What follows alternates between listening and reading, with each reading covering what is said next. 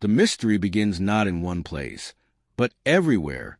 Across deserts, jungles, mountaintops, and oceans, ancient monuments rise from the dust, impossibly precise, astronomically aligned, and connected by patterns that no one can fully explain.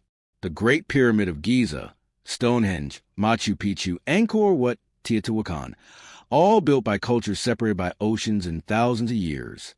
Yet when viewed from above, these monuments appear to form a global web, an invisible lattice stretching across continents. Who designed it? What purpose did it serve? And why does it seem that all these sites point toward one central idea, the existence of a hidden power source that once sustained an ancient world now lost to time? Imagine the Earth as more than just rock and soil, as a living, breathing system pulsing with natural energy. What if our ancestors knew how to harness that energy, not with machines and wires, but with stone, sound, and geometry? For centuries, explorers and researchers have stumbled upon hints. Magnetic anomalies beneath temples, sonic resonances inside ancient chambers, electromagnetic readings near pyramids. They were dismissed as coincidences, curiosities, or folklore. But what if they're the fingerprints of an ancient technology scattered across time? Modern science teaches us to separate myth from fact, yet the deeper we look into ancient architecture, the more those lines blur.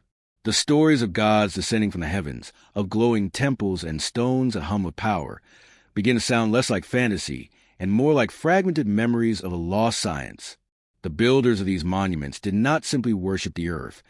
They may have interacted with it, tuning their structures to the planet's natural frequencies like keys in a cosmic instrument. And if that is true, then the ruins that remain are not tombs or temples, but components of something much larger, pieces of a planetary machine that once harnessed the Earth's own energy. Throughout history, a few visionaries dared to question the official story. Nikola Tesla believed the Earth itself could transmit power without wires, and that ancient civilizations may have once understood this principle. Researchers in the 20th century mapped global anomalies and found that major sacred sites aligned perfectly along geometric lines, forming what some call the Earth energy grid. Ancient legends from every continent speak of a time when humans lived in harmony with forces now forgotten, when energy flowed freely through land and sky. The echoes of that time are still visible in stone, if one knows how to see them.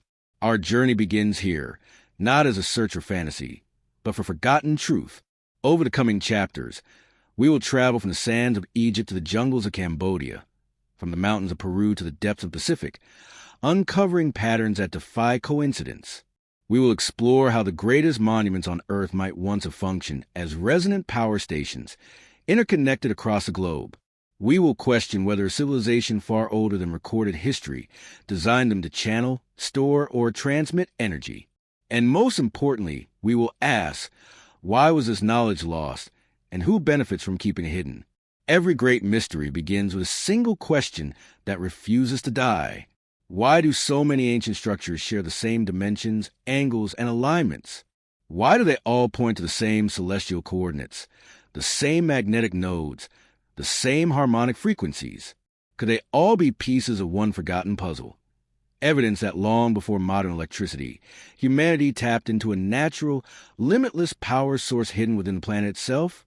As we peel back the layers of time, we'll confront discoveries that challenge everything we know about history, science, and human potential. The stones whisper of forgotten science, one that could change the future as much as it reshapes the past. By the end, one truth will emerge. Nothing in our ancient world was random. Every monument, every alignment, every myth, they all point toward the same source. And that source may still be pulsing beneath our feet, waiting to be rediscovered. When you begin to look at the ancient world not as a collection of isolated cultures, but as one connected puzzle, a strange and unsettling pattern starts to emerge. The monuments that have fascinated humanity for centuries, the Great Pyramid of Giza, Stonehenge, the Moai of Easter Island, the temples of Angkor Wat, the ancient city of Teotihuacan, all seem to be speaking the same geometric language. Despite being separated by vast oceans, different climates, and thousands of years, their builders followed the same mysterious blueprint. These sites are not only masterpieces of architecture, they appear to share alignments that trace invisible lines across the globe. When researchers began mapping their coordinates, They found that many of these sacred sites fall perfectly along specific great circles around the Earth, paths that form symmetrical geometric grids when viewed from space. Could this be coincidence? Or were these alignments intentionally designed to tap into something far deeper, perhaps the natural flow of the planet's energy itself? Ancient architects were not merely building monuments for ritual or worship. They were encoding information into stone. The pyramids of Giza, for example, align with remarkable precision to the cardinal directions, north, south, east, and west, more accurately than any modern compass could achieve before the advent of advanced technology. In Peru, the Nazca lines stretch across the desert in vast geometric shapes that can only be seen from above, as a creator to communicate with something or someone from the sky. Thousands of miles away, Stonehenge aligns with the solstices, its giant stones capturing the sunrise and sunset at exact moments of celestial significance. The Temple of Angkor Wat in Cambodia mirrors the Draco constellation, while the layout of Teotihuacan reflects the pattern of the Orion Belt. Just like Giza, it's as if these ancient builders were trying to remind us of a forgotten order, a grand cosmic map that connects Earth to the heavens. But beyond astronomy, these alignments also hint at something more mechanical, more functional. Many of these monuments sit atop regions of magnetic or seismic activity, places where the Earth's natural electromagnetic energy is strongest. If these structures were deliberately placed on these nodes, they could have acted like tuning forks, resonating with the planet's frequency. The idea sounds fantastical, yet modern science acknowledges that the Earth has a measurable energy field, the Schumann resonance, a natural pulse at approximately 783 hertz that encircles the planet. Could it be that ancient builders discovered this pulse thousands of years ago and learned how to amplify it through architecture? If so, these monuments were not just religious centers but integral components of a global energy grid. Some researchers have attempted to dismiss the alignments as coincidence, but the odds defy randomness. For instance, when one draws a line connecting Giza, Petra, Mohenjo-Daro, Easter Island, and Nazca, all of these ancient sites fall nearly on the same great circle, a perfect equatorial arc. It's as though an invisible line of power once circled the Earth, and ancient builders knew exactly where to build to tap into it. This same geometric precision can be seen in the sacred architecture of the Maya, the Inca, and even in megalithic structures scattered across Britain and Ireland. The implication is staggering, that long before GPS or satellites, ancient people possessed an advanced understanding of geodesy, geometry, and planetary resonance. In recent decades, modern mapping technology has reignited interest in these patterns. Satellite imagery and digital overlays reveal alignments that early explorers could never have seen. The ancient city of Baalbek in Lebanon, for instance, sits on a perfect diagonal that intersects with the Great Pyramid of Giza. Easter Island, one of the most remote inhabited places on Earth, is perfectly aligned with the Nazca Plateau and the Great Pyramid when plotted across the globe. Such alignments seem too precise to have happened by chance, leading to a growing belief among alternative researchers that these monuments were intentionally placed to form part of an interconnected system, a planetary circuit designed to channel and balance Earth's energy. One particularly intriguing example is a connection between the pyramids of Egypt and Teotihuacan in Mexico. Both share identical angles in their base construction and reflect the same celestial constellations. The odds of two civilizations, separated by thousands of miles and with no known contact, building near-identical structures purely by coincidence are astronomical. This raises a profound question. Did they share a common source of knowledge, or were they following instructions from an even older civilization, one that spanned the globe long before recorded history began? Everywhere we look, the same numbers appear. The mathematical constant of pi, the golden ratio, and harmonic frequencies show up repeatedly in monuments around the world. These are not random measurements. They appear to be the fingerprints of a scientific system based on vibration and energy, a system that may have once unified the planet. Many temples and pyramids also align with sources of running water underground, suggesting that ancient builders may have been harnessing piezoelectric energy, generated when quartz and other minerals are compressed under water pressure. The presence of quartz in pyramid chambers, as well as in megalithic stones at Stonehenge, supports the idea that these structures were designed to convert natural earth energy into usable forms. Even the myths support this theory. Nearly every ancient culture speaks of a time when the gods, or the ancestors, built great works that connected heaven and earth, bringing light and power to humanity. Perhaps these stories were not metaphorical, but literal accounts of a technology so advanced it was later mistaken for divine magic. Over time, as civilizations fell and knowledge was lost, the purpose of these monuments became shrouded in ritual and religion. What was once science became mythology. As we begin to follow these alignments deeper into history, the picture becomes clearer. The Earth itself was once part of a vast energetic system. The monuments that remain are not random ruins, but deliberate markers, mapping out a global design meant to harness and distribute power. They are the relics of an age when humanity understood that energy flowed not just through the skies, but through the very ground beneath their feet. And if these alignments are truly the remnants of a forgotten energy grid, then it means one thing. The ancients may have known how to draw power directly from the earth, a secret we are only now beginning to rediscover. Imagine for a moment that the earth itself is a colossal living organism, pulsing with energy, breathing through magnetic fields, and maintaining balance through unseen lines of power. Now imagine that thousands of years ago, ancient civilizations knew how to read this living map. They built their monuments, temples, and pyramids not randomly, but precisely upon these invisible arteries of force. This is a foundation of what has come to be known as the global grid theory, a concept suggesting that our planet is covered by a geometric web of energy lines, interconnecting sacred sites and megalithic structures across the world. The theory proposes that ancient monuments were constructed at the intersection points of these lines, known as vortexes or nodes, to harness and amplify Earth's natural energies. To modern ears, it sounds mystical, perhaps even impossible.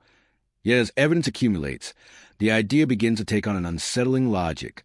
Early 20th century researchers like Ivan T. Sanderson first noticed a pattern while studying reports of strange disappearances and electromagnetic anomalies.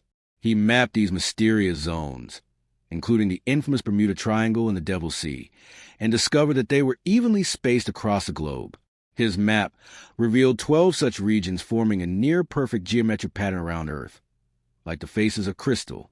Around the same time, other researchers, including Bruce Cathy, a New Zealand airline pilot turned investigator, proposed that these regions form part of an immense energy grid based on precise mathematical relationships. Cathy calculated that the planet's magnetic field followed harmonic frequencies, creating a web of energy that could be mathematically mapped. He claimed that nuclear testing, aircraft navigation, and even UFO phenomena were influenced by these geometric energy pathways. When these early grids were overlaid on world maps, a shocking realization emerged.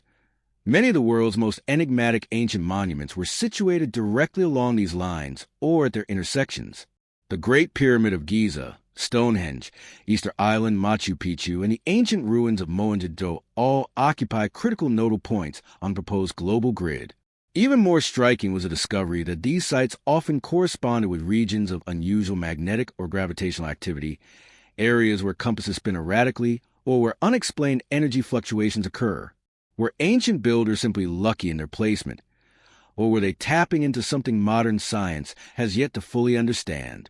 Supporters of the global grid theory argue that these energy lines, often referred to as ley lines, dragon lines, or song lines in various cultures, represent natural channels of telluric current, subtle electrical energy that flows through the Earth's crust. According to the theory, these currents are strongest along geometric paths that mirror the shape of platonic solids, particularly the icosahedron and dodecahedron.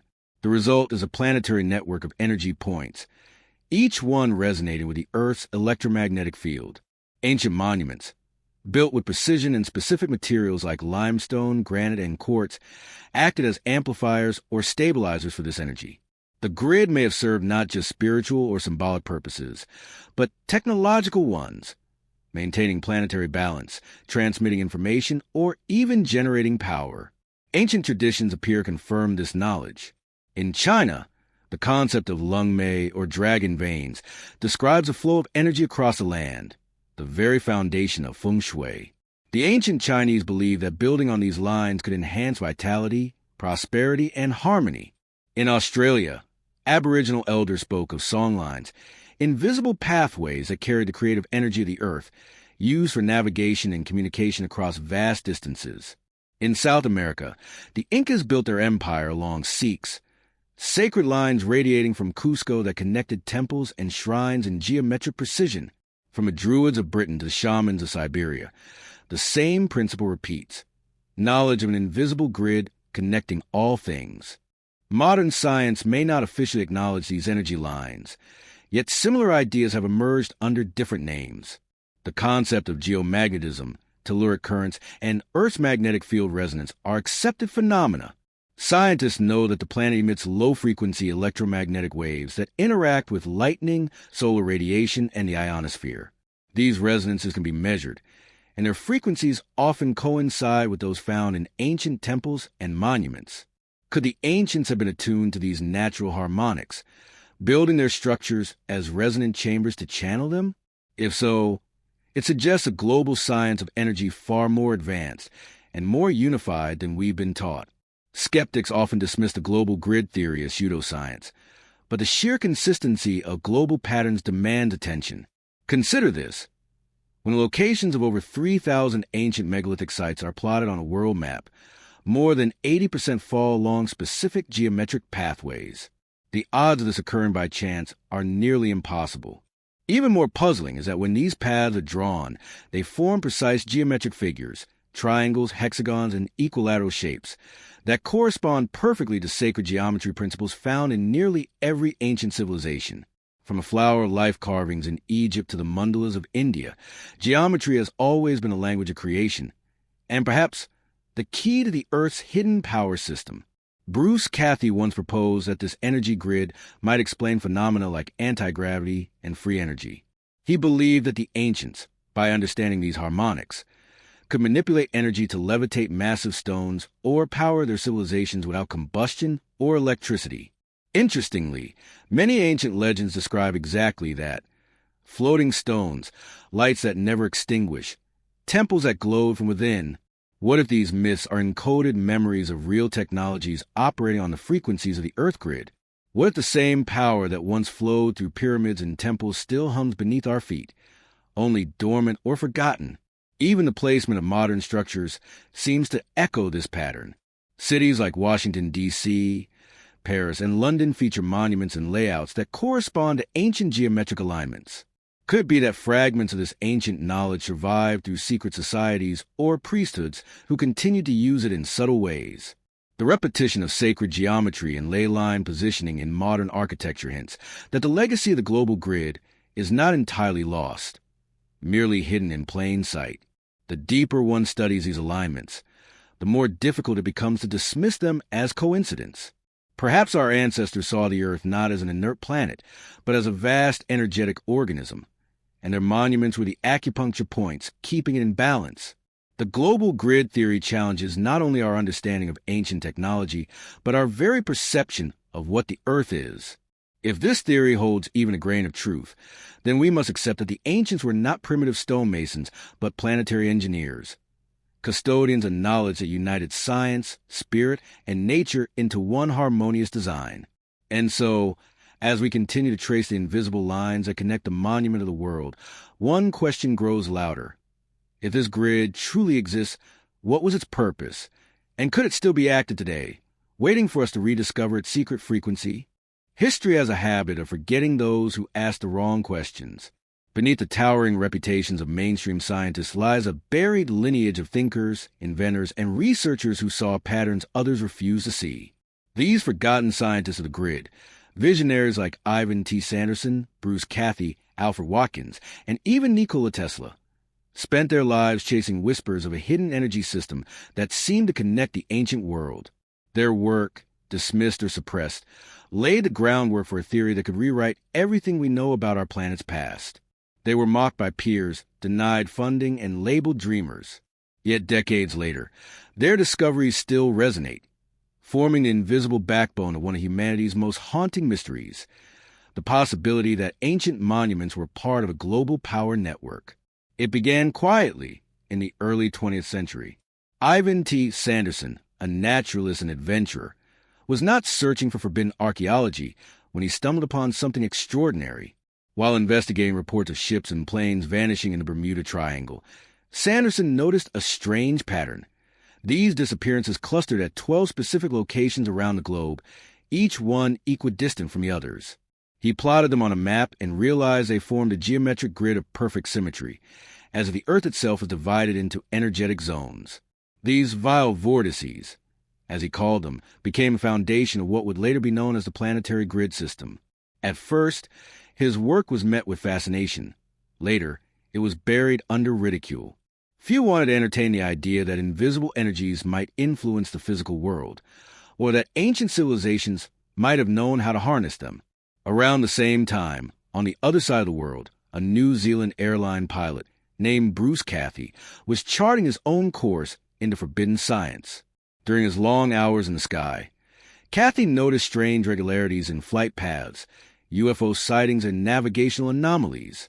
Over years of meticulous calculation, he discovered that these events often occurred along specific latitudes and longitudes, forming a global geometric pattern. Cathy's research led him to propose that the Earth's magnetic field was structured by a harmonic grid of energy lines, forming triangles and hexagons that span the planet. He went further, suggesting that this energy could be mathematically harnessed for flight, power, and even anti-gravity. His theories were detailed, backed by geometric logic and empirical data, yet the scientific establishment dismissed him outright. His books were quietly removed from major retailers, his ideas labeled pseudoscience. But for those willing to look closer, Cathy's math describes something astonishingly close to what the ancients might have known. Alfred Watkins, an English photographer and archaeologist, provided another piece of the puzzle. In the 1920s, he introduced the term ley lines after noticing that many ancient sites in Britain, standing stones, burial mounds, and old churches, aligned perfectly in straight lines stretching for miles. Watkins suggested these were not coincidences, but deliberate alignments made by ancient people to mark pathways of power or communication. He described the land as being wired by invisible currents that early builders intuitively followed. His book, The Old Straight Track, ignited brief excitement, but was soon dismissed as romantic fantasy. Mainstream archaeology had no patience for invisible forces, and Watkins was quietly written out of academic history. Yet today, countless ley line enthusiasts retrace his routes with GPS accuracy, finding the same alignments he did a century ago, and more. And then there was Nikola Tesla, perhaps the most enigmatic genius of them all. Tesla's dream was to provide free energy to the entire planet, drawn directly from the Earth itself.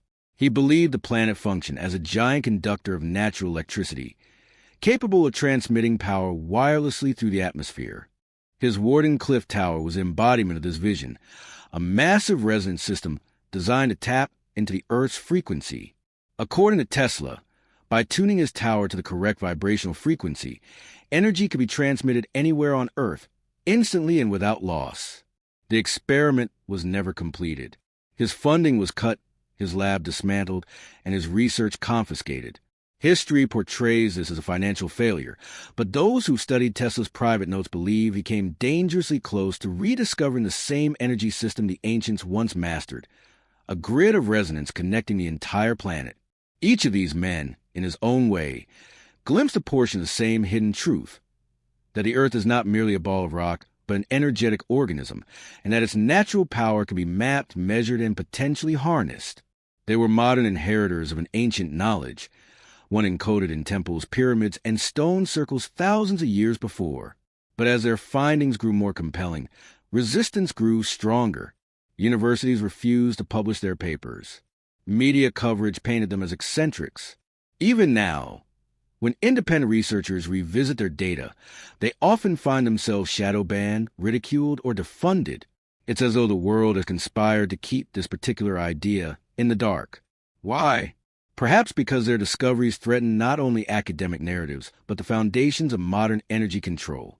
If Tesla proved that power could be drawn freely from the Earth, if Cathy's harmonics revealed a blueprint for limitless flight, and if Watkins's ley lines prove that the ancients harnessed energy without fuel, then our entire industrial civilization stands on the edge of irrelevance.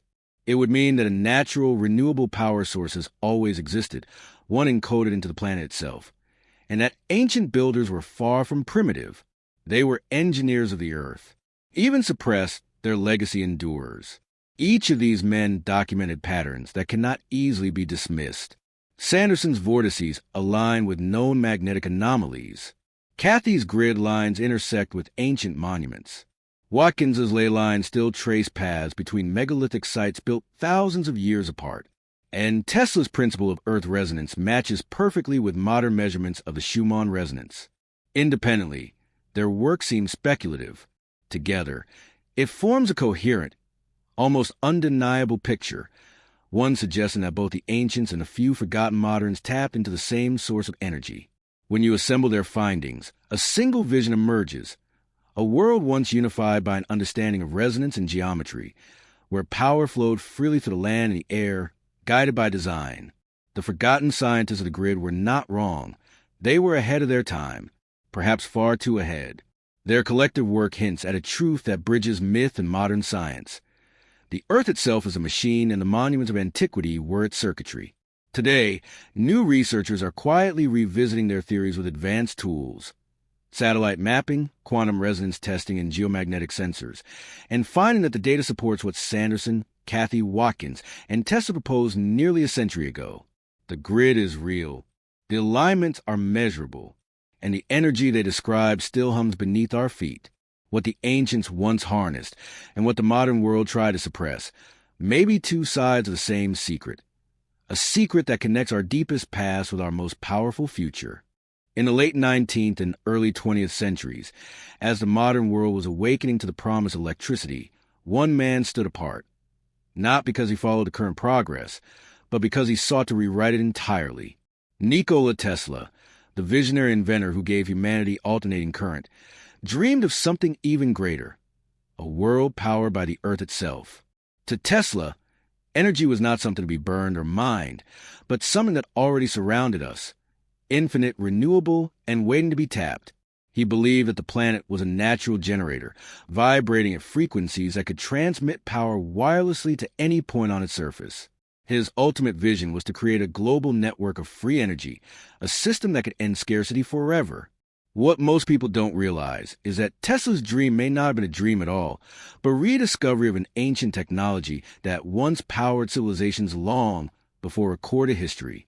Tesla's most mysterious project, the Wardenclyffe Tower on Long Island, New York, was meant to prove that such a system was possible. Completed in 1901, the 187-foot structure rose like a metallic obelisk, its copper dome designed to channel energy from the Earth and the atmosphere simultaneously. According to Tesla's notes, the tower would send high-frequency electrical currents into the ground, resonating with the Earth's natural frequency and creating standing waves that could transmit energy wirelessly across vast distances. In other words, Wardenclyffe wasn't just a transmitter, it was a tuning fork for the planet.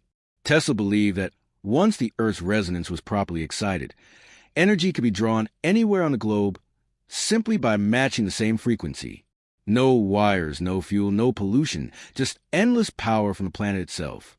To the industrial barons who controlled the early 20th century, this was both revolutionary and dangerous.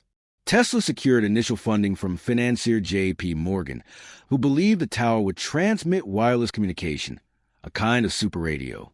But when Tesla revealed that his true goal was free energy, power for all, without cost or control, Morgan famously withdrew his support. If anyone can draw on this energy, he is rumored to have said, where we put the meter? Without funding, Tesla's dream collapsed. Wardenclyffe was dismantled, his patent seized, and his name quietly erased from mainstream scientific circles. When he died in 1943, penniless and alone in a New York hotel, his papers were confiscated by the U.S. government and classified. For decades, no one was allowed to see the full extent of what he discovered. Some say the reason was simple. Tesla's technology threatened the global system of profit and control that thrives on scarcity. But what if Tesla's vision was not a new idea at all? What if he had simply tapped into a principle that ancient civilizations already understood? Across the world, from the Great Pyramid of Giza to the ziggurats of Mesopotamia, ancient monuments appear to be built according to the same principles Tesla described: resonance, vibration, and harmonic frequency. The Great Pyramid, for example, is constructed primarily of limestone and granite, materials with high quartz content capable of conducting and amplifying energy. Inside its chambers, measurements show that the pyramid resonates at frequencies close to the Earth's own Schumann resonance, around 783 Hz. This is the same natural vibration Tesla designed Wardenclyffe to harness. Even more intriguingly, the pyramid's internal structure mirrors the design of Tesla's coil, a resonant cavity capable of amplifying electrical charge. Could this similarity be coincidence? Or was Tesla rediscovering an ancient science encoded in stone thousands of years before him? Tesla himself hinted at such a connection. In interviews, he often spoke of ancient wisdom, lost knowledge, and the mysteries of Egypt. He believed that the pyramids might hold the key to understanding how energy could be drawn from the earth. In his notes, Tesla described the planet as a vast conductor, capable of producing unlimited power through resonance. He even speculated that the pyramid's shape was not symbolic, but functional, that their geometry was designed to stabilize and amplify the planet's natural charge. When Tesla built Wardenclyffe, he placed it on a site chosen for its geological properties, a location with underground aquifers and high mineral content, much like the Giza Plateau. This wasn't chance.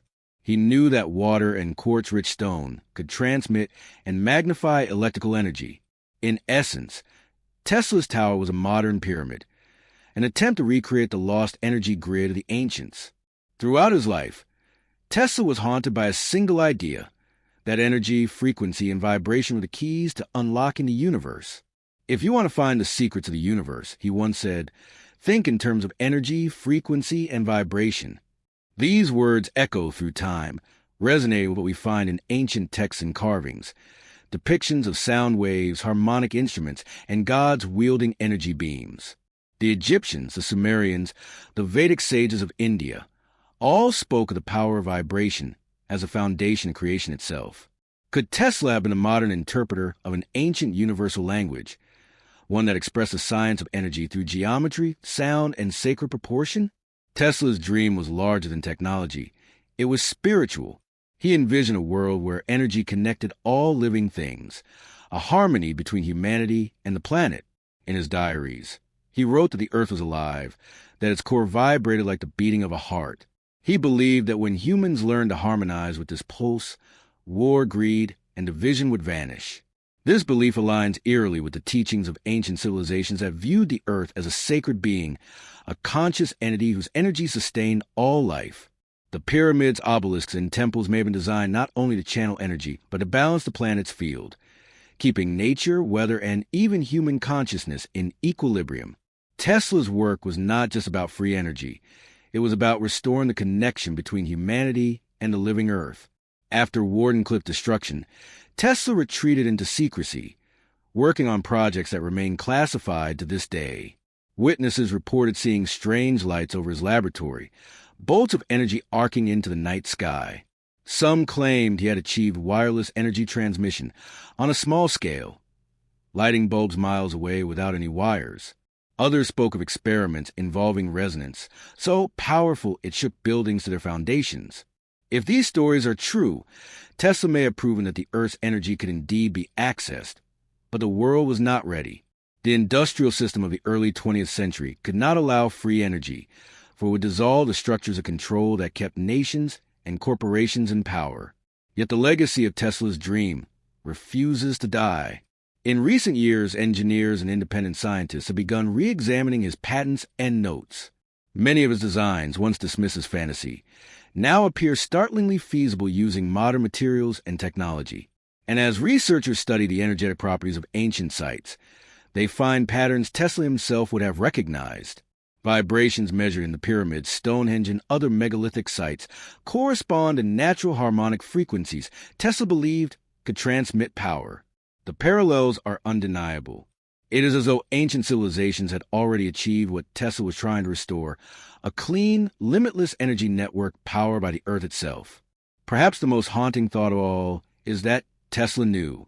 He may have understood that his work was not innovation but remembrance, the reawakening of knowledge humanity once possessed and lost. If that is true, then his life's tragedy was not failure, but repetition. The same suppression that may have erased the great civilizations of the past, now replayed in the modern age. Tesla's tower fell, but the dream endures, that hidden within the planet's heartbeat lies a power source so vast, so pure, that it could change the course of civilization once again. There is a strange rhythm beneath the surface of the Earth, a pulse that never stops, a hum that ancient mystics and modern scientists alike have tried to understand. In the 20th century, physicists gave it a name, the Schumann resonance. This global electromagnetic resonance vibrates between the surface of the planet and the ionosphere, the outermost layer of our atmosphere.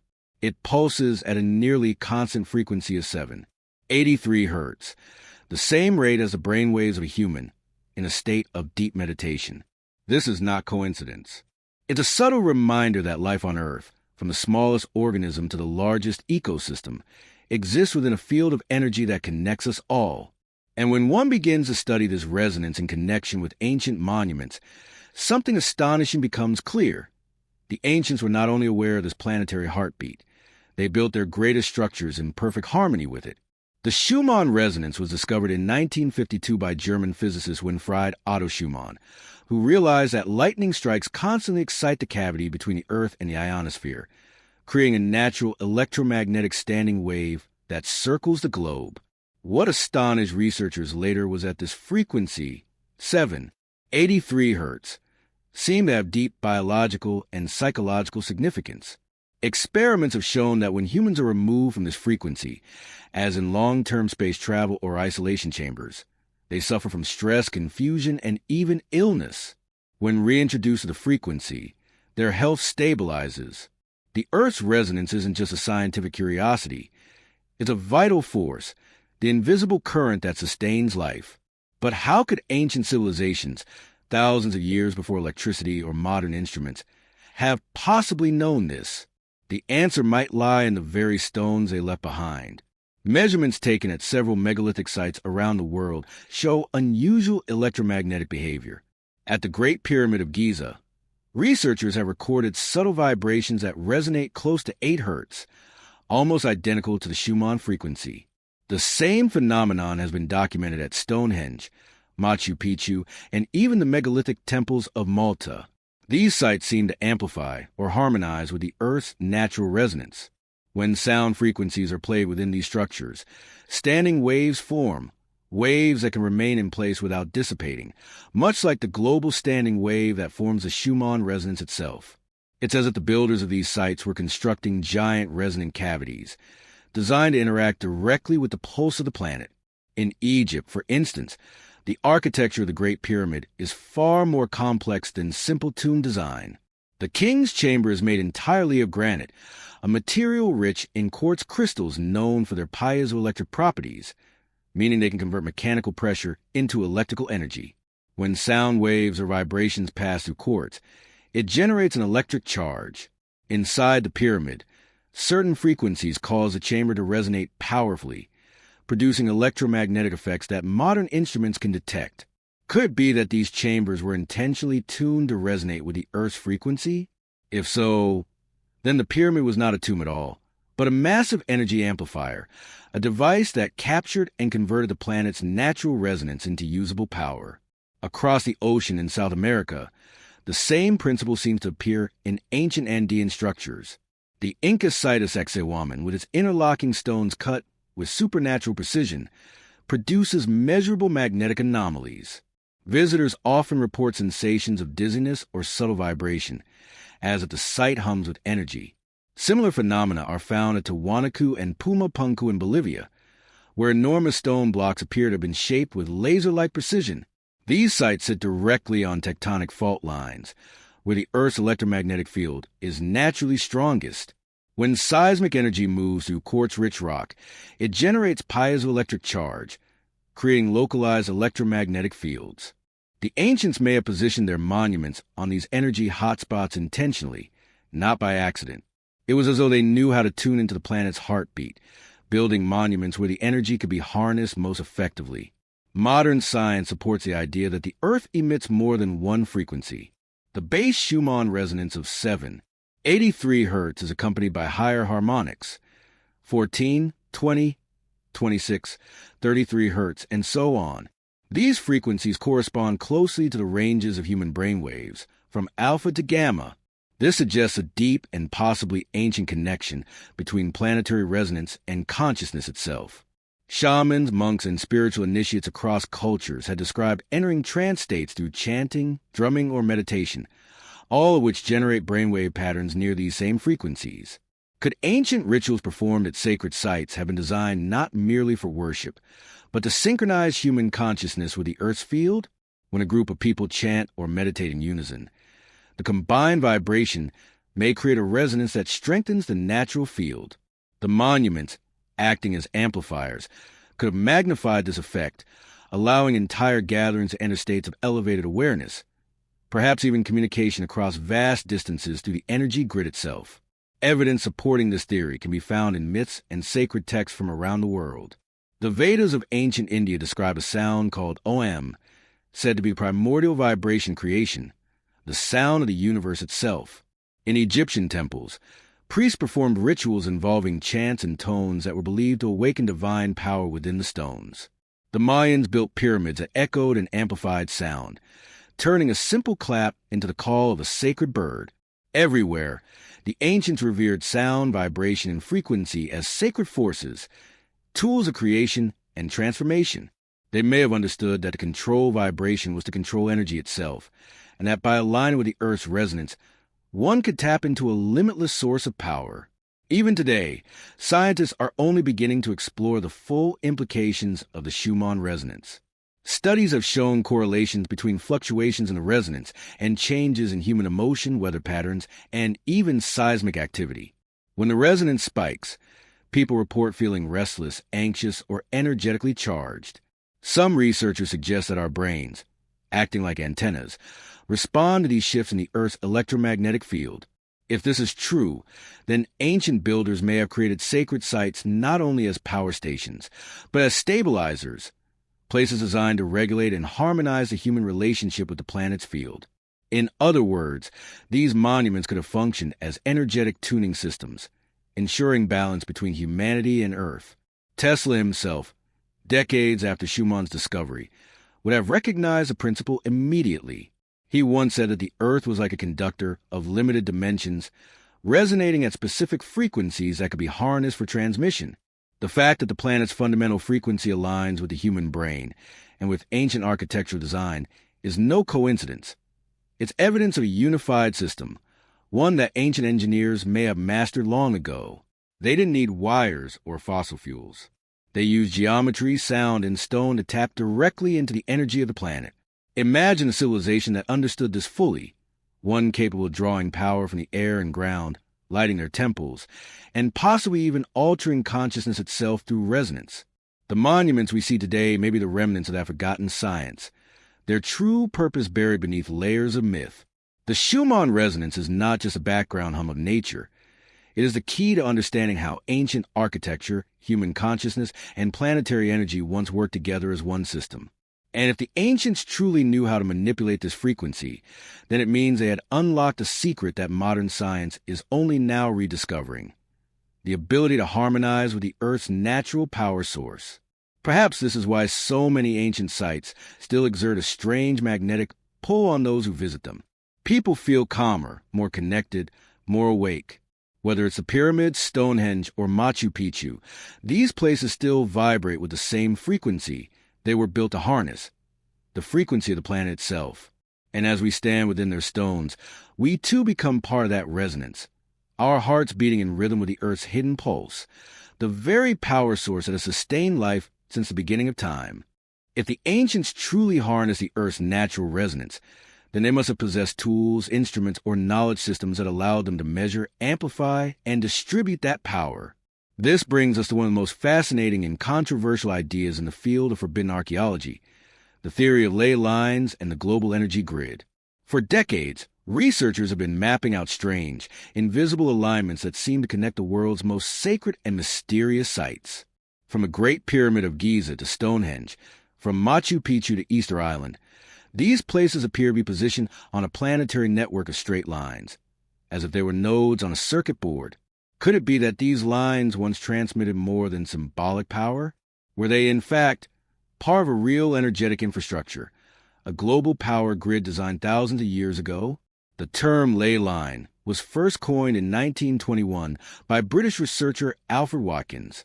While studying ancient pathways and landmarks in the English countryside, he noticed that many prehistoric monuments, standing stones, burial mounds, hill forts, and churches, seemed to align perfectly along straight lines across the landscape. Watkins theorized that these lines represented ancient trade routes or spiritual pathways used by prehistoric peoples. But later researchers expanded the idea, suggesting that the alignments were not just geographic, but energetic. They began to suspect that these ancient sites were deliberately placed on lines of power, invisible channels through which the Earth's natural energy flowed. What began as an archaeological curiosity slowly evolved into one of the most mysterious and compelling theories about our planet's hidden design. When viewed from a global perspective, the pattern becomes even more astonishing. Using satellite mapping, researchers discovered that when you connect major ancient monuments across continents, they form geometric patterns, triangles, hexagons, and circles that seem too precise to be accidental. The so-called Great Circle alignment, for example, connects Easter Island, Nazca, Ollantaytambo, the pyramids of Giza, Petra, Mohenjo-daro, and Angkor Wat, all within a narrow line encircling the Earth. Each site along this path sits at a major intersection of tectonic or magnetic energy. This suggests that ancient builders not only understood the geography of the planet, but also its energetic structure. The Earth, as Tesla once theorized, behaves like a massive resonant body, and these monuments appear to have been built at precise nodes where energy is strongest, as if plugged into the planet's natural grid. To understand how such a network might function, we can look at the principles of energy flow. In physics, energy always follows the path of least resistance. On Earth, that means it often moves through regions of high conductivity, minerals, underground water, and fault lines rich in quartz and metals. These materials create natural energy pathways, similar to meridians in the human body. In traditional Chinese medicine, meridians are channels through which life force, qi, flows. If the Earth is a living organism, then ley lines could be its meridians, and ancient monuments could serve as acupuncture points, regulating and enhancing the flow of planetary energy. This analogy isn't just poetic. It's supported by measurable data.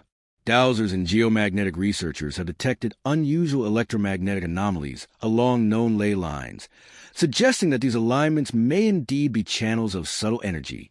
Many sacred sites around the world also align with these lines of power. Stonehenge, for example, lies at the intersection of several major ley lines that stretch across Britain.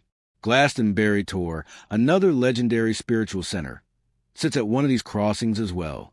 Both sites are known for their strong magnetic anomalies and reports of strange phenomena, glowing lights, compasses spinning wildly, and sensations of energy beneath the ground. In South America, the Nazca lines form massive geometric figures directly on ley intersections, while in Asia, the ancient city of Angkor, what is built along a line that connects to other power sites thousands of miles away. The patterns are too consistent to dismiss. It's as though ancient civilizations across the world were working from the same master plan, one that mapped the energetic anatomy of the planet. But how did they know where these lines were? Modern scientists can only detect them using advanced instruments, yet ancient cultures seem to find them effortlessly. Perhaps they use intuition, dowsing, or technology now lost to history. Ancient texts may hold clues. The Chinese feng shui master spoke of dragon lines, currents of vital energy that must be respected in the placement of temples and cities. The Australian Aboriginals told stories of song lines, invisible tracks across the land that their ancestors used to navigate by chanting sacred songs that resonated with the Earth's energy. The Druids of Europe spoke of paths of the gods, lines of power that connected stone circles and sacred groves. Different names, same concept. Everywhere on Earth, ancient peoples seemed to recognize that the planet's energy flowed along invisible currents, and they built accordingly. What's even more compelling is that many of these ley lines intersect at the most powerful ancient sites, places that were centers of worship, initiation, and perhaps energy transmission.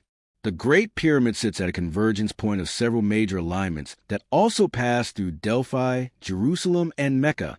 These are not random cultural centers. They are located at energetic crossroads. When energy from multiple lines meets, the charge increases.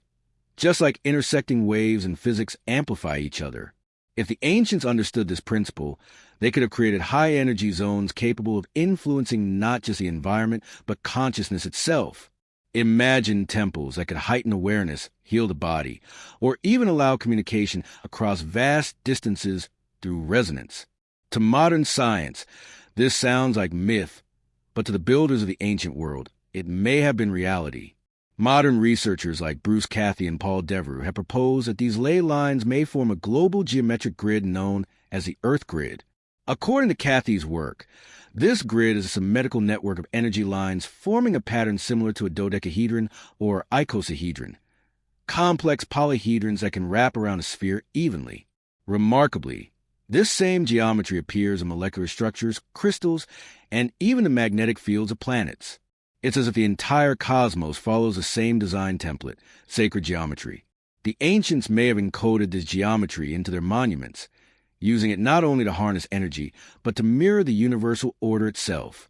In this view, every temple, pyramid, and stone circle is both a local power generator and a node in a planetary network, a civilization-scale experiment in energy harmonics. Some researchers have even speculated that ley lines could serve as highways for electromagnetic energy or telluric currents, natural electric flows in the ground caused by the movement of the planet's molten core. These currents are strongest along fault lines and mineral-rich veins, which correspond strikingly with many ancient sites. This opens a stunning possibility that the ancients used the planet's own electric field to transmit energy between distant points.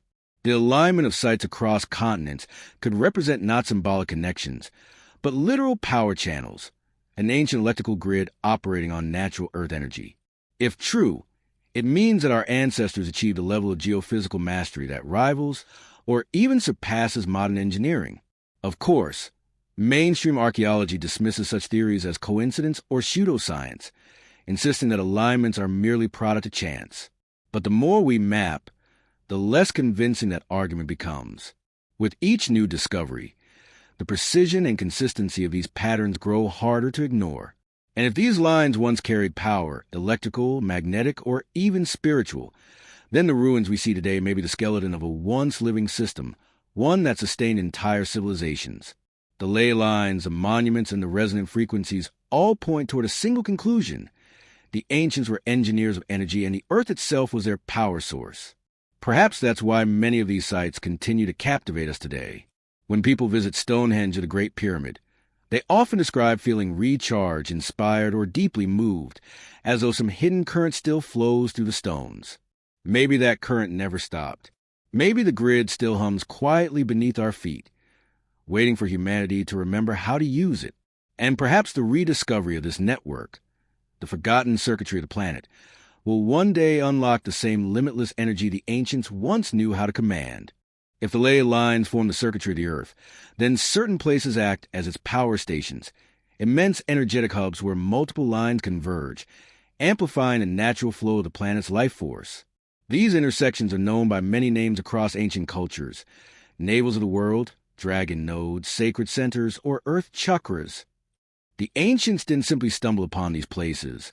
They sought them out, revered them, and built their greatest monuments upon them. These sites were not chosen at random. They were strategically positioned to harness the planet's hidden energy. From Delphi in Greece to Giza in Egypt, from Uluru in Australia to Machu Picchu in Peru, these sacred centers appear to correspond to the very points where the Earth's electromagnetic field pulses most strongly. And when mapped globally, they align with startling precision, forming a pattern that suggests a deliberate, interconnected energy system that once spanned the entire planet. The concept of Earth's chakras mirrors the human body's energy system described in ancient Indian and Tibetan traditions. Just as the human body contains 7 main chakras, spinning vortices of energy that regulate physical and spiritual health, so, too, according to esoteric geography, does the planet. The ancients believed the Earth was a living being with its own energy centers that could influence life, consciousness, and even time itself. When we overlay the world's ancient monuments and sacred sites onto a global map of energetic nodes, an uncanny alignment emerges. The root chakra, representing stability and grounding, correspond to Mount Shasta in California, a volcano long revered by Native American tribes as a spiritual gateway. The sacral chakra, creativity, and emotion, aligns with Lake Titicaca in Peru and Bolivia, the highest navigable lake in the world and home to legends of creation and luminous beings. The solar plexus chakra, power and transformation, centers on Uluru in Australia, a massive monolith considered by Aboriginal cultures to be the beating heart of the planet.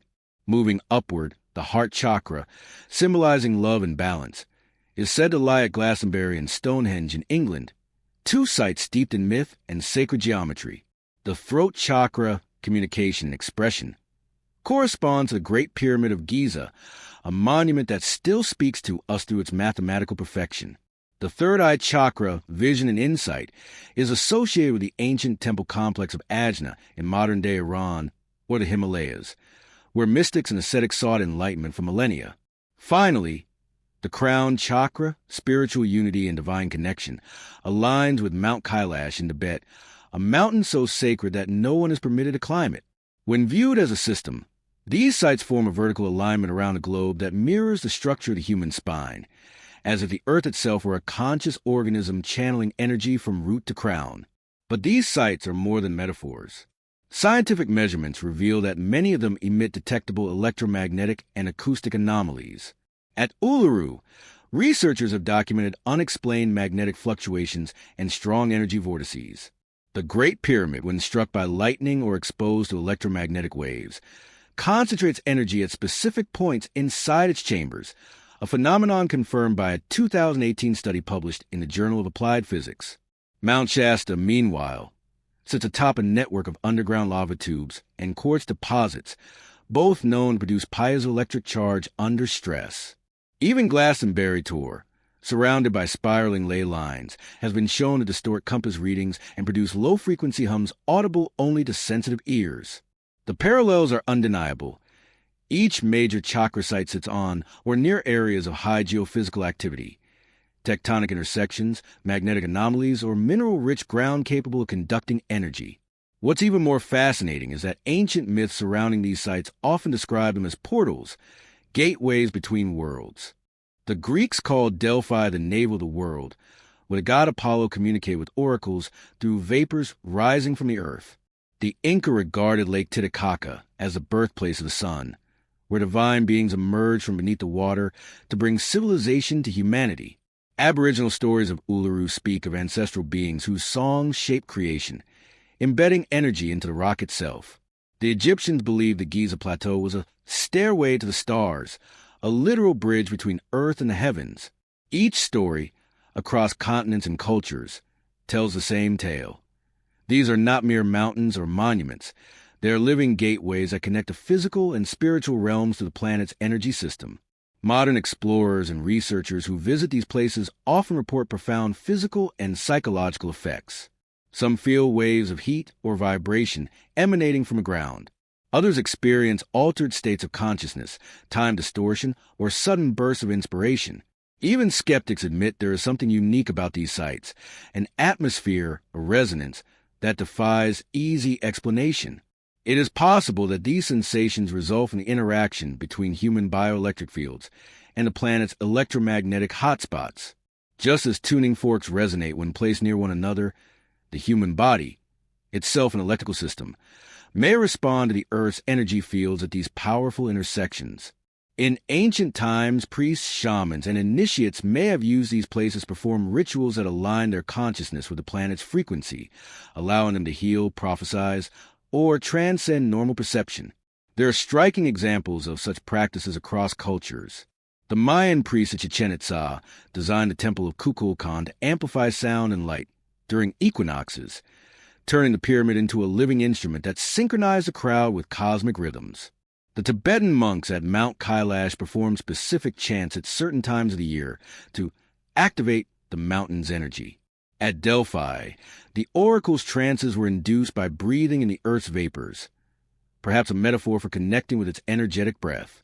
Even at Stonehenge, archaeologists have found evidence of acoustic design, suggesting that the stones were arranged to amplify low-frequency sounds during rituals. All these traditions point to the same understanding, that sacred sites were more than places of worship. They were energetic interfaces between humanity and the earth. What makes this concept even more compelling is the evidence of geometric alignment among these chakra sites. When mapped, they form spirals, triangles, and symmetrical patterns that match the geometry of sacred symbols found in ancient art. The flower of life, the Sri Yantra, the Vesica Piscis. These symbols were not random decorations. They were mathematical expressions of the same energetic blueprint that structures the earth itself. The ancients may have used sacred geometry as a universal language to describe the planet's energy grid, a code that combined art, mathematics, and physics into one harmonious system. When temples were built using these geometric ratios, they resonated naturally with the Earth's frequencies, amplifying the planet's power like giant tuning devices.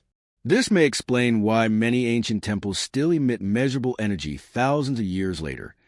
Their geometry and placement continue to harmonize with the Earth's living grid.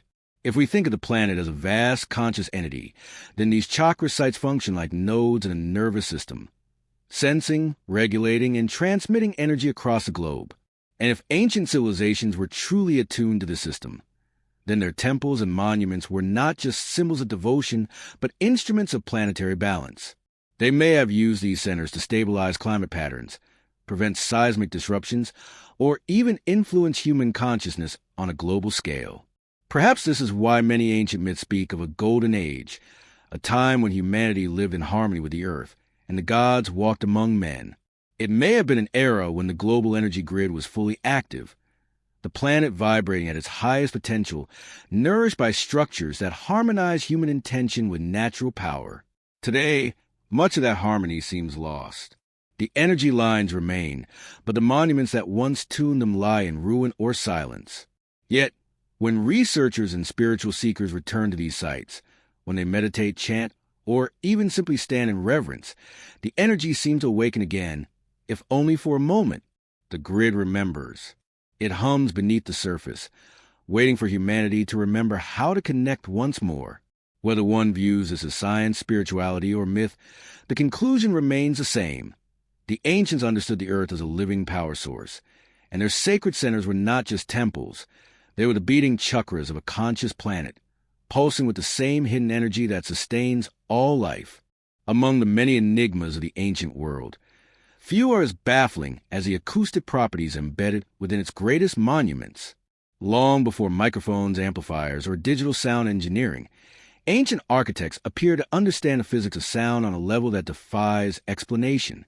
Across continents, from the limestone corridors of the Great Pyramid of Giza to the stone amphitheaters of the Mayans and the echoing temples of India, ancient builders engineered spaces that manipulated sound with astonishing precision. These were not accidents of architecture. They were deliberate designs. Sound, vibration, and resonance were treated as sacred forces, capable of altering both the physical and spiritual realms. If energy is vibration, and vibration is the essence of creation, then understanding how the ancients used sound may be the key to understanding how they harness the Earth's hidden power source. Let's begin with one of the most famous examples, the Great Pyramid of Giza. Inside its granite-lined king's chamber, modern researchers have measured extraordinary acoustic behavior. When a tone between 110 and 121 hertz is produced, the entire chamber begins to resonate, amplifying the sound exponentially, as if the stone itself were alive. This isn't a random frequency. It aligns closely with the harmonic multiples of the Earth's own natural resonance. The Schumann frequency is 783 hertz. In other words, the Great Pyramid is tuned to the same vibration as the planet itself. Experiments using microphones and oscilloscopes have revealed that these frequencies produce standing waves, sound waves that remain stationary within the chamber, forming patterns of vibration known as Chladni figures. These patterns concentrate energy at specific points, precisely where sarcophagi and relics once stood. Could this mean the pyramid was designed as a sound generator, capable of channeling energy through resonance? Egyptian mythology seems to suggest exactly that. The god Thoth, patron of wisdom and invention, was said to have created the world with the power of the spoken word, the voice of light. In ancient hieroglyphs, he is often depicted holding a tuning fork-like instrument, symbolizing creation through vibration. Temples across Egypt were designed to amplify chants and incantations, transforming them into waves that resonated through the structure. The Temple of Hathor at Dendera, for instance, contains rooms that produce powerful echoes when certain tones are sung, almost as if they were designed to charge the walls with sound. Some researchers believe that priests use harmonic chanting within these temples to generate frequencies that could influence consciousness or even alter matter, a concept modern science is just beginning to understand through cymatics, the study of how sound organizes physical material into patterns. But Egypt is only one part of this global mystery. In the Andes of South America, the ancient site of Tiwanaku holds similar acoustic wonders. The massive monoliths and sun-gate structures at Tiwanaku and Pumapunku respond to low-frequency tones in ways that seem to make the air vibrate. When sound waves of specific frequencies are projected toward these stones, they hum and resonate audibly, despite their immense weight. Local legends say that the gods use sound to move these stones, commanding the earth to sing. This may sound mythical, but recent experiments show that sound waves can indeed move objects through vibration, a process known as acoustic levitation. Scientists have managed to lift small particles, even droplets of water, using nothing but focused sound. Could the builders of Pumapunku have mastered this principle on a scale we can scarcely imagine? Halfway across the world, the ancient builders of India displayed similar mastery. The temples of Ellora and Kailasa, carved directly out of mountains, were designed with extraordinary acoustic precision. The sound of a single clap can travel across the entire complex, creating perfect echoes that last for seconds. In some Hindu temples, the resonant frequencies of the main sanctum correspond exactly to the musical notes used in devotional chants. The result is a space that transforms human voice into a vibrational field that feels almost tangible.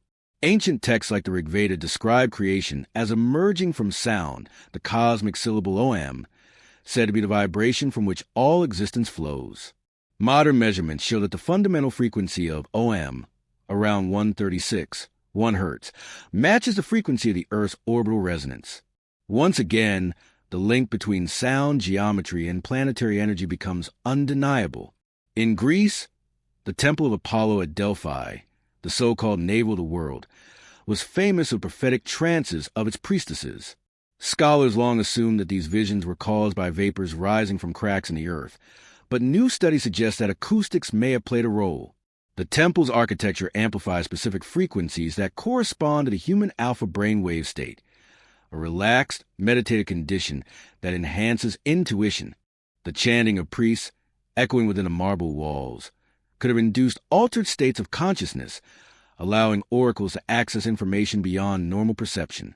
This idea gains further credibility when one considers that Delphi, like many sacred sites, sits on a major fault line, a natural source of electromagnetic energy.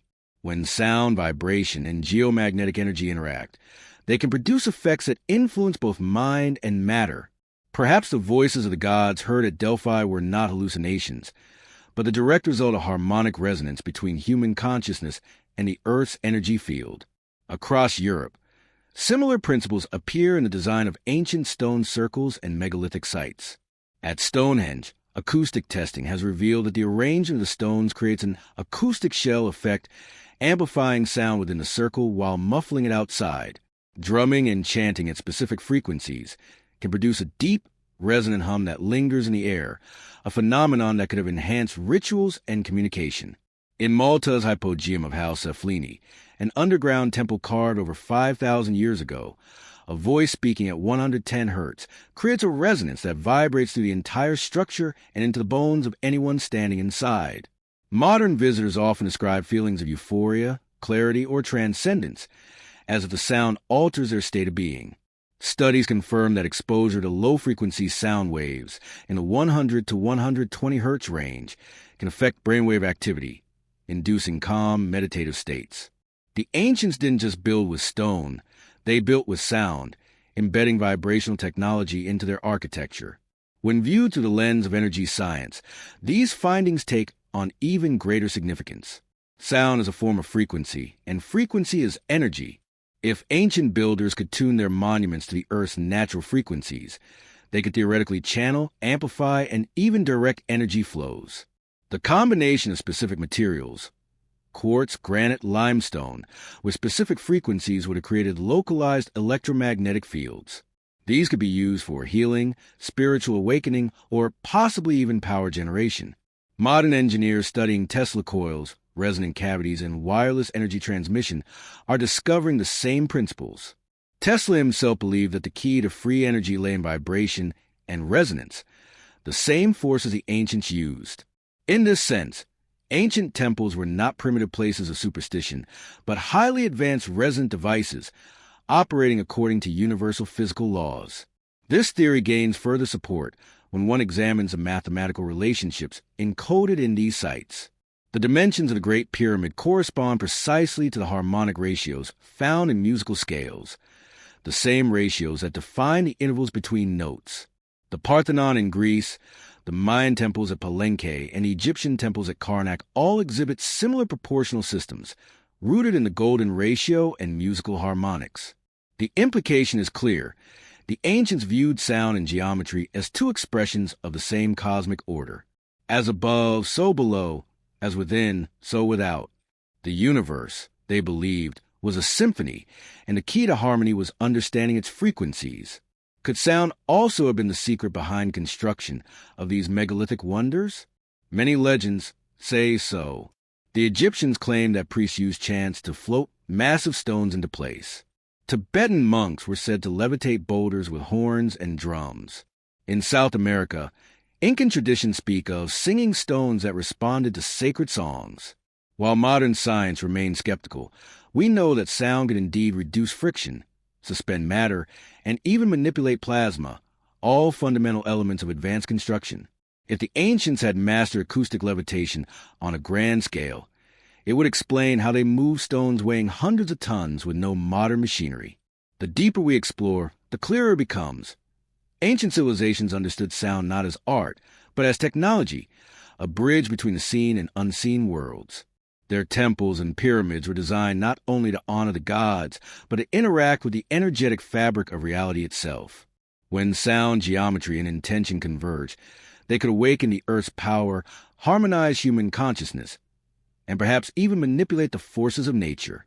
The ancients may have left behind their instruments, but their symphony still echoes, vibrating beneath the stones, whispering to the ley lines, resonating in tune with the Earth's eternal song. If sound and vibration were tools the ancients used to awaken the planet's energy, then stone was a medium through which they encoded and preserved that power. Across the ancient world, we find one recurring theme: the deliberate use of specific stone types that are not only durable but energetically active. Granite, basalt, diorite, quartzite, sandstone. These materials were not chosen for beauty or availability alone. They possess unique electrical, magnetic, and acoustic properties that interact with the Earth's natural energy field. It's as if ancient architects understood that certain stones could store, amplify, and transmit energy, much like modern crystals used in technology today. The deeper we look, the more it seems that stone was not just a building material, but a kind of ancient circuitry, one that connected monuments across continents into a global network of power. Let's begin with granite, the cornerstone of many megalithic constructions. Granite contains high concentrations of quartz, a mineral known for its piezoelectric properties. When pressure or vibration is applied to quartz, it generates an electric charge. This principle powers modern devices like watches, microphones, and radios. Now imagine massive granite blocks, weighing dozens of tons, placed under immense pressure inside structures designed to resonate, like the Great Pyramid of Giza. The entire monument could have functioned as a colossal piezoelectric generator, converting the planet's natural vibrations into electrical energy. When seismic waves, sound frequencies, or even cosmic radiation struck the pyramid, it may have produced subtle electrical currents, energy that could then be channeled through the structure's network of shafts and chambers. Recent scientific studies have begun to uncover hints of this possibility. In 2018, researchers from ITMO University in Russia simulated how the Great Pyramid interacts with electromagnetic waves. Their results, published in the Journal of Applied Physics, show that the pyramid can indeed concentrate electromagnetic energy within its internal chambers and beneath its base. These energy hotspots occur precisely at frequencies that correspond to the Schumann resonance, the Earth's natural electromagnetic heartbeat. The conclusion is stunning. The pyramid was engineered to resonate with the planet itself.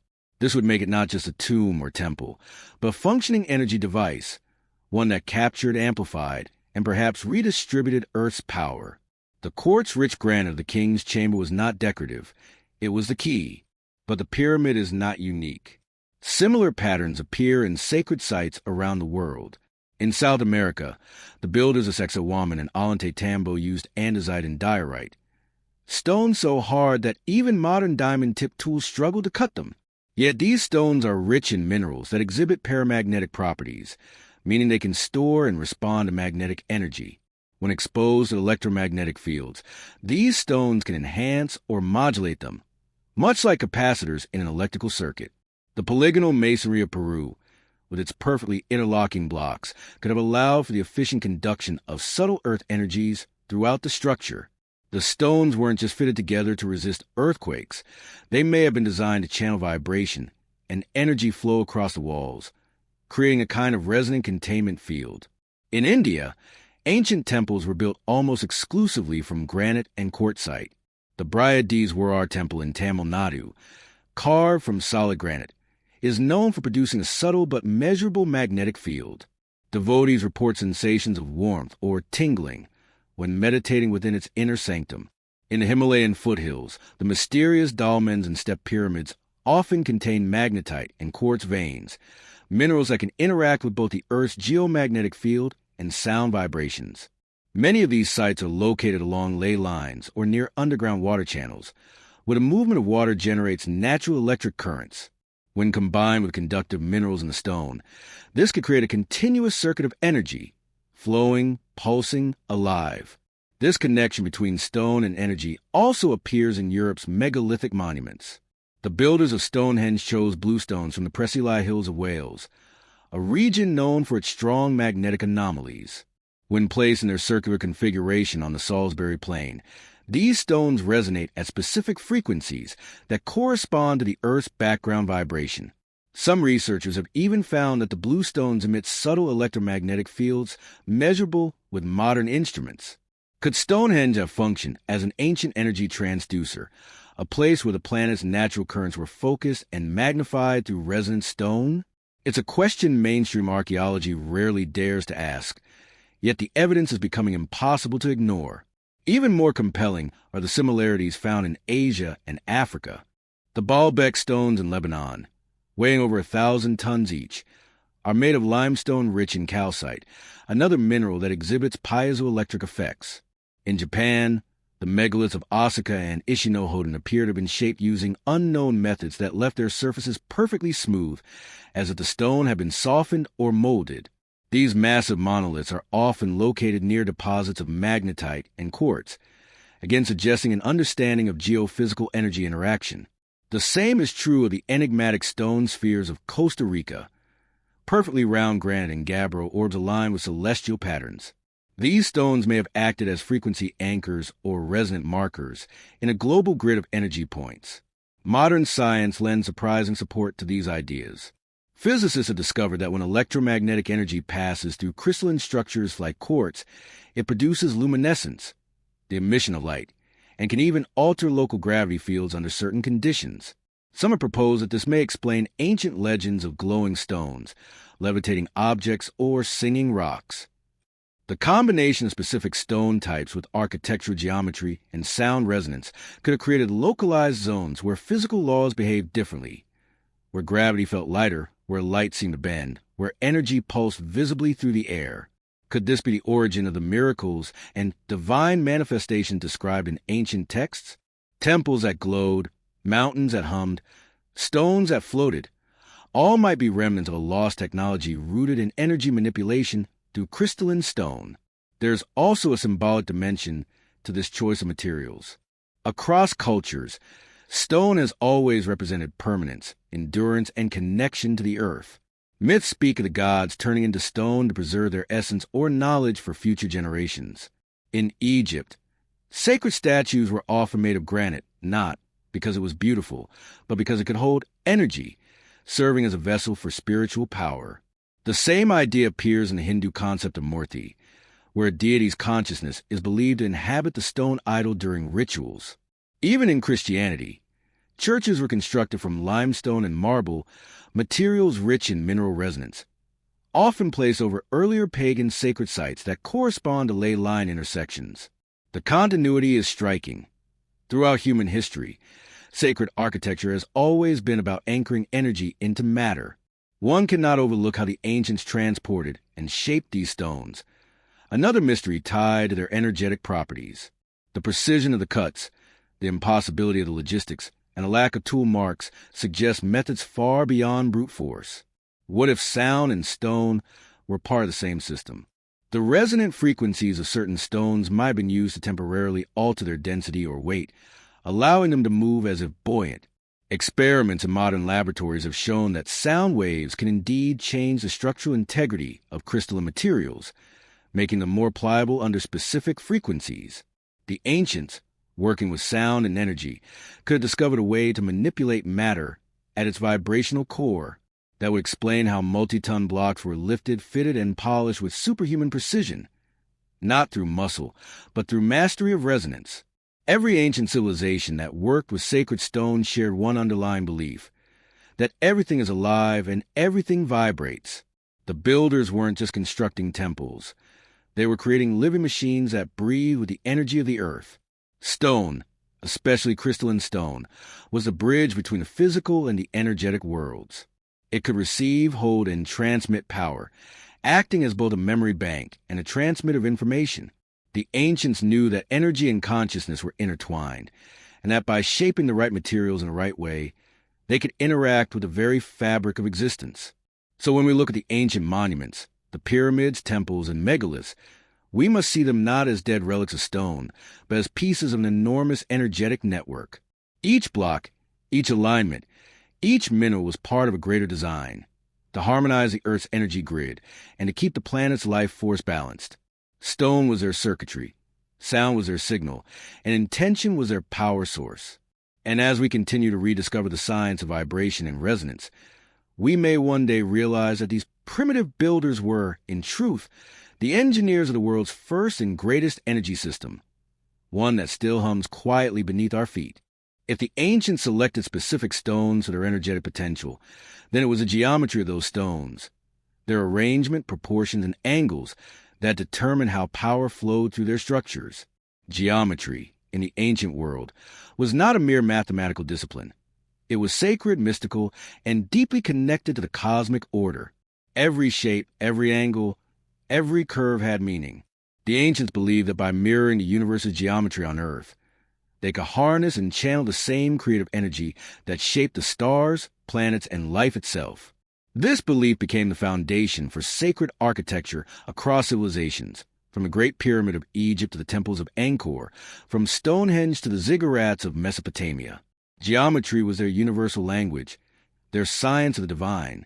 When we speak of sacred geometry, we speak of patterns found in nature, mathematics, and cosmic design. The circle, the triangle, the square, the spiral, the golden ratio, and the flower of life. These forms repeat from the smallest atom to the largest galaxy, suggesting that the universe itself is structured according to geometric harmony. The ancients seem to have discovered this truth thousands of years ago. The dimensions of their monuments reflect an understanding of ratios and harmonics that modern architects only rediscovered in the Renaissance. For example, the ratio of the Great Pyramid's height to its base perimeter equals 2 pi, encoding the relationship between the circle's circumference and its diameter. This isn't coincidence. It's precision. It shows a deliberate attempt to unite the square, Earth, with the circle, heaven, to bridge the physical and spiritual realms through geometry. One of the most mysterious aspects of this ancient geometry is the golden ratio, or phi 1, 618, found in the spirals of seashells, the petals of flowers, and the proportions of the human body. This ratio represents growth and balance in nature. The Parthenon in Greece, the pyramids of Egypt, and even the layout of ancient temples in Mexico all incorporate this ratio into their design. In the Great Pyramid, for instance, the relationship between the slant height and half the base forms an almost perfect golden ratio. This same pattern appears in the human body. The navel divides the body in golden proportion. The bones of the fingers follow 5 progressions, and DNA spirals follow the same geometric principle. To the ancients, Geometry was not just an architectural tool, it was a reflection of life itself. By building in harmony with these cosmic ratios, they believed their structures could resonate with the fundamental frequency of creation. But sacred geometry wasn't confined to numbers. It was about energetic resonance. Each shape carries a vibrational signature. The circle represents unity and infinite energy flow. The triangle symbolizes manifestation and transformation. The square stands for grounding and stability. When these shapes are combined in specific ratios, they create forms that concentrate energy. The ancients understood that geometry could act as a kind of antenna, amplifying and directing energy just like modern radio towers do with electromagnetic waves. The domes, spires, and vaults of ancient temples weren't aesthetic choices. They were energetic designs. Domes captured energy. Spires projected it. The combination of form and alignment created resonant chambers capable of amplifying sound, light, and vibration, transforming entire structures into harmonic machines. Consider the geometry of the Great Pyramid once again. Each side of the pyramid faces true north-south, east and west with astonishing precision, an alignment so exact it surpasses modern surveying standards. The angle of its sides, 51 degrees, 51 minutes, creates a structure that perfectly embodies the golden ratio. Its internal chambers and shaft align with specific stars and constellations, including Orion's belt and Sirius, both deeply significant in Egyptian mythology. Yet these alignments aren't merely symbolic. Modern studies reveal that the pyramid's geometric structure can focus electromagnetic energy toward its internal chambers and the space beneath its base, much like a resonant cavity antenna. In other words, the pyramid geometry captures and channels Earth's energy and possibly even cosmic energy from the stars above. This geometric mastery is echoed in other monuments around the world. The Mayan pyramids at Chichen Itza and Palenque were designed using harmonic ratios that reflect astronomical cycles. The Temple of Kukulkan, for instance, is aligned so precisely that during the equinox, sunlight forms the illusion of a serpent slithering down the pyramid staircase, a perfect union of geometry, light, and symbolism.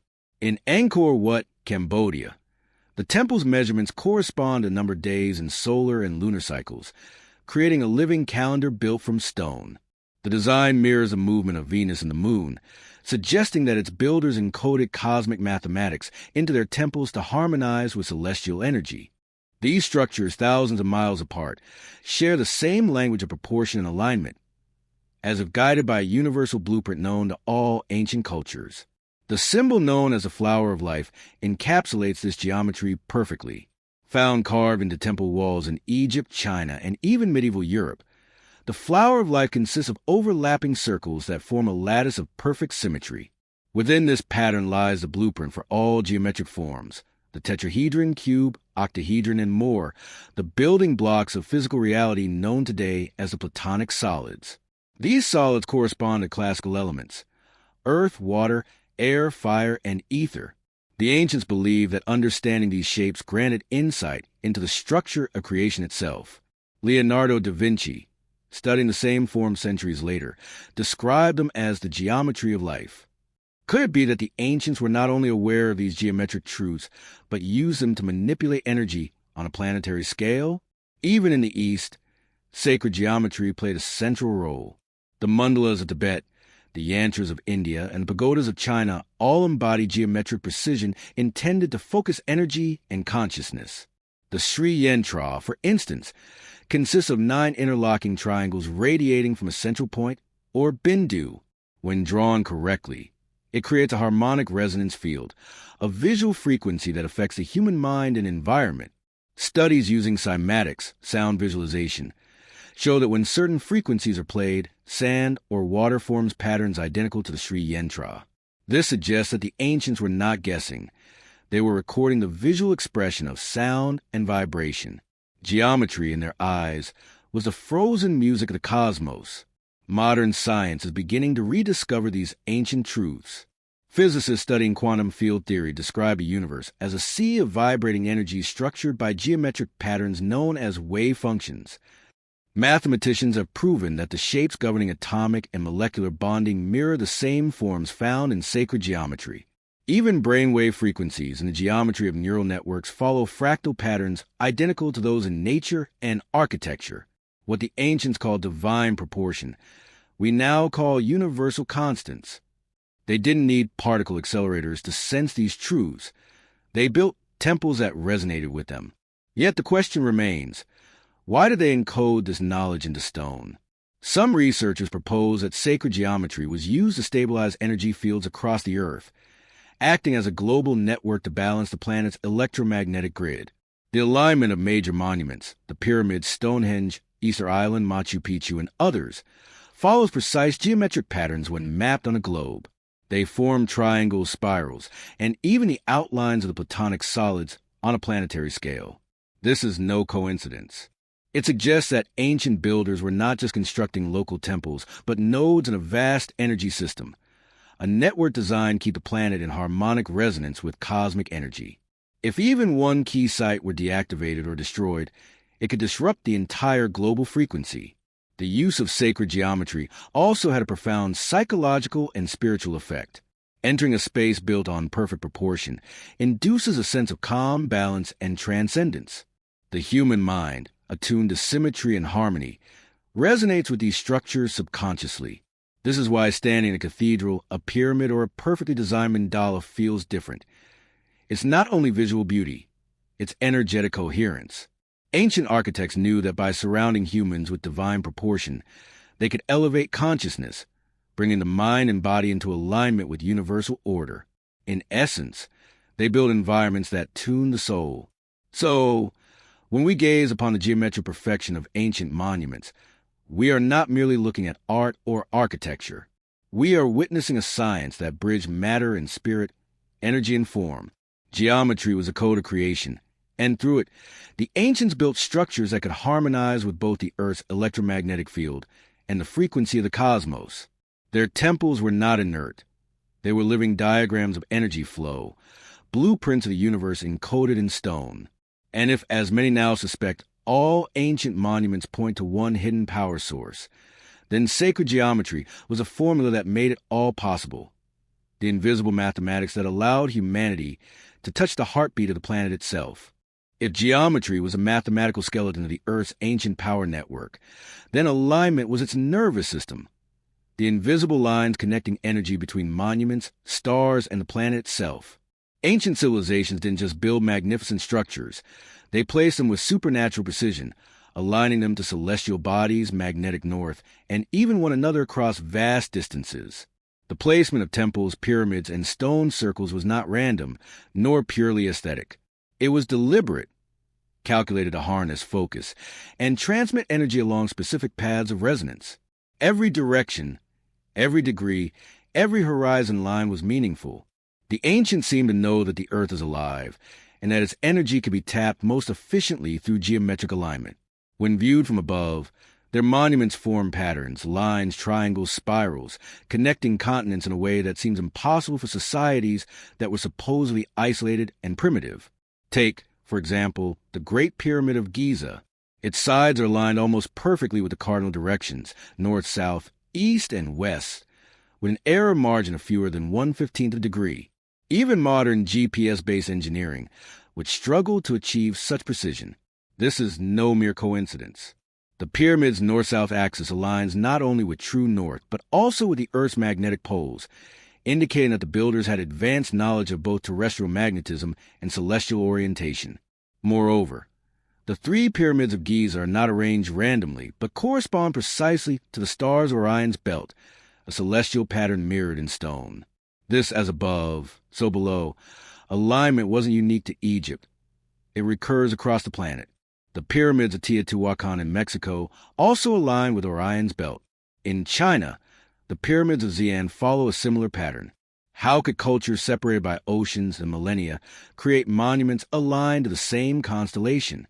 Was there a shared source of knowledge, or perhaps a global directive guiding these constructions? Astronomical alignment is the first layer of this mystery. Nearly every ancient culture oriented its sacred sites to specific celestial events, solstices, equinoxes, and star risings. Stonehenge in England aligns perfectly with the sunrise on the summer solstice and the sunset on the winter solstice. At Machu Picchu, the Intihuatana stone, often called a hitching post of the sun, marks the exact moment of the equinox, when the sun stands directly above and casts no shadow. The Temple of Karnak in Egypt channels sunlight down its main corridor precisely during the winter solstice, illuminating the statue of the god Ammonius Ra.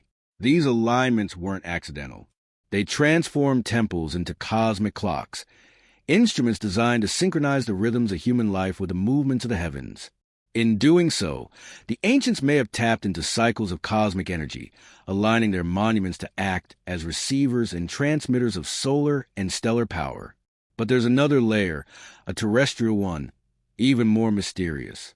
When the world's most famous ancient sites are mapped on a globe, they often fall along straight lines that stretch across continents and oceans. These are known as ley lines, invisible paths that connect monuments, temples, and megaliths through perfect geometric alignment. One of the most famous examples is the Great Circle Line, which runs from Easter Island through Nazca, Machu Picchu, the Great Pyramids of Giza, Petra, Uar, and the ancient city of Mohenjo-daro, before ending at Angkor Wat. All of these locations, thousands of miles apart, align within a margin of less than 1 degree. This cannot be explained as coincidence. It suggests that ancient builders were aware of the Earth's curvature and energy meridians, knowledge that wasn't rediscovered until the invention of modern geodesy and global navigation systems. The question, then, is how and why? How could ancient builders across the globe know the exact curvature of the Earth, the positions of stars, and the precise locations of distant lands? And why would they align their structures so deliberately? Some researchers propose that the ancients possessed advanced surveying technology, possibly based on magnetism or astronomy, allowing them to map the planet's surface with extreme accuracy.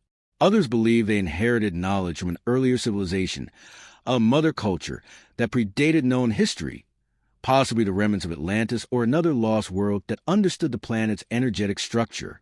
Still others suggest that these alignments were not simply geographical, but energetic, that monuments were placed at points where the Earth's electromagnetic field intersected most powerfully, creating a global grid of natural power nodes. Modern science lends surprising support to this theory. Studies in geophysics have revealed that certain areas of the Earth emit higher levels of electromagnetic activity due to the presence of fault lines, magnetic minerals, or underground water systems. These areas often coincide with the locations of ancient sacred sites. When these points are connected on a map, they form coherent geometric patterns, triangles, pentagons, even spirals, that mirror the same ratios found in sacred geometry. The Becker-Huygens planetary grid, developed by scientists William Becker and Beta Huygens, proposes that the Earth's energy network follows the shape of a giant polyhedron, essentially a global crystal lattice. Many of the world's major ancient sites fall directly on the nodes of this grid, implying that ancient civilizations deliberately built upon these natural points of energy convergence. In this model, alignment wasn't symbolic, it was functional. It allowed temples and pyramids to plug directly into the planet's power system, just as electrical devices must align with an energy socket to function. Ancient myths echo this understanding. The Chinese concept of feng shui, developed thousands of years ago, teaches that energy, or qi, flows along lines through the Earth and can be harnessed through proper orientation and placement. The ancient Druids of Europe spoke of dragon lines, streams of Earth energy that connected sacred groves, standing stones, and burial mounds. In South America, the Nazca lines may have served as markers for energy pathways, guiding rituals along invisible meridians that mirror the heavens above.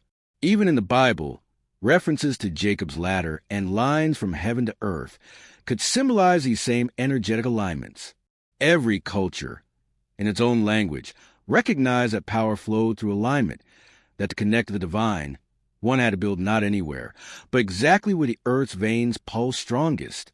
These alignments also extended vertically, connecting Earth to sky, ground to cosmos. The shaft of the Great Pyramid aligned not only the stars, but also the frequencies of light and sound. The ziggurats of Mesopotamia were designed as stairways between heaven and earth, physical embodiments of cosmic alignment.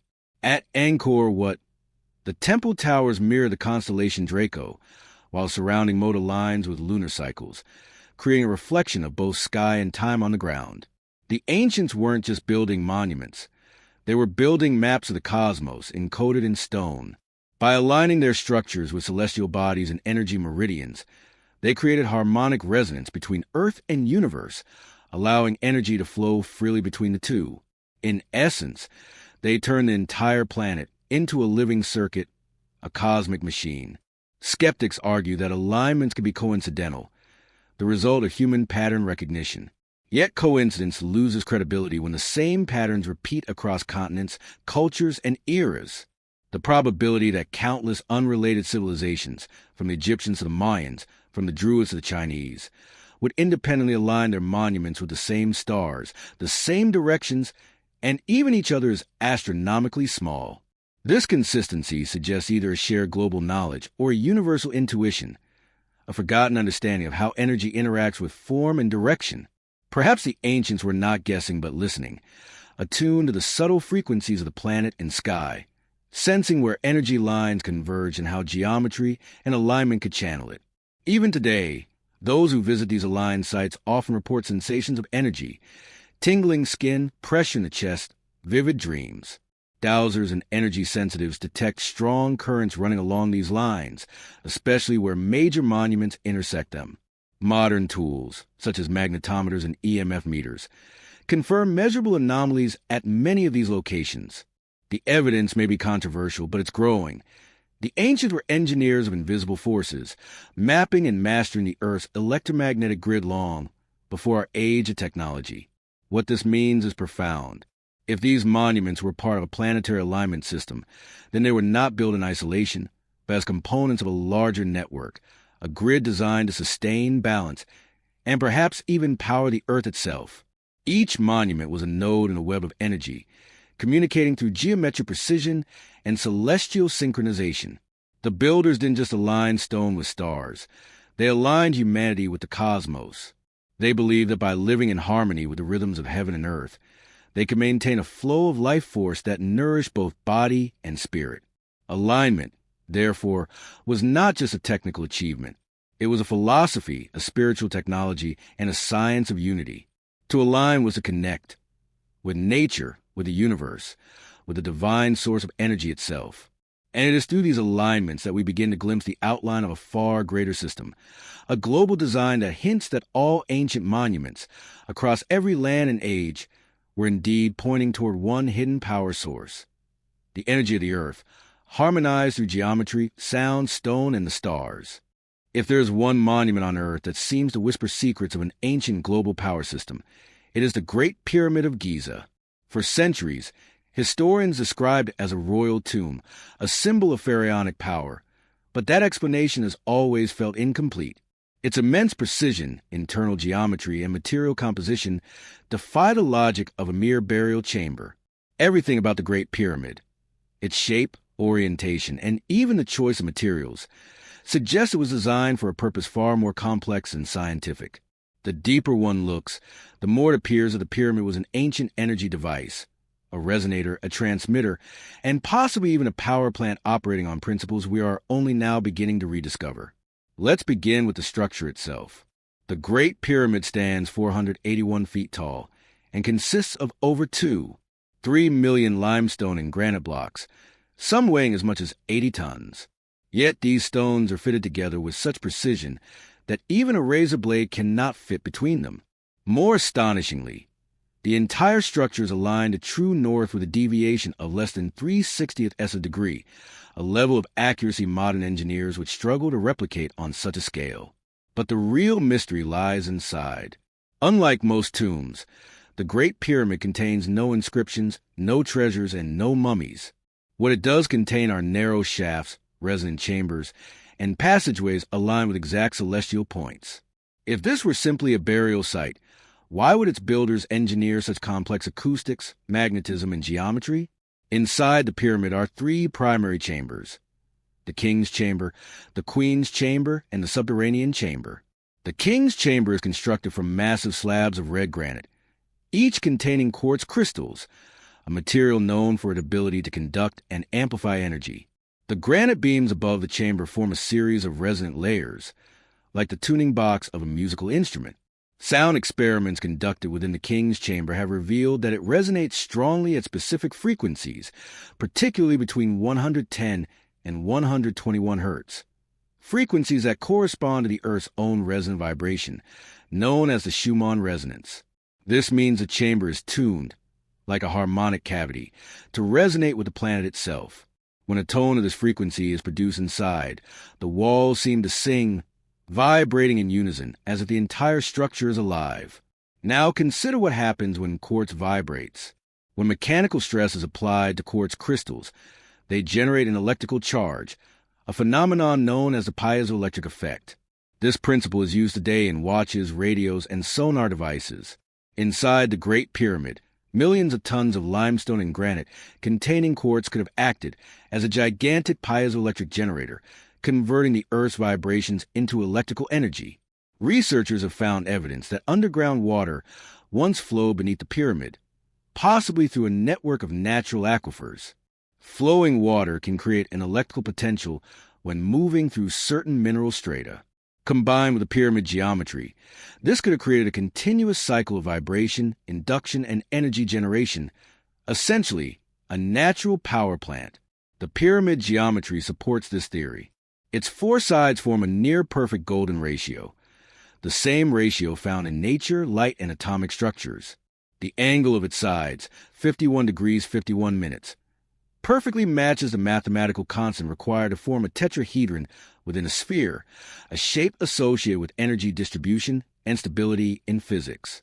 The pyramid's apex seems designed to focus and project energy upward, while its base anchors deeply into the Earth, grounding and drawing in telluric currents, natural electromagnetic flows within the planet's crust. In essence, the pyramid operates as a resonant transformer, channeling and amplifying Earth energy through harmonic geometry. Recent discoveries only deepen the mystery.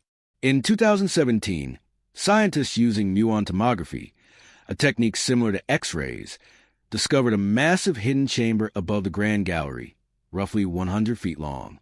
Its purpose remains unknown. Some theorists suggest it may have been part of a resonance chamber or pressure control system that managed energy flow through the pyramid.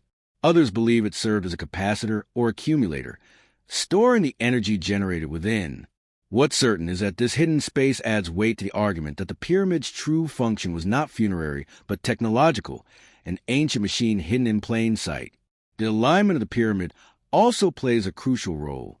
It's positioned directly on the 30th parallel north, a latitude that forms a geometric relationship with several other ancient sites, including Petra, Babylon, and the ancient city of Ur. Moreover, the pyramid's orientation allows it to act as a collector of both solar and magnetic energy. During specific times of the year, solar radiation reflects off the pyramid's sides in a way that concentrates electromagnetic charge at its apex. Some researchers have proposed that the now missing capstone, possibly made of gold or electrum, could have served as a conductor, channeling energy upward or distributing along the pyramid complex.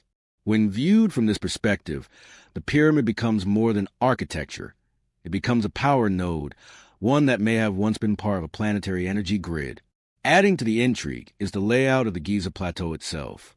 The three pyramids are positioned with mathematical precision that mirrors the stars of Orion's belt, but the pattern also aligns the Earth's magnetic field and possibly even ley lines that connect distant monuments. The Sphinx, facing directly east, acts as a solar marker, synchronizing the system with celestial cycles.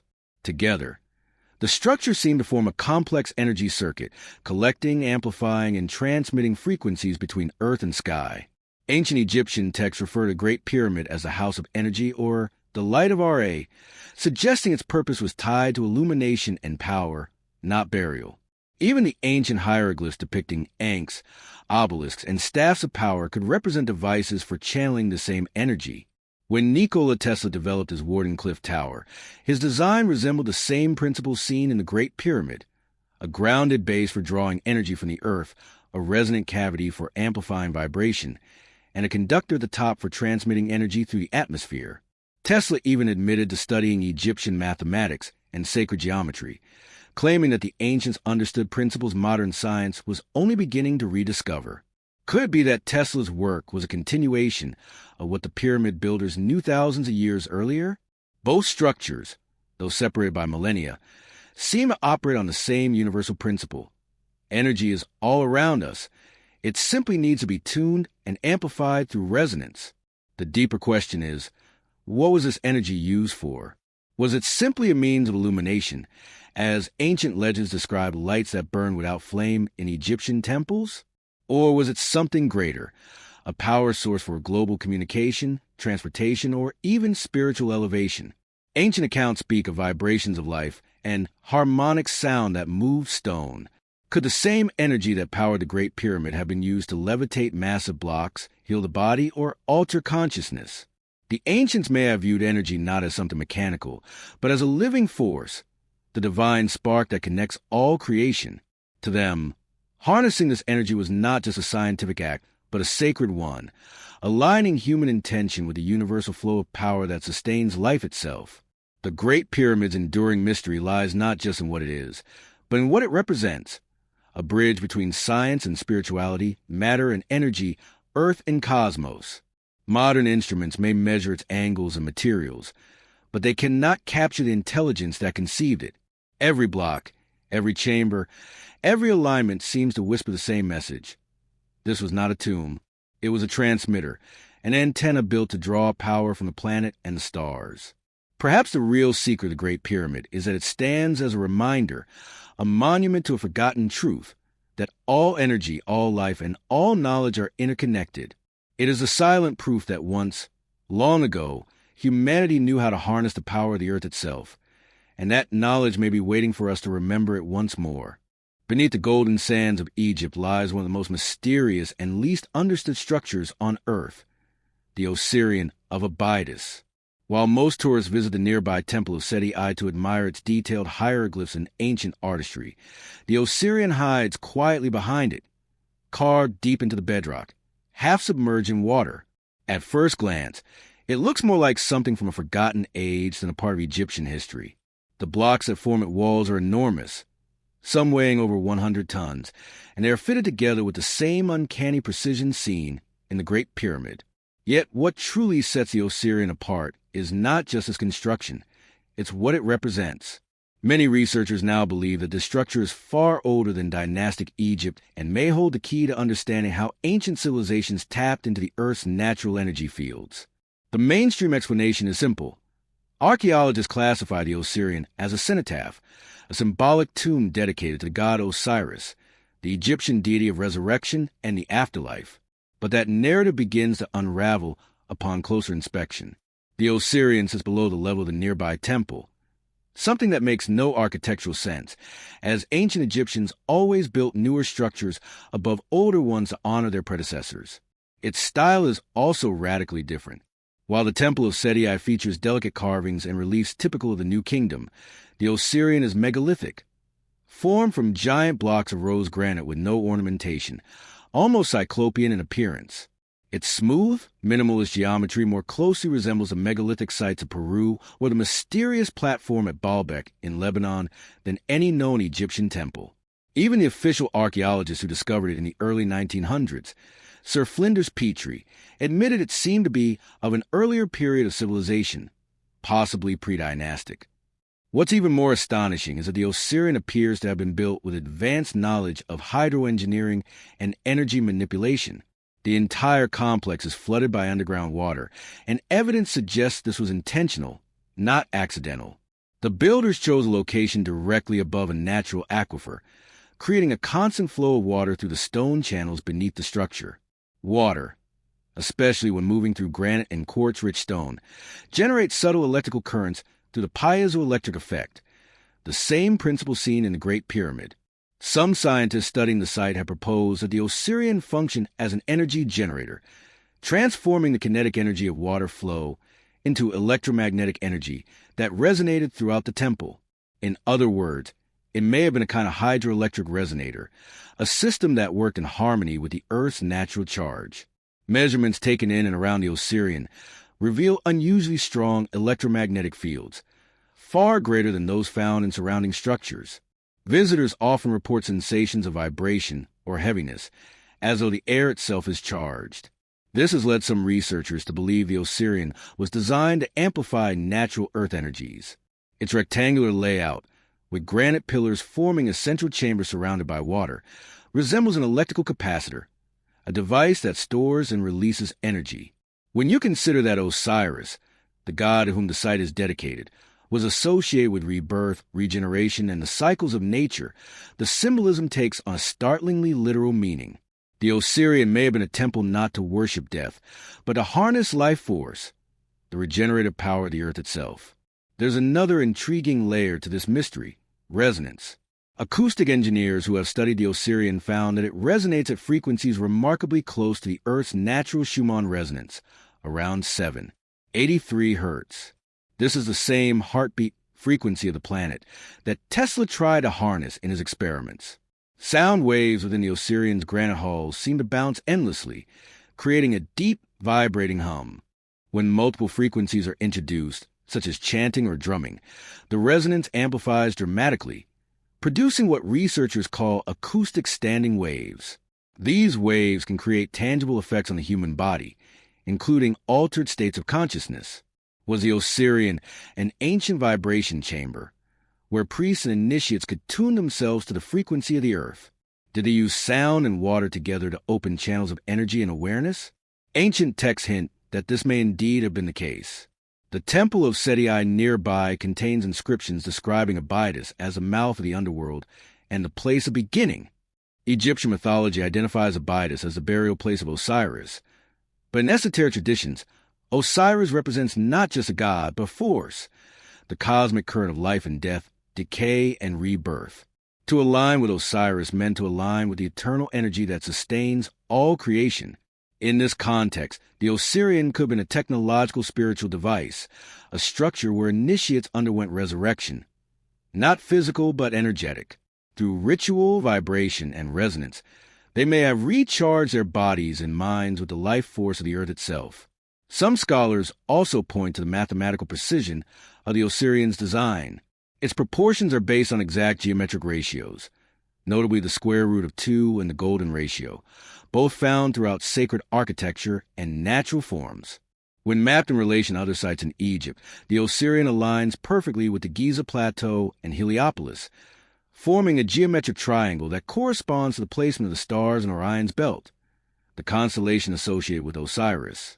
This suggests the Osirian was not an isolated structure, but part of a planetary grid, designed to resonate with both celestial and terrestrial energy flows. When connected to other power sites through alignment, its effects may have been magnified, forming part of a network that maintained balance across the region, and perhaps the planet. Even more enigmatic is what lies beneath the Osirian. Ground-penetrating radar and limited excavations have revealed that the current structure may only be the uppermost level of a much larger complex. There are hints of deeper tunnels and chambers extending far below the waterline, possibly connecting to the Nile or to other ancient structures in Abydos. Could these submerged passages hold relics of an even older civilization, the original builders, whose knowledge of Earth's energy far surpassed what we understand today? Local legends speak of a hall of records buried beneath Abydos, a repository of ancient wisdom said to predate Egypt itself. Some believe this hall contains records of a global civilization that mastered free energy long before recorded history. Modern researchers like Dr. Carmen Bolter and engineer Christopher Dunn have revisited the Osirian with fresh eyes, noting that its materials, resonance, and design suggest technological intent. Dunn, author of the Giza power plant, proposed that sites like the Osirian were not just temples but components of a larger energy infrastructure, a global system that tapped into the Earth's electromagnetic grid. If the Great Pyramid acted as a generator, then the Osirian might have served as a stabilizer or receiver, distributing energy along natural ley lines. The constant presence of water would have regulated this system, much like coolant in a modern power plant. This could explain why the structure remained perpetually flooded. Because it was meant to be, water was not an obstacle, it was part of the design. In this view, the Osirian stands as one of the few surviving examples of ancient energy technology still partially intact. Its quiet hum, its eternal flow of water, and its impossible stonework all point to a purpose that transcends mere ritual. It may have been a living machine, a temple engine harmonizing Earth's natural frequencies and channeling them into usable energy. Whether that energy was physical, spiritual, or both remains an open question. Standing within its cool, Echoing halls, one cannot help but feel the weight of deep time, as if the stones themselves are still alive, still humming with the power they once carried. The Osirian is more than a ruin. It is a riddle carved in granite, whispering that the ancients understood something we have forgotten. They knew that water, stone, geometry, and vibration could open doors, not just to power, but to consciousness itself. And as we rediscover the patterns linking it to pyramids, temples, and monuments around the world, we may be beginning to see the faint outline of the same truth Tesla glimpsed over a century ago, that the Earth itself is the ultimate power source, and the ancients were its first engineers. Far across the Atlantic Ocean, on a wind-swept plateau in the Andes Mountains of Bolivia, lies another enigma that seems to defy the limits of ancient engineering. Puma Punku. At first sight, it appears to be a pile of shattered stones scattered across a desolate landscape. But upon closer inspection, those stones reveal something astonishing. Precision machining, impossible alignments, and geometry that rivals modern technology.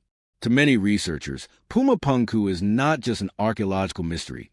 It's evidence that an advanced civilization once harnessed forces we can barely comprehend, possibly tapping into the same global energy network that powered Egypt, Mesopotamia, and other ancient sites. Puma Punku is part of the larger Tiwanaku complex, situated at nearly 13,000 feet above sea level, one of the highest and most inhospitable inhabited regions on Earth. At that altitude, oxygen is scarce, and the environment is harsh. Yet the builders of Puma Punku somehow transported and cut blocks of andesite and red sandstone, some weighing over 100 tons, with mathematical precision that remains unexplained. Many of these blocks are shaped into perfect right angles, interlocking forms, and complex geometric patterns that fit together like three-dimensional puzzles, without mortar. The precision is so fine that you cannot fit a razor blade between the stones. Even more remarkable, these shapes include H-blocks, each identical in dimension and design, suggesting mass production, but who, thousands of years ago, possessed the technology to cut, shape, and move such massive stones at 13,000 feet. And why? Conventional archaeologists claim the Tiwanaku culture built Puma Punku around 500 AD, but this date quickly falls apart under scrutiny. Radiocarbon dating of nearby organic material gives inconsistent results, and geological evidence suggests the site may have been much older, possibly over 12,000 years. Some researchers, including the late Arthur Poznansky, argue that astronomical alignments at Puma Punku indicate it was built around 15,000 BC, long before any known civilization was supposed to exist. If that's true, then Puma Punku could be a remnant of a lost advanced civilization, perhaps the same global culture hinted at in myth of Atlantis or Mu. What truly sets Puma Punku apart is its engineering. Modern stonemasons and machinists have studied the site and concluded that the precision seen here would be nearly impossible to achieve with simple hand tools. The right angles are perfect to within fractions of a millimeter, and the surfaces are as smooth as glass. Some blocks feature drill holes that appear to have been made with high-speed rotary tools, something unheard of in ancient times. Microscopic analysis of the tool marks reveals spiral patterns consistent with modern diamond-tipped drills. Yet according to mainstream history, the people of Tiwanaku had no metal tools, no wheels, and no written language. So how did they achieve this? Did they possess lost technologies? Or were they utilizing a form of energy-assisted stone manipulation, perhaps similar to vibrational or resonance-based techniques described in ancient myths? One theory gaining traction among independent researchers is that Puma Punku was built using acoustic or vibrational levitation. Ancient legends from the Andes describe priests who could make stones float through the air by playing the sound of trumpets. Modern experiments have shown that intense sound frequencies can indeed move small objects, even overcome gravity at microscopic levels. If the builders of Puma Punku understood how to harness and direct vibrational energy, possibly using resonant frequencies from the earth itself, they could have manipulated massive stones as easily as sculptors shape clay. Interestingly, the andesite stone used at the site contained a high percentage of quartz, the same crystal that can convert vibration into electricity through the piezoelectric effect.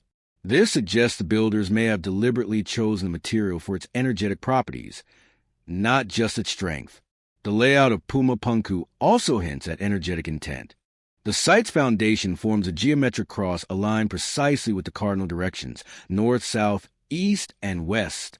When plotted on a global grid, Pumapunku aligns with other ancient sites like Giza, Easter Island, and Angkor Wat, suggesting it was part of a larger planetary design. Magnetic anomalies have been recorded in the area, indicating unusual electromagnetic activity beneath the ground. Could the site have been constructed atop a natural energy vortex, a point where telluric currents or geomagnetic lines converge?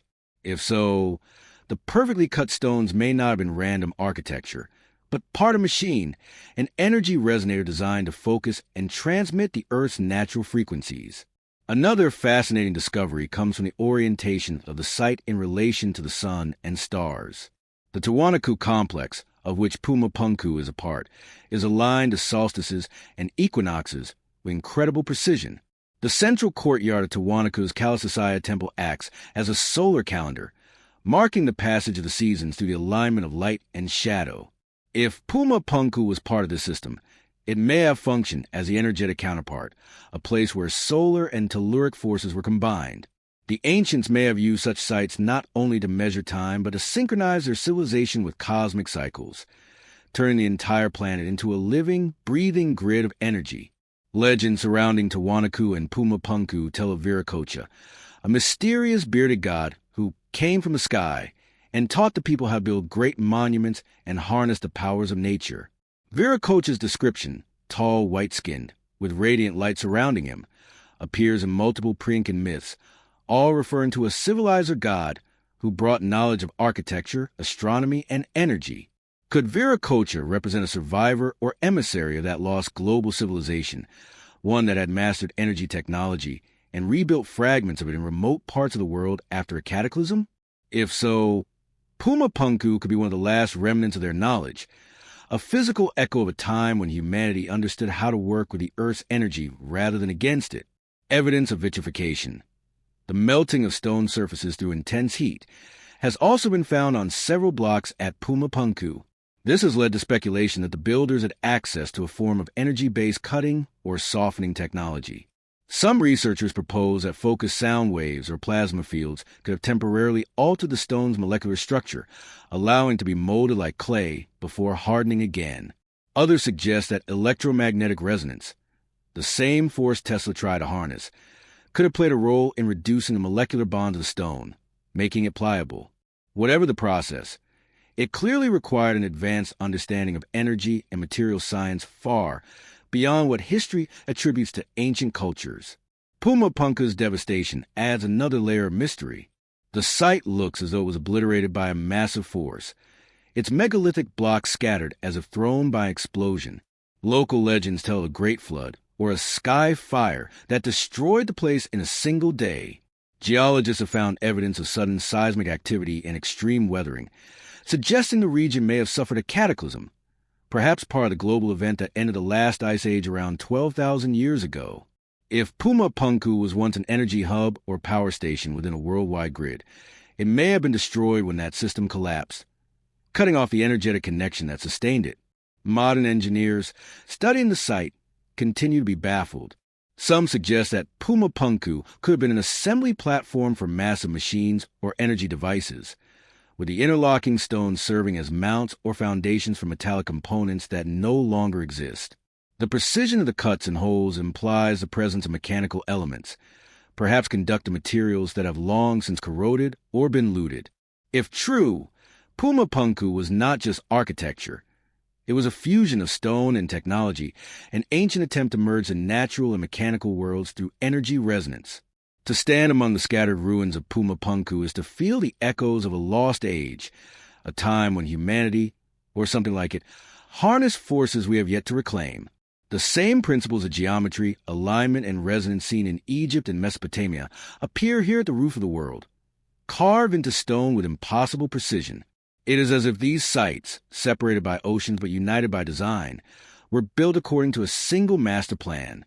Perhaps the builders of Pumapunku understood that energy is a universal language of creation, and they encoded that knowledge into every surface, every angle, every vibration. Today, we marvel at their craftsmanship, but miss their message. These stones were not meant only to stand. They were meant to sing, to vibrate, to channel the heartbeat of the planet. And if all ancient monuments do indeed point toward one hidden power source, then Pumapunku may be the most tangible reminder that this power once flowed freely, not through wires or machines, but through the earth itself. The ancients, it seems, did not conquer nature. They harmonized with it, and in that harmony, they found limitless power. Hidden deep within the South American jungle lies another site that may hold one of the most profound secrets about our planet's lost energy grid. Machu Picchu, the so-called lost city of the Incas. Perched high atop the Andes at nearly 8,000 feet above sea level, its mist-shrouded terraces and perfectly carved stones seem to merge with the mountains themselves. While most visitors marvel at its beauty and mystery, few realize that Machu Picchu may not have been a royal retreat or a ceremonial center at all. It may have been an energetic hub, a resonant node within a global power system that once harnessed the Earth's natural electromagnetic field. Every detail of Machu Picchu seems to vibrate with intention. The stones are cut so precisely that no mortar was needed, creating a seamless interlocking network capable of withstanding earthquakes that routinely devastate nearby regions.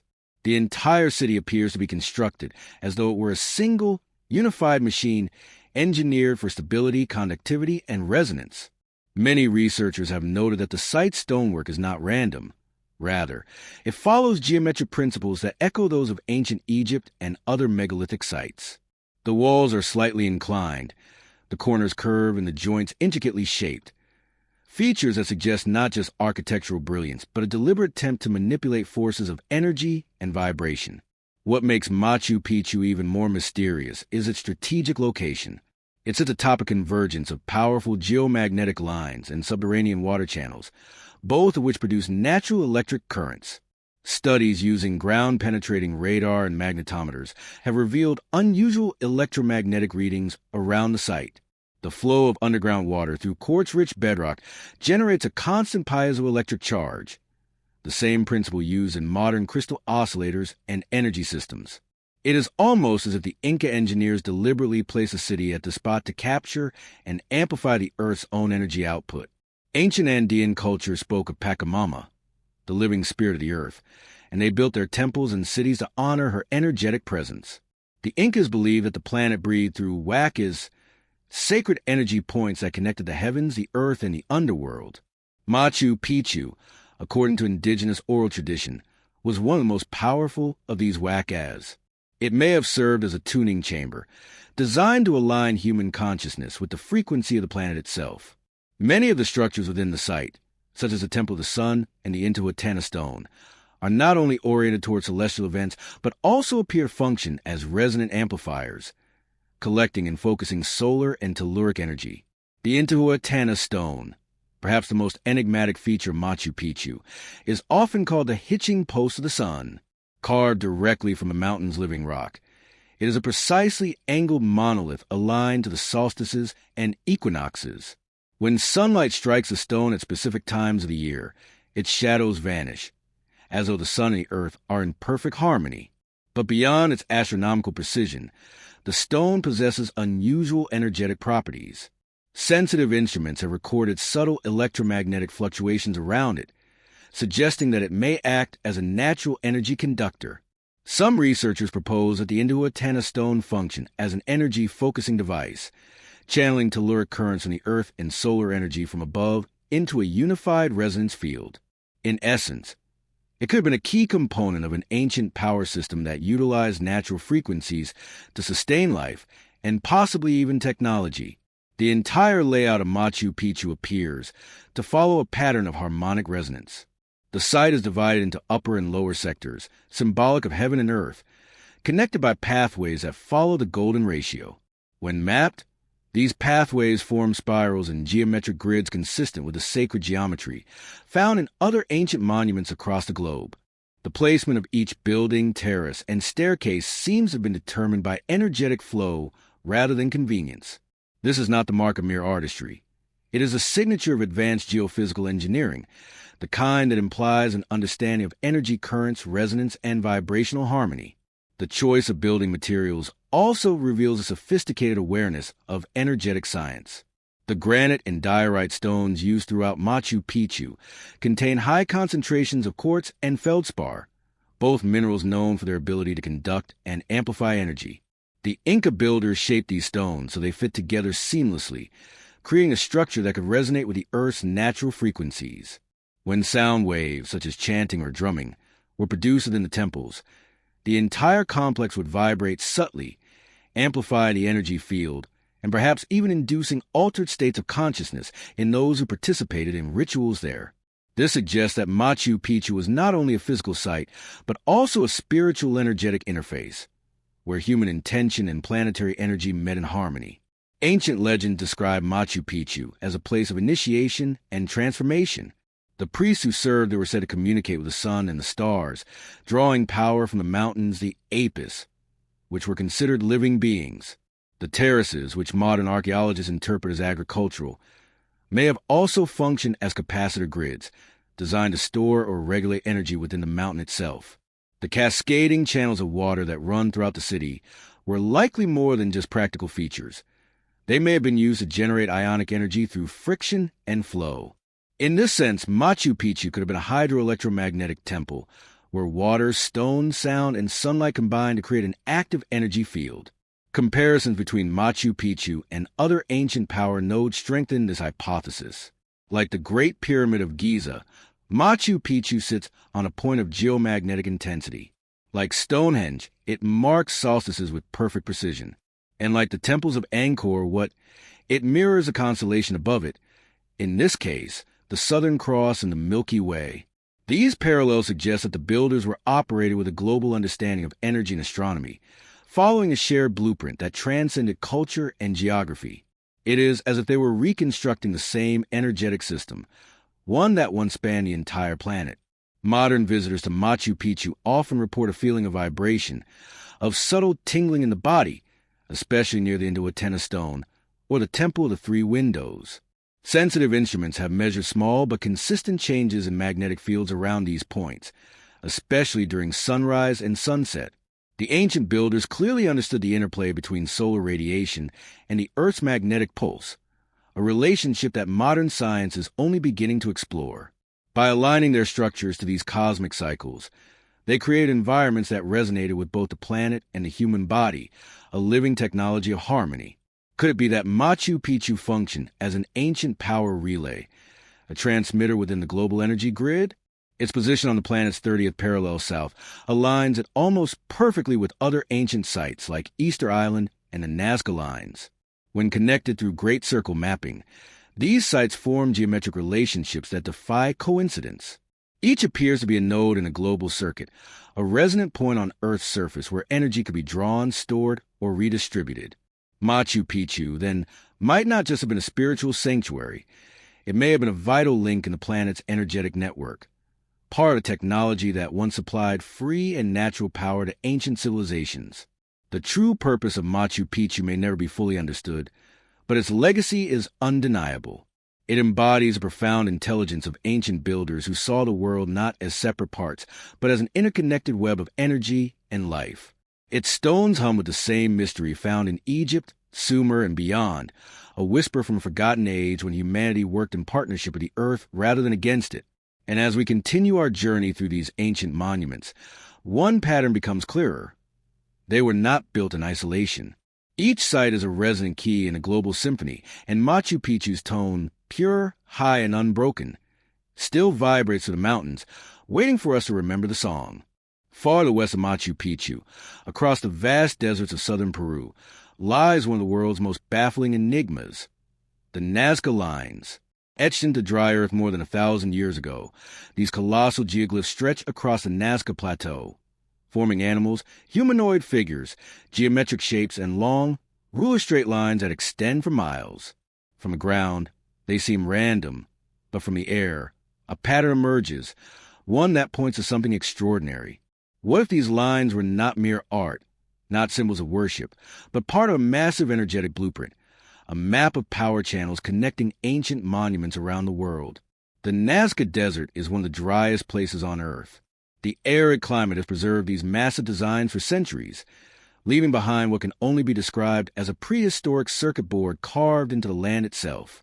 The lines stretch in every direction. Some run perfectly parallel. Others radiate from single points like sunbursts. Many researchers have noted their incredible straightness, extending for dozens of miles without deviation. Mainstream archaeologists claim the Nazca people created these drawings between 500 BCE and 500 CE as offerings to the gods, but this explanation feels incomplete. Why create such massive figures that can only be seen from the sky, in an era when flight supposedly didn't exist?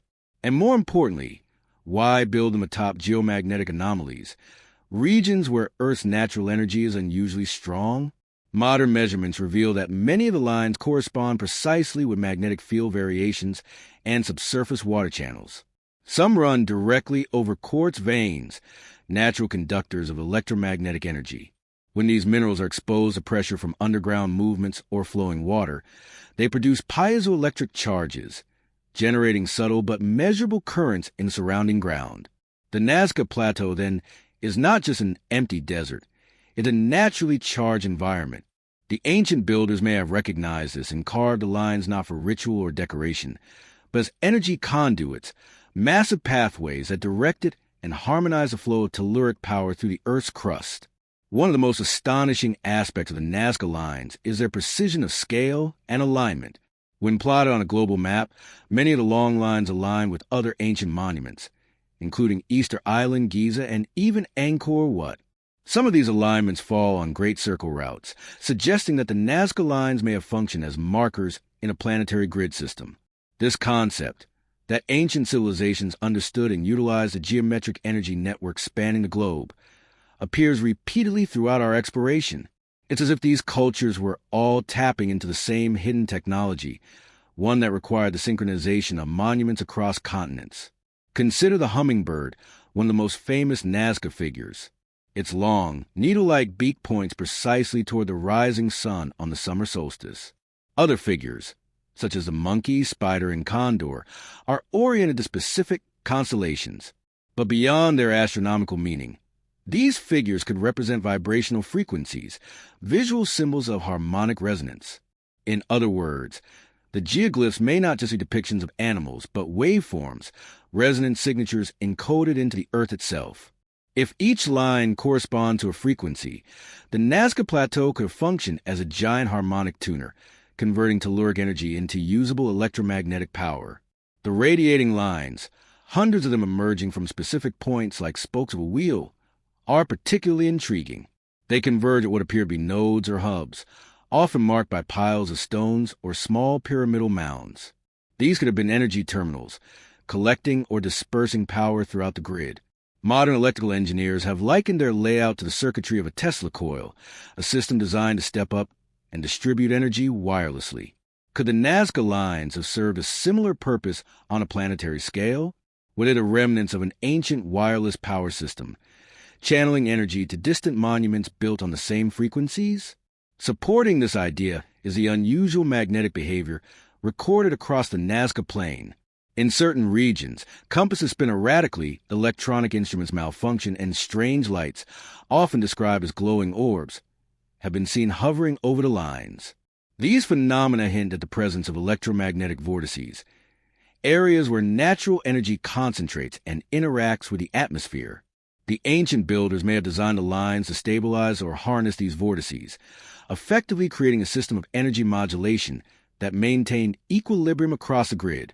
Such control would have been invaluable for a civilization dependent on natural power, whether for agriculture, communication, or even technological devices now lost to history. Local legends lend further support to the idea of an energetic function. The Nazca people, descendants of earlier cultures, spoke of beings from the stars who taught their ancestors to build temples and lines that would speak with the heavens. According to these myths, the lines were channels of communication, not in the literal sense of language, but as pathways of energy connecting Earth with cosmic forces. This aligns with the recurring theme of our journey: ancient monuments functioning as resonant interfaces between the planet and the universe. The Nazca lines, viewed from this perspective, were not just art. They were part of a system designed to align terrestrial and celestial energies. Another piece of this puzzle lies beneath the surface. In recent years, satellite imaging and ground-penetrating radar have revealed subterranean structures beneath some of the lines, tunnels, chambers, and stone foundations that predate the visible geoglyphs. These underground elements may have housed resonant cavities or energy collectors, amplifying the Earth's natural frequencies and transmitting them to the carved pathways above. Some researchers have even suggested that the lines themselves might once have been electrically conductive, perhaps coated with mineral-rich materials that enhance their ability to channel energy, a technique echoed in ancient Egyptian temples and pyramids, which also utilize conductive stone layers. The triangular shapes and trapezoids scattered across the Nazca Plain are perhaps the most mysterious of all. These geometric zones, flattened with mathematical precision, resemble modern landing strips. But more than that, they seem to mark regions of intense magnetic flux. Measurements taken along the edges of these shapes reveal stronger electromagnetic fields than in surrounding areas, suggesting they may have been power amplification zones. Some of the trapezoids even align with natural fissures in the Earth's crust, as if designed to tap directly into telluric currents. The ancients may have known that these fault lines acted as natural conduits for the planet's energy, and used the Nazca lines to control its flow. Even today, pilots and astronauts report strange sensations when flying over Nazca, disorientation, shifts in perception, and in some cases, mild electrical interference in cockpit systems. Could be that the desert still hums with residual energy from an ancient system long deactivated but never fully extinguished. The Earth retains memory, and if these lines once resonated with the planet's natural frequencies, their energetic imprint could persist for millennia. When viewed as part of the broader global network, the Nazca lines make perfect sense. Each ancient monument we've explored, from the pyramids of Egypt to Puma Punku in Bolivia, occupies a node on the same energetic lattice. The Nazca Plateau could have served as a central regulator, a massive tuning field ensuring that the global grid remained balanced. It might have functioned like the transformer stations in our modern electrical networks, not producing energy on its own, but directing and amplifying it between other power hubs across the world. As with all great mysteries, mainstream academia prefers simpler explanations, that the lines were made for ritual, that they please the gods. But when we consider their scale, precision, alignment, and energetic context, such explanations crumble. The Nazca lines are too vast, too deliberate, and too technologically suggested to be dismissed as mere ceremonial art. They are evidence of profound understanding of the Earth's energy system, an understanding that our ancestors may have used to power a civilization we have long forgotten. The winds still sweep across the Nazca Plateau, whispering through the ancient lines as if carrying echoes of past. Those who stand upon them often feel a strange vibration beneath their feet, a sense that the desert itself is alive, humming faintly with the remnants of a force once harnessed by those who came before us. The Nazca lines may not just point to the heavens. They may still be pointing to something deep within the earth, something waiting to awaken again when humanity is ready to rediscover the frequency of its own forgotten power. Deep in the vast expanse of the Pacific Ocean, isolated from all other landmasses, stands one of the most haunting and enigmatic places on Earth, Easter Island, known to its inhabitants as Rapa Nui. The island is small, barren, and remote, yet it is home to nearly 900 colossal stone figures known as the Moai. Each of these towering statues, some standing over 30 feet tall and weighing up to 80 tons, was carved from volcanic rock and positioned with extraordinary precision, facing inward toward the island. For centuries, these silent giants have baffled archaeologists, historians, and engineers alike. Who carved them? How were they transported? And why do they seem to radiate a sense of ancient purpose? The answers, once again, may lie in a hidden network of Earth's natural energy, and the idea that Easter Island was never truly isolated, but rather part of a global energetic grid that connected all ancient power sites across the planet. The first mystery of Easter Island is its impossible isolation. Located over 2,000 miles from the nearest continent, it seems inconceivable that a pre-industrial society could transport such immense statues without advanced technology. Yet what if the island was chosen precisely for its location? Not because it was remote, but because it occupied a key energetic node on the Earth's grid. When mapped onto planetary lattice, Easter Island aligns perfectly with other major ancient monuments. the Nazca Lines, Angkor Wat, Giza, and even the Great Pyramid of China. The island lies on the 27th parallel south, a zone long associated with magnetic anomalies, telluric energy, and geomagnetic intersections. It's as though the builders of Easter Island knew this location pulsed with the same planetary energy harnessed by other ancient civilizations, and they erected the moai as amplifiers or receivers for that power. Each moai statue was carved from volcanic tuff, a rock rich in minerals and crystalline structures capable of conducting electromagnetic energy. The ancients placed them not randomly, but along ley lines, invisible energetic pathways that traverse the island, mirroring the telluric currents beneath the surface.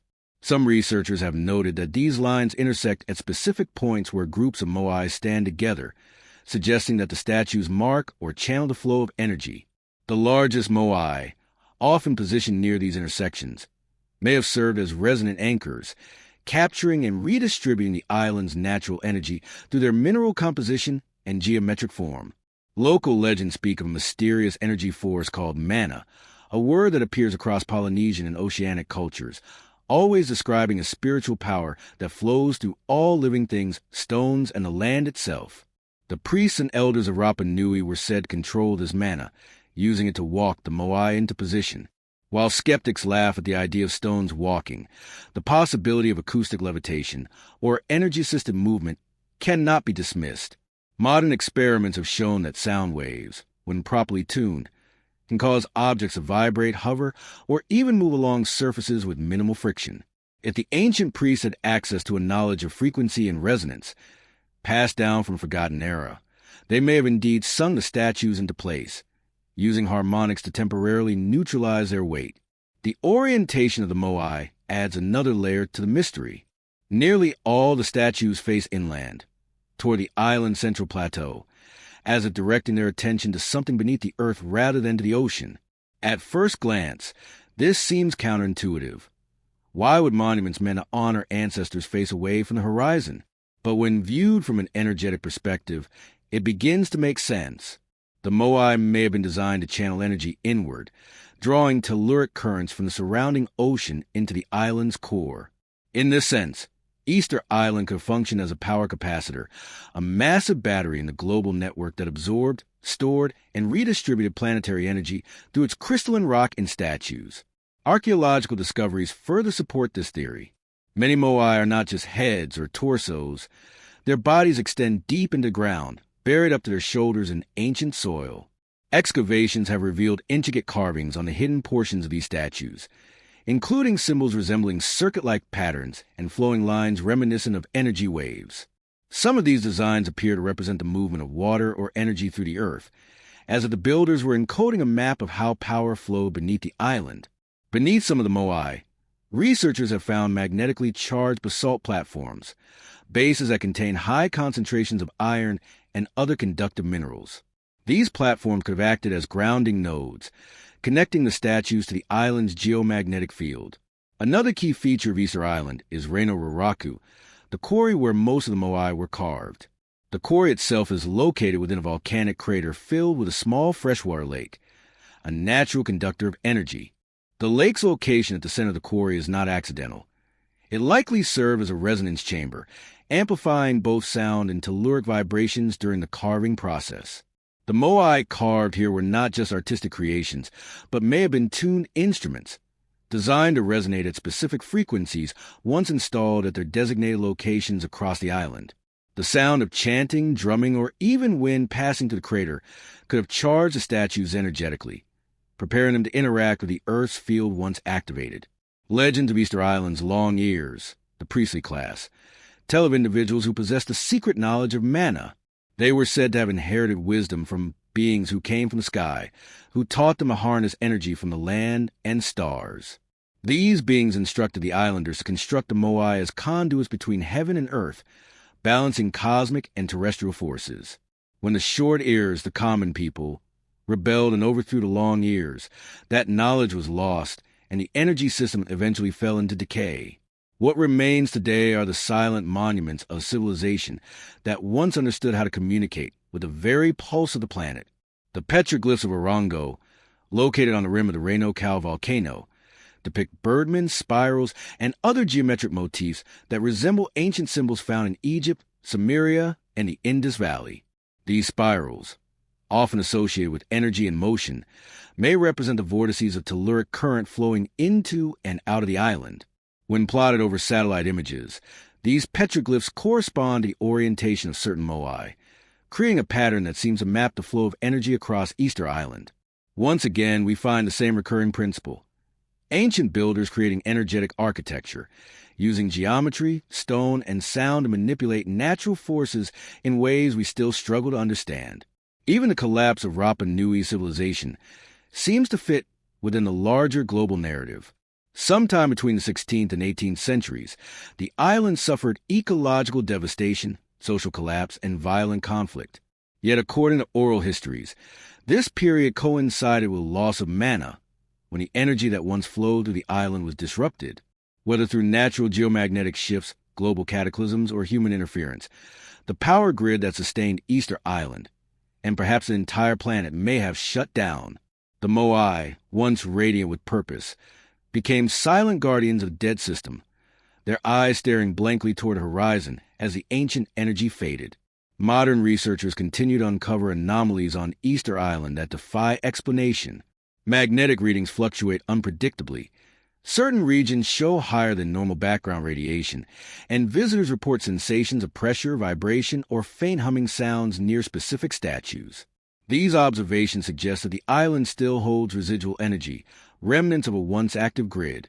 When connected through global mapping, the moai align not only with major ancient sites, but also with oceanic ridges and tectonic boundaries, geological structures known to generate strong electromagnetic activity.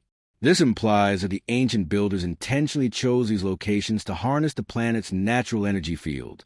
Could Easter Island have been an energy relay station, part of a planetary network that transmitted power across vast distances using resonance and magnetic harmonics? It's a theory that may sound far-fetched, until we realize that every site we've explored so far fits the same pattern. Each lies on a grid point. Each uses mineral-rich materials. Each aligns with celestial and telluric forces. And each exhibits magnetic and energetic anomalies even today. The evidence suggests that these sites were not independent creations, but components of a unified global system, a lost technology that once connected every corner of the ancient world. To stand before moai is to feel the weight of forgotten knowledge pressing through time. Their faces, eroded but proud, gaze inward as if guarding the secret of their creation, and perhaps the key to the ancient power that once coursed through the earth. The wind whispers through their carved features, and the stone seems to hum faintly in the silence, echoing the pulse of a system long dormant. The moai are not simply relics of a lost culture. They are markers of grid, monuments to the time when humanity spoke the language of energy, harmony, and resonance. And if all ancient monuments truly point to one hidden power source, then Easter Island may represent its outermost edge, the farthest beacon of a civilization that once knew how to light the entire world. Far across the arid plains of southern Peru lies one of the most baffling and enduring enigmas in archaeology, the Nazca Lines. Stretching across nearly 200 square miles of desert terrain, these immense geoglyphs depict animals, humanoid figures, and geometric designs so vast that their full scale can only be appreciated from the sky. There are over 800 straight lines, 300 geometric shapes, and nearly 70 stylized depictions of animals and plants. From a massive spider to a hummingbird, from a monkey with a spiral tail to a perfectly symmetrical condor spanning hundreds of feet. The sheer precision, scale, and complexity of these markings have led many to wonder, how could an ancient culture, with no known aerial capabilities, have created something that can only truly be seen from above? What purpose did these gigantic symbols serve? And why were they placed exactly where they are? Could it be that the Nazca Lines were not merely ritual art, but an ancient energy map, connecting directly to the same global power network seen at Giza, Stonehenge, and Easter Island? The Nazca civilization flourished between 200 BCE and 600 CE, in one of the driest regions on Earth. The terrain, a flat, windless plateau, served as a perfect canvas, preserving the lines for over 2 millennia. At first glance, archaeologists assumed they were simple ceremonial pathways or astronomical calendars. But when researchers began overlaying the lines onto maps of the Earth's geomagnetic field and ley line grid, something astonishing emerged. The Nazca lines form precise alignments with other ancient monuments, both in the Americas and beyond. Some of the longest lines point directly toward Easter Island, Giza, and Angkor, what when traced along the globe. Others converge on points that coincide with areas of strong telluric current activity, as though the lines are designed to channel or mark the Earth's energy flow. If these markings were intended as part of a global power network, their design begins to make sense. The animal and geometric shapes could represent frequency patterns, each one corresponding to a unique vibration or energy signature. For instance, the famous spider geoglyph, carved with perfect anatomical accuracy, mirrors the shape of a constellation associated with fertility and the Earth's life force. But beneath that symbolism lies something even deeper. The species depicted in the lines are all known for their resonant characteristics. The hummingbird vibrates its wings at incredible speeds. The monkey's spiral tail mirrors a Fibonacci sequence, a symbol of natural harmonic progression. And the condor represents flight, ascension, and connection to the heavens. These may not just be cultural motifs, but vibrational codes, encoding the same principle seen across global monuments, that energy, frequency, and geometry are intimately connected. Many researchers now believe the Nazca Plateau itself acts as a massive energy conductor. The ground's unique composition, a mix of iron oxide, quartz, and silica, is highly responsive to electromagnetic energy. When solar radiation and the Earth's magnetic field interact with this mineral-rich surface, they can generate natural electric currents. The straight lines could therefore function like the wiring of a colossal circuit board, directing these energies toward specific focal points, the centers of the animal figures or geometric shapes. Some areas where lines intersect show unusually high magnetic readings, leading to speculation that these intersections acted as power nodes, similar to how ley line crossings operate at Stonehenge or the pyramids. But the Nazca line's connection to aerial visibility raises a question that can't be easily dismissed. How did their creators design and execute such precise, large-scale figures without being able to see them from above? Could this imply that they possess some form of flight or advanced mapping technology? Ancient astronaut theorists suggest that the Nazca civilization may have been guided by beings who arrived from the sky, the Shining Ones, according to local legends, who instructed them in geometry, measurement, and energy manipulation. These sky beings were said to descend in glowing vehicles that emitted sound and light, reminiscent of plasma discharges or energy fields. The Nazca lines, according to this interpretation, could have served as landing guides, power receivers, or resonant transmitters, designed to interact with the energy emitted by these celestial visitors' technology. Mainstream archaeology often dismisses this view, suggesting the lines were ceremonial or agricultural. Yet this explanation does not account for the staggering precision of the lines, or their planetary scale alignment. Some lines run for over 10 miles without deviation, across uneven terrain and slopes. Even modern surveyors, using advanced instruments, would struggle to replicate this feat with such perfection. Furthermore, the Nazca line's mathematical proportions mirror those found in the Great Pyramid of Giza and the geometric layouts of Teotihuacan and Machu Picchu, suggesting a shared global design language based on the principles of sacred geometry and resonance. Recent research using satellite data and ground-penetrating radar has revealed subterranean channels beneath some of the lines, ancient aqueducts and tunnels designed to direct underground water flow. These aquifers, when mapped, align with the geoglyph's primary axis. The implication is profound. The Nazca people were not only aware of the energetic potential of water, but designed their lines to activate or enhance it. Flowing water beneath the earth generates electrical potential through friction and mineral interaction, a principle known as telluric induction. The Nazca lines may therefore have functioned as electromagnetic amplifiers, enhancing the flow of energy to the land and possibly transmitting it across great distances via the Earth's natural grid. The triangular and trapezoidal shapes found among the lines are particularly intriguing. Many of these broad, flat shapes have been flattened or scraped clean of topsoil, revealing lighter ground beneath. When viewed from above, they resemble runways or energy collectors, each oriented toward specific celestial coordinates or magnetic declinations.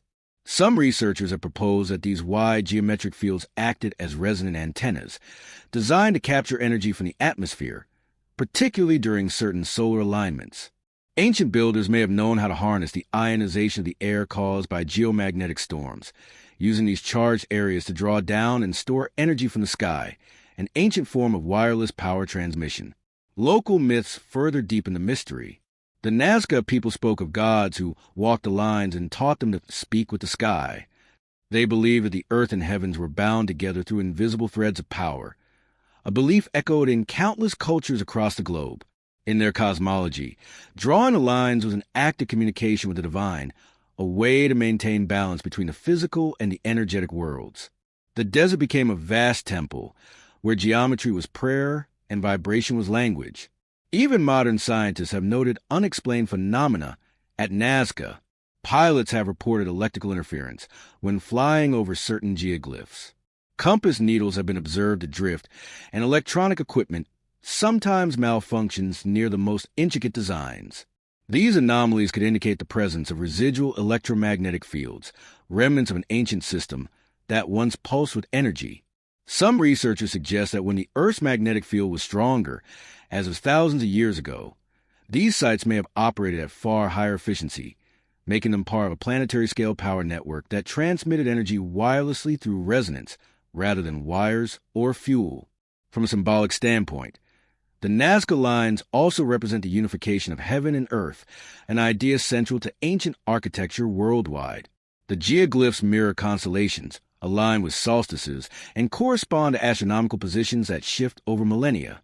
This synchronization with the heavens suggests a deep awareness of cosmic cycles and energy flows. The Nazca builders may have understood that the planet itself breathes energy, expanding and contracting in harmony with celestial forces, and the lines were a way to tune into that rhythm, keeping their civilization aligned with the pulse of the cosmos. When viewed through the lens of forbidden archaeology, the Nazca lines cease to be mere art or mystery. They become part of a vast planetary circuitry, etched into the skin of the earth to guide, balance, and transmit power. The builders of Nazca were not an isolated culture, but inheritors of a global legacy, a fragment of the same knowledge that built the pyramids, raised the Moai, and carved the megaliths of Baalbek. Each site, each monument, each line, all connect back to one central principle, that the earth itself is alive, its energy harnessed through geometry and intention. As the desert wind whispers across those ancient lines today, the ground still hums faintly with that forgotten power. The symbols, though silent, seem to pulse with memory, a message written not in words, but in resonance. The Nazca Plateau may once have been a tuning ground, a vast energy mirror, reflecting the sky's rhythm back into the earth. And if all ancient monuments point to one hidden power source, then the Nazca lines might have been its map, drawn across the desert floor for those who once knew how to read it. High atop the Andean mountains, where the air grows thin and the clouds drift like silent witnesses, lies one of the most awe-inspiring remnants of the ancient world, Machu Picchu, the lost city of the Inca. Nestled at nearly 8,000 feet above sea level, its stone terraces cling to the mountain's edge like the steps of a celestial temple. It is a place of astonishing beauty, precision, and mystery, a citadel carved from living rock that has survived earthquakes, time, and conquest. But beyond its breathtaking architecture lies something even more profound, a secret purpose encoded in its very layout, one that connects it to the same ancient energy grid that spans the earth. For Machu Picchu, like Giza, Stonehenge, and the Nazca lines, may not have been just a city. It was an energy node, perfectly aligned to harness and channel the planet's hidden power.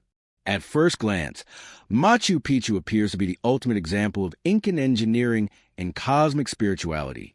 Its temples, plazas, and agricultural terraces seem harmoniously fused with the surrounding peaks, almost as if the city had grown organically from the mountain itself. Yet when studied closely, this harmony reveals far more than artistic sensitivity. Every angle, every stone, every alignment seems designed to interact with natural forces, light, water, magnetism, and resonance. The Inca, it appears, were not merely builders but energy engineers, working with the land rather than against it, transforming their sacred city into a living power station. The first clue to Machu Picchu's hidden purpose lies in its geometric perfection. The site sits on a narrow ridge between two mountain peaks, Machu Picchu, Old Mountain, and Huayna Picchu, Young Mountain. forming a natural energy corridor. Modern electromagnetic studies have revealed that this region of the Andes exhibits unusual magnetic fluctuations caused by quartz-rich granite that runs through the mountains like veins of crystal. Granite, especially the kind found here, contains a high concentration of piezoelectric minerals, substances capable of generating electric charges under pressure. By building directly atop these formations, the Inca may have been intentionally tapping into the Earth's natural piezoelectric field, amplifying the subtle energy currents that flow beneath the crust. The city's design enhances this effect. Its central axis aligns precisely with the cardinal directions, and many of its structures point toward astronomical events, such as the solstices and equinoxes. The Temple of the Sun, for instance, features a window through which sunlight enters only on the June solstice, illuminating a ceremonial stone with uncanny precision. Another key structure, the Intihuatana stone, meaning the hitching post of the sun, is carved from a single block of granite and oriented perfectly to the 4 cardinal points. When sunlight strikes it, the stone seems to glow with inner light, and local guides have long claimed that it radiates a subtle vibration when touched. Scientists have measured faint electromagnetic activity emanating from the Intihuatana, suggesting that it functions as a resonant amplifier, perhaps tuned to the Earth's natural frequencies. Legends passed down through Inca oral traditions speak of the lines of power, invisible threads of energy that connect sacred sites throughout the Andes, from Cusco, the empire's navel, to the distant peaks of Tiwanaku and beyond. These lines correspond almost exactly to what modern geomancers call ley lines, and Machu Picchu sits at the intersection of several of them. It is as though the site was deliberately placed at a node point, where the Earth's telluric currents converge. When mapped globally, these same ley lines connect Machu Picchu to other ancient monuments, including the Great Pyramid of Giza and Easter Island, forming a continuous energetic network that spans continents. The probability of these alignments being coincidence is almost nil. It seems clear that the builders of Machu Picchu were following a design blueprint far older than their civilization, one rooted in an ancient understanding of the planet's power system. The stonework of Machu Picchu is another marvel that defies conventional explanation. Each block is cut and fitted with such precision that a blade of grass cannot fit between them. No mortar was used, yet the walls have withstood centuries of earthquakes. This anti-seismic design is not only architectural genius, but also a form of vibration management. The interlocking stones absorb and redistribute seismic energy much like modern shock absorbers, but they also seem to serve an energetic function. When vibrations pass through these crystalline rocks, they create resonant frequencies, generating electrical potential through piezoelectricity. The entire city, in essence, could have functioned as a resonance chamber, converting the natural vibrations of the Earth into usable energy, not in the technological sense we imagine today, but in a spiritual, harmonic one that sustained both people and environment. Water, too, plays a crucial role in Machu Picchu's energetic architecture. The Inca engineered an elaborate hydraulic system, channeling mountain springs through aqueducts, fountains, and terraces. This constant flow of water would have created moving electrical potential, again enhancing the site's telluric activity. The sound of running water, combined with the resonance of stone, may have created a harmonic field throughout the city. Visitors often report feeling a sense of calm, clarity, and heightened awareness while walking these paths, effects consistent with exposure to low-frequency electromagnetic fields. In this way, Machu Picchu may have functioned as a spiritual capacitor, a place where natural energy was collected, purified, and experienced by the human body. But who taught the Inca to build such an advanced energy system? The official story portrays them as isolated geniuses of engineering, yet their sudden mastery of complex architecture, astronomy, and metallurgy remains a mystery. Some local legends tell of Viracocha, the great teacher god who came from the sea after a great cataclysm, bringing with him the knowledge of the stars and the power of the earth. He taught humanity to build temples and align them with the heavens, to honor the flow of energy through all living things. Could Viracocha have been a remnant of an older, global civilization, one that possessed a deep understanding of the Earth's energy grid and passed fragments of it to later cultures like the Inca, Egyptians, and Sumerians? Adding to the mystery, Machu Picchu was unknown to the outside world until its rediscovery in 1911 by Hiram Bingham. For centuries, It remained hidden beneath dense jungle growth, preserved almost perfectly, as if protected by some invisible force. Even its location contributes to the mystery. It sits in the shape of a condor in flight, when viewed from above, symbolizing transcendence and a connection between earth and sky. In Incan cosmology, the condor represented the upper world, the realm of the gods and higher consciousness. It is fitting, then, that Machu Picchu, perhaps their most sacred site, embodies a celestial symbol. It is as though the city itself was designed to act as a bridge between realms, a physical and energetic link between humanity and the divine. Modern scientific instruments have recorded anomalous electromagnetic readings around key points within the site. The Intihuatana stone, for example, emits measurable radiation in the low-frequency band, similar to the Schumann resonance, the natural frequency of the Earth's electromagnetic field. Some researchers speculate that these readings are remnants of an ancient energy synchronization system, where human consciousness, the planet's resonance, and celestial cycles were harmonized through meditation and ritual. Ancient texts describe the Inca performing ceremonies involving sound, chanting, and the burning of specific herbs to awaken the stones. These could have been methods to amplify the site's natural frequency, aligning it with both the solar and telluric energies that flow through the mountains. The acoustic properties of Machu Picchu further reinforce this idea. Certain temples within the city are designed to echo specific tones. The sound of a conch shell blown in the Temple of the Sun, for instance, resonates throughout the entire complex in a way that seems mathematically tuned. The Temple of the Condor, shaped like the wings of the bird it represents, creates a natural resonance chamber that amplifies low-frequency vibrations. This integration of sound and stone mirrors what we see at other megalithic sites around the world.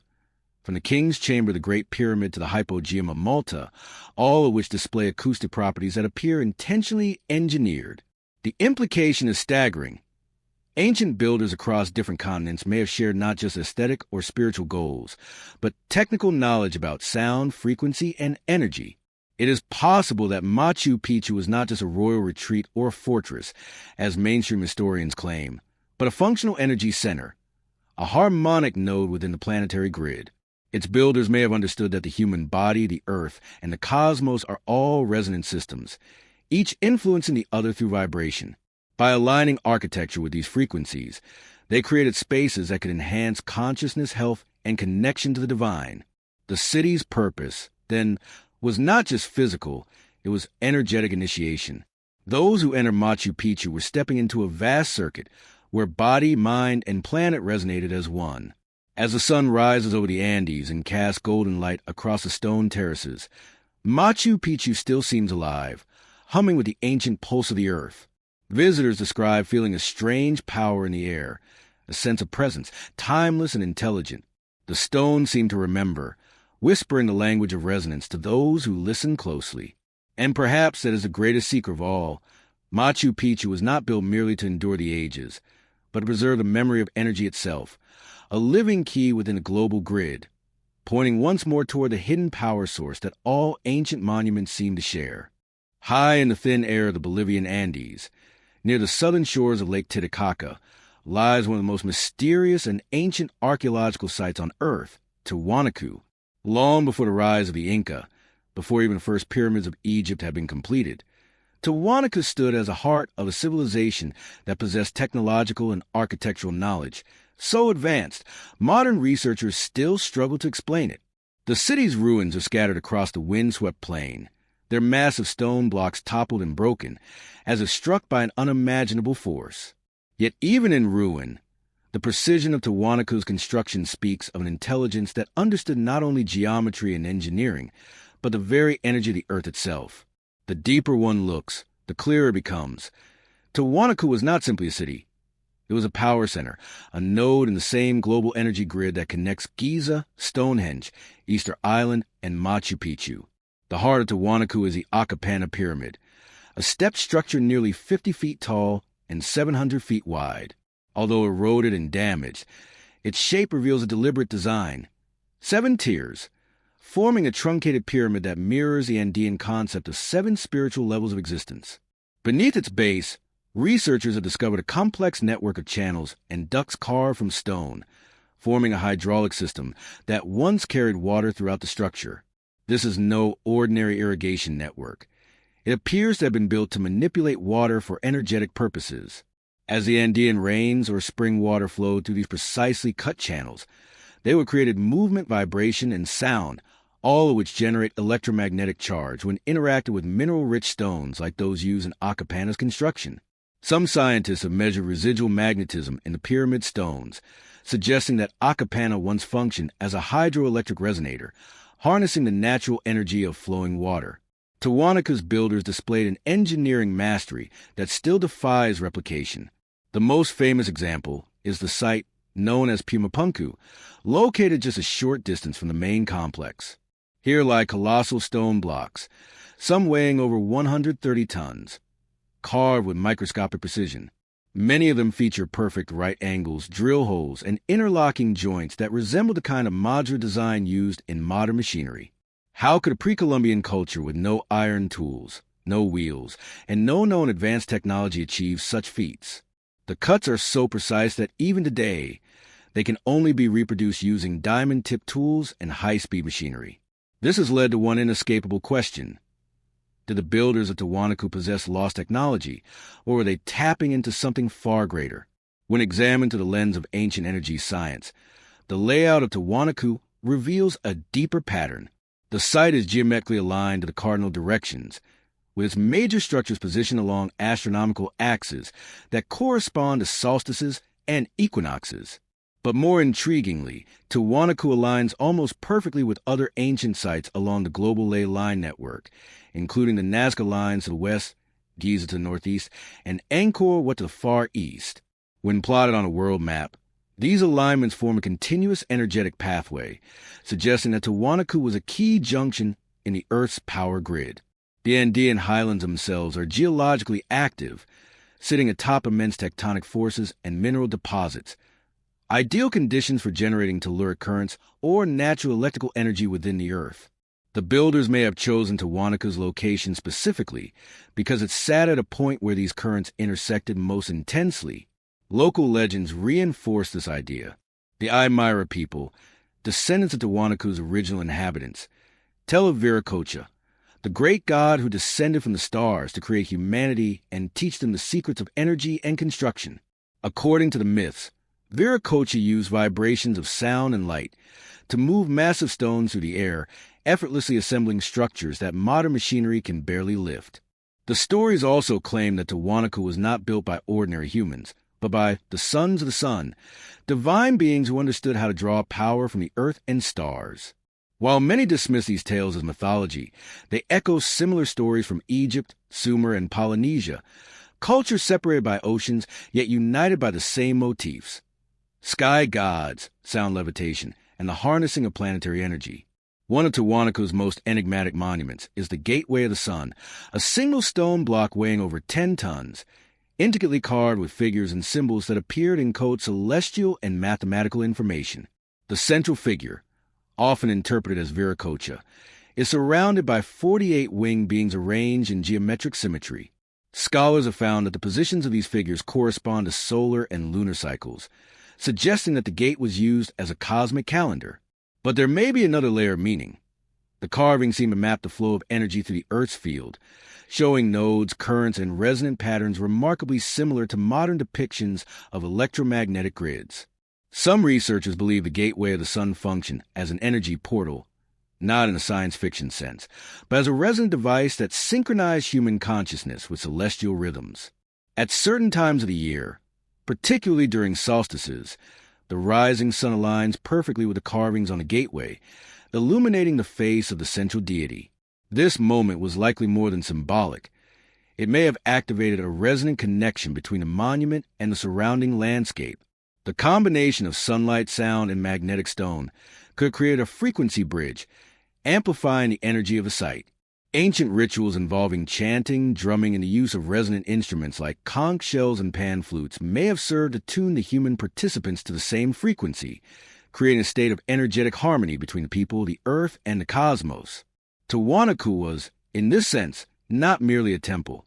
It was a living energy interface. Modern measurements taken at the site have revealed unexplained electromagnetic anomalies. Sensitive instruments detect subtle fluctuations in the Earth's magnetic field near Pumapunku's largest stones, and some of the blocks appear to hold a faint residual charge. Geologists have noted that these stones, composed of andesite and red sandstone, are rich in iron and quartz, both materials known to conduct and store energy. When exposed to vibration, heat, or sound, quartz generates measurable voltage through the piezoelectric effect. This raises the possibility that the ancients used sound and pressure to activate the stones themselves, transforming Tiwanaku into a massive, resonant energy generator. It would have been a system in perfect harmony with the planet's natural power, sustainable, silent, and eternal. Adding to the mystery, Tiwanaku's astronomical precision is far beyond what conventional archaeology can explain. Alignments in the Kalasasaya Temple, another major structure, indicate an original orientation that matches the position of the stars not thousands, but tens of thousands of years ago. This suggests either the site was built much earlier than official timelines claim, or the builders possess an understanding of precession, the slow wobble of the Earth's axis, which modern science only rediscovered in the last few millennia. If the latter is true, Tiwanaku may date back to an era when a now-lost global civilization mapped the stars and built monuments to mirror the heavens, encoding the mechanics of the cosmos into their architecture. The destruction of Tiwanaku appears to have been sudden and catastrophic. Enormous blocks lie scattered as if thrown by a powerful explosion or natural disaster. Some theories suggest that a massive seismic event or even a shift in the Earth's magnetic field may have disrupted the site's energetic balance, rendering its power dormant. After this event, the once glorious city became a ruin, its secrets buried under centuries of dust and myth. Yet even in its silence, Tiwanaku continues to hum faintly, a dormant node waiting to be reawakened. From a symbolic perspective, Tiwanaku represents the navel of the world, the point where heaven and earth once met, and where energy flowed freely between dimensions. Its architecture, legends, and alignments all point to a singular truth, that the ancients knew the earth itself was a living organism, charged with energy that could be harnessed for creation, communication, and transformation. Tiwanaku stones were not built merely to last. They were built to resonate, to sing with the frequency of the planet's heartbeat. Today, visitors standing amid the ruins often describe feeling an inexplicable sense of power, a vibration in the air, a subtle pressure, a hum that seems to come from the ground itself.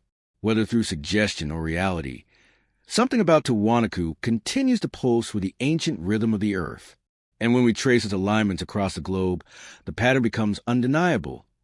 Every sacred site, every megalith, every pyramid, all part of a vast, interconnected system that once drew upon one hidden power source.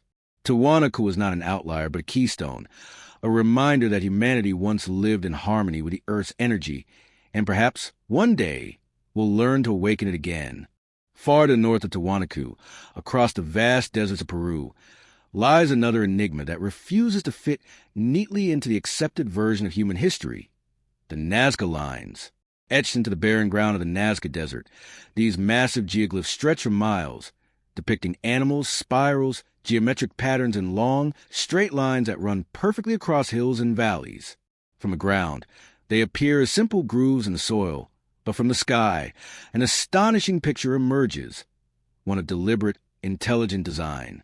The Nazca Lines have long puzzled scientists and explorers alike. Who made them, why, and, most importantly, how could they have been created on such a vast scale with such mathematical precision, long before humans supposedly took to the skies?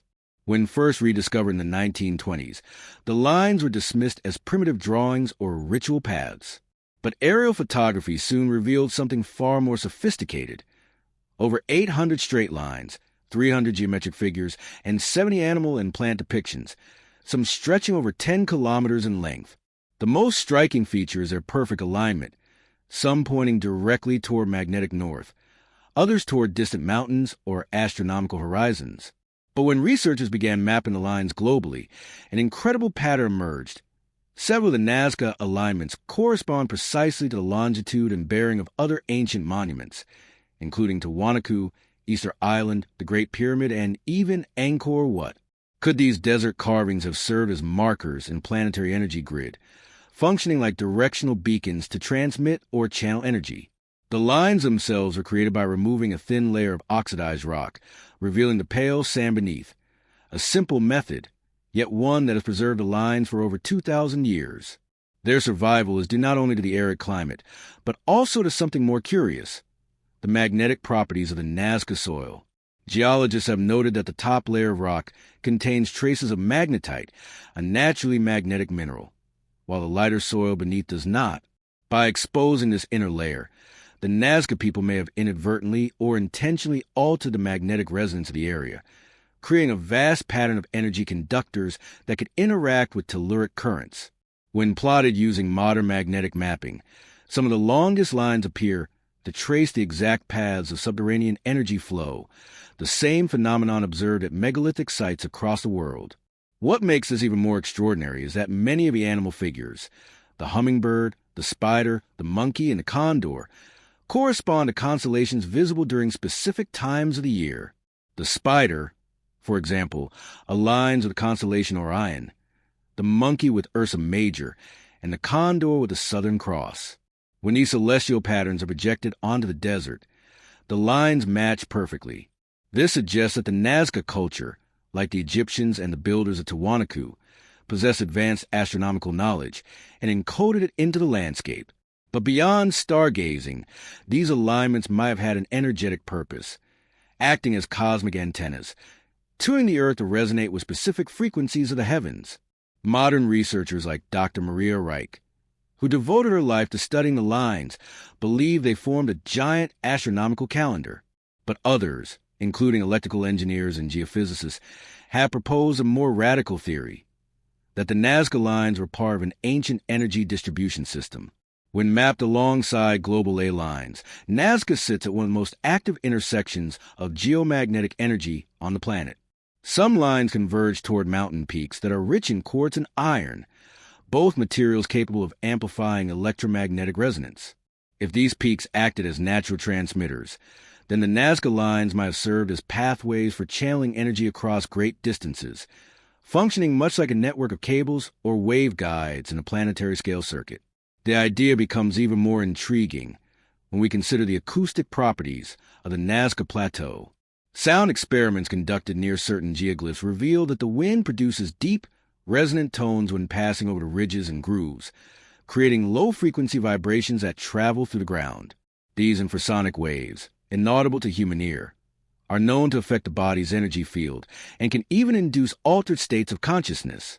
Could ancient priests or shamans have used these vibrations in ritual ceremonies to tune in to the Earth's frequency, connecting their consciousness with the planetary grid? This could explain why the lines often converge at ceremonial mounds and stone platforms, places where rituals were performed to honor sky deities. Local myths lend further weight to this theory.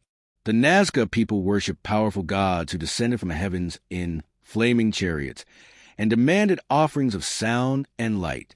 The lines, according to some legends, were paths for the gods to follow, celestial runways that connected heaven and earth. These myths eerily parallel stories from other parts of the world, such as the sky beings of Sumer, the bird-headed gods of Egypt, and the Anunnaki of Mesopotamia, all of whom are said to have taught early humans the secrets of geometry, astronomy, and energy. Could it be that the Nazca civilization was following instructions from these same mysterious teachers, replicating an ancient system that had once powered monuments across the planet? Adding to the enigma, aerial surveys have revealed perfectly straight lines that run over mountains and valleys without deviation, as though drawn with laser precision. Some of these lines begin and end at sites rich in magnetic minerals, forming closed loops that seem to contain energy within defined zones. Modern engineers have compared these configurations to radio wave antennas or resonant circuits, systems that can both send and receive electromagnetic frequencies. If the Nazca culture possessed even a fraction of this understanding, they may have created an enormous energy resonance field, perhaps designed to amplify communication or even power airborne craft, not in a science fiction sense, but through a deep, ancient mastery of natural forces. Curiously, NASA scientists studying satellite imagery have confirmed that the Nazca region emits unusually high electromagnetic readings, especially during dawn and dusk when the ionosphere is most active. These fluctuations suggest that the area may act as a natural capacitor, storing and releasing energy through the ground.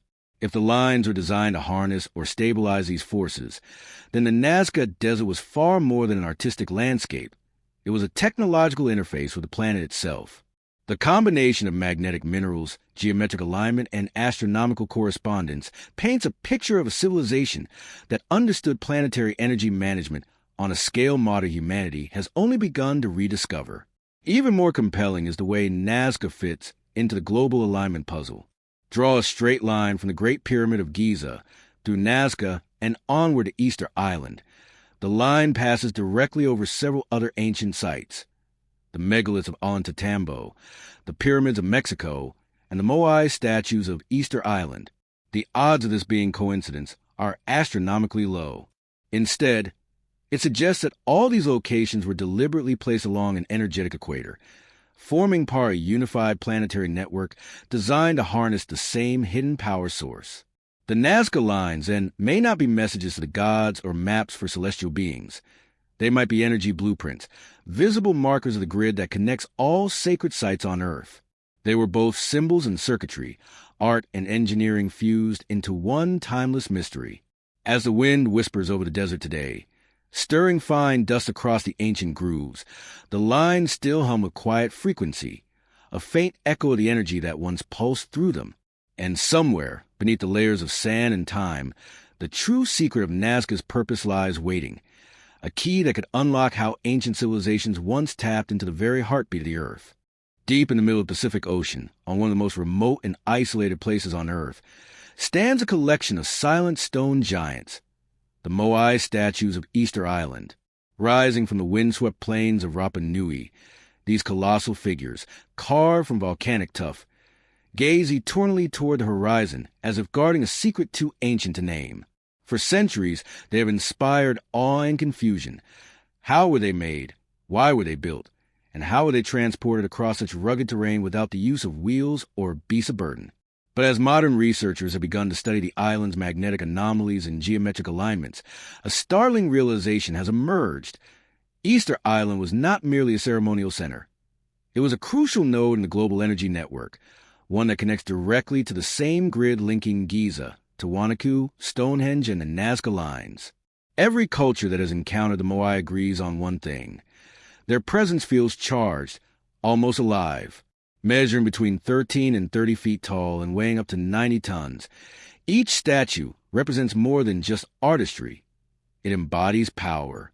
The indigenous Rapa Nui people refer to this power as mana, a spiritual energy that permeates all things, capable of being concentrated, transferred, and directed. The Moai, according to local tradition, were repositories of mana, capturing and radiating the life force of the island's ancestors. Some legends even claim that the statues walked into place by themselves, moving through the invocation of sacred chants and the guidance of priests who could command the stones to move. To modern ears, this sounds mythical. Yet, when examined through the lens of ancient energy knowledge, it may point towards something profoundly real: the manipulation of acoustic and electromagnetic energy to achieve levitation and movement. Easter Island geology provides critical clues. The entire island is volcanic, composed largely of basalt and tuff, both rich in minerals that conduct and store electricity. At the center of the island lies the extinct volcano Reino Ruraku, the quarry where most of the Moai were carved. Curiously, the quarry itself sits atop an area of unusually high geomagnetic activity. Measurements taken by researchers have shown fluctuations in the magnetic field that are not random but appear to follow geometric patterns, as the island's very foundation was tuned to a specific frequency. When mapped, the positions of the Moai correlate with these energetic hotspots, forming a resonant pattern that mirrors a configuration of stars in the southern sky. Even more striking is the fact that Easter Island sits almost exactly on the same great circle alignment that passes through Nazca, Giza, and Angkor Wat, a perfect arc known among geomancers as the Great Earth Circle. This global line is believed to mark one of the Earth's primary energy meridians, channels through which telluric currents flow most strongly. In this view, Easter Island wasn't chosen by accident. It was a transmission station, a place where energy from the Earth could be amplified and redirected across vast distances. The Moai, with their towering forms and deep-set eyes, may have acted as receivers or resonators, capturing subtle energy from the Earth's core and projecting it into the atmosphere.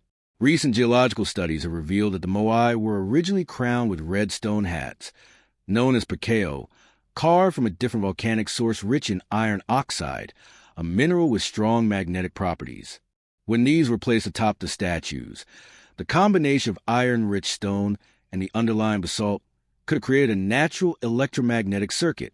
If the ancient understood how to manipulate these materials, perhaps through sound vibration, sunlight reflection, or magnetic resonance, they might have turned Easter Island into a gigantic energetic transducer, capable of transforming Earth's natural forces into usable power.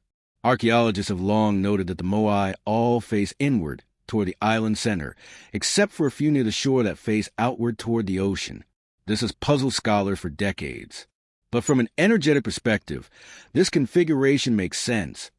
The inward-facing Moai could have been channeling energy inward, concentrating it at the island's core, possibly at a central point of magnetic convergence, while the outward-facing one projected energy across the sea, connecting Easter Island with other sacred sites around the world. In this sense, the Moai weren't merely guardians. They were conductors, participating in a planetary-scale system designed to keep energy flowing in balance. The oral traditions of Rapa Nui contain references to ancient masters known as the Hoda Matua, those who came from the sun.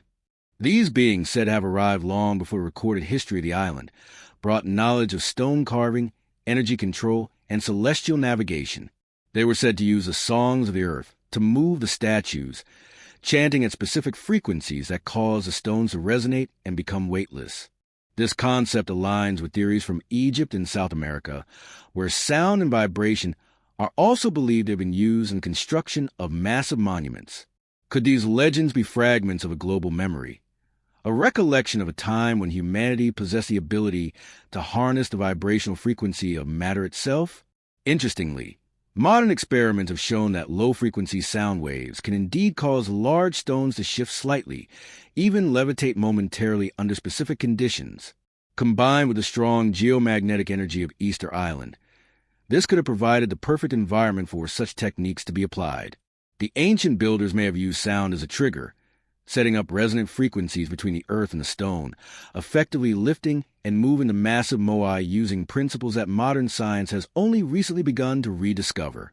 Adding another layer of intrigue, satellite images have revealed subterranean formations beneath Easter Island, massive geometric shapes buried beneath the surface, some resembling pyramidal structures.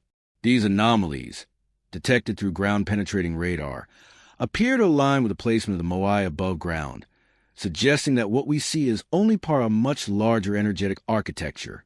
Some researchers speculate that these buried structures could be part of an ancient power system, perhaps designed to collect and distribute telluric energy through the statues. The symbolism of the Moai themselves adds further evidence to this theory. Many of them feature elongated heads, deep eye sockets, and slender noses. Stylized features reminiscent of other ancient depictions of sky beings or star teachers. The eyes, once inlaid with white coral and red stone pupils, would have reflected sunlight intensely, perhaps serving as solar collectors or light conduits.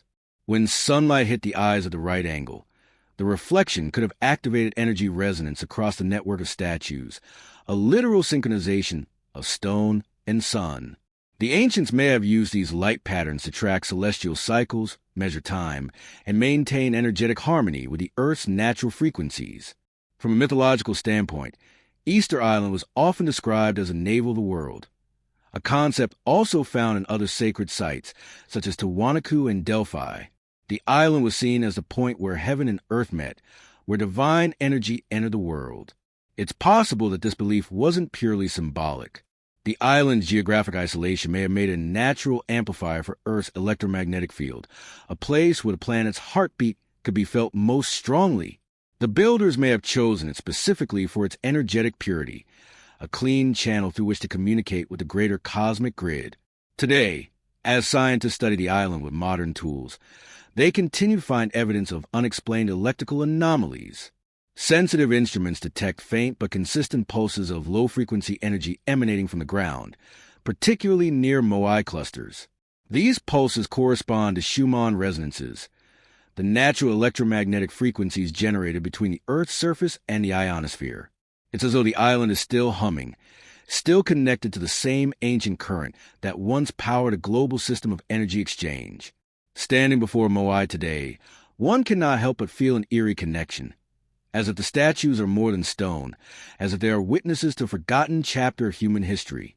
The wind carries a hum across the barren landscape, the ocean crashes endlessly against volcanic cliffs, and the statues watch in silence. They are not merely remnants of a lost culture. They are beacons of memory, remnants of a world that once knew how to speak the language of the earth. And when we map their alignments, when we connect their position to the global grid, the message becomes undeniable. Easter Island was not built in isolation. It was part of a unified system, one powered by a hidden force that ancient civilizations once mastered, a force that still flows beneath our feet, waiting to be rediscovered. Far across the world from Easter Island, on the opposite side of the Pacific Ocean, lies another monument of mystery and power, the pyramids of China, vast and largely forgotten structures that stretch across the plains of Shaanxi province near the ancient city of Xi'an.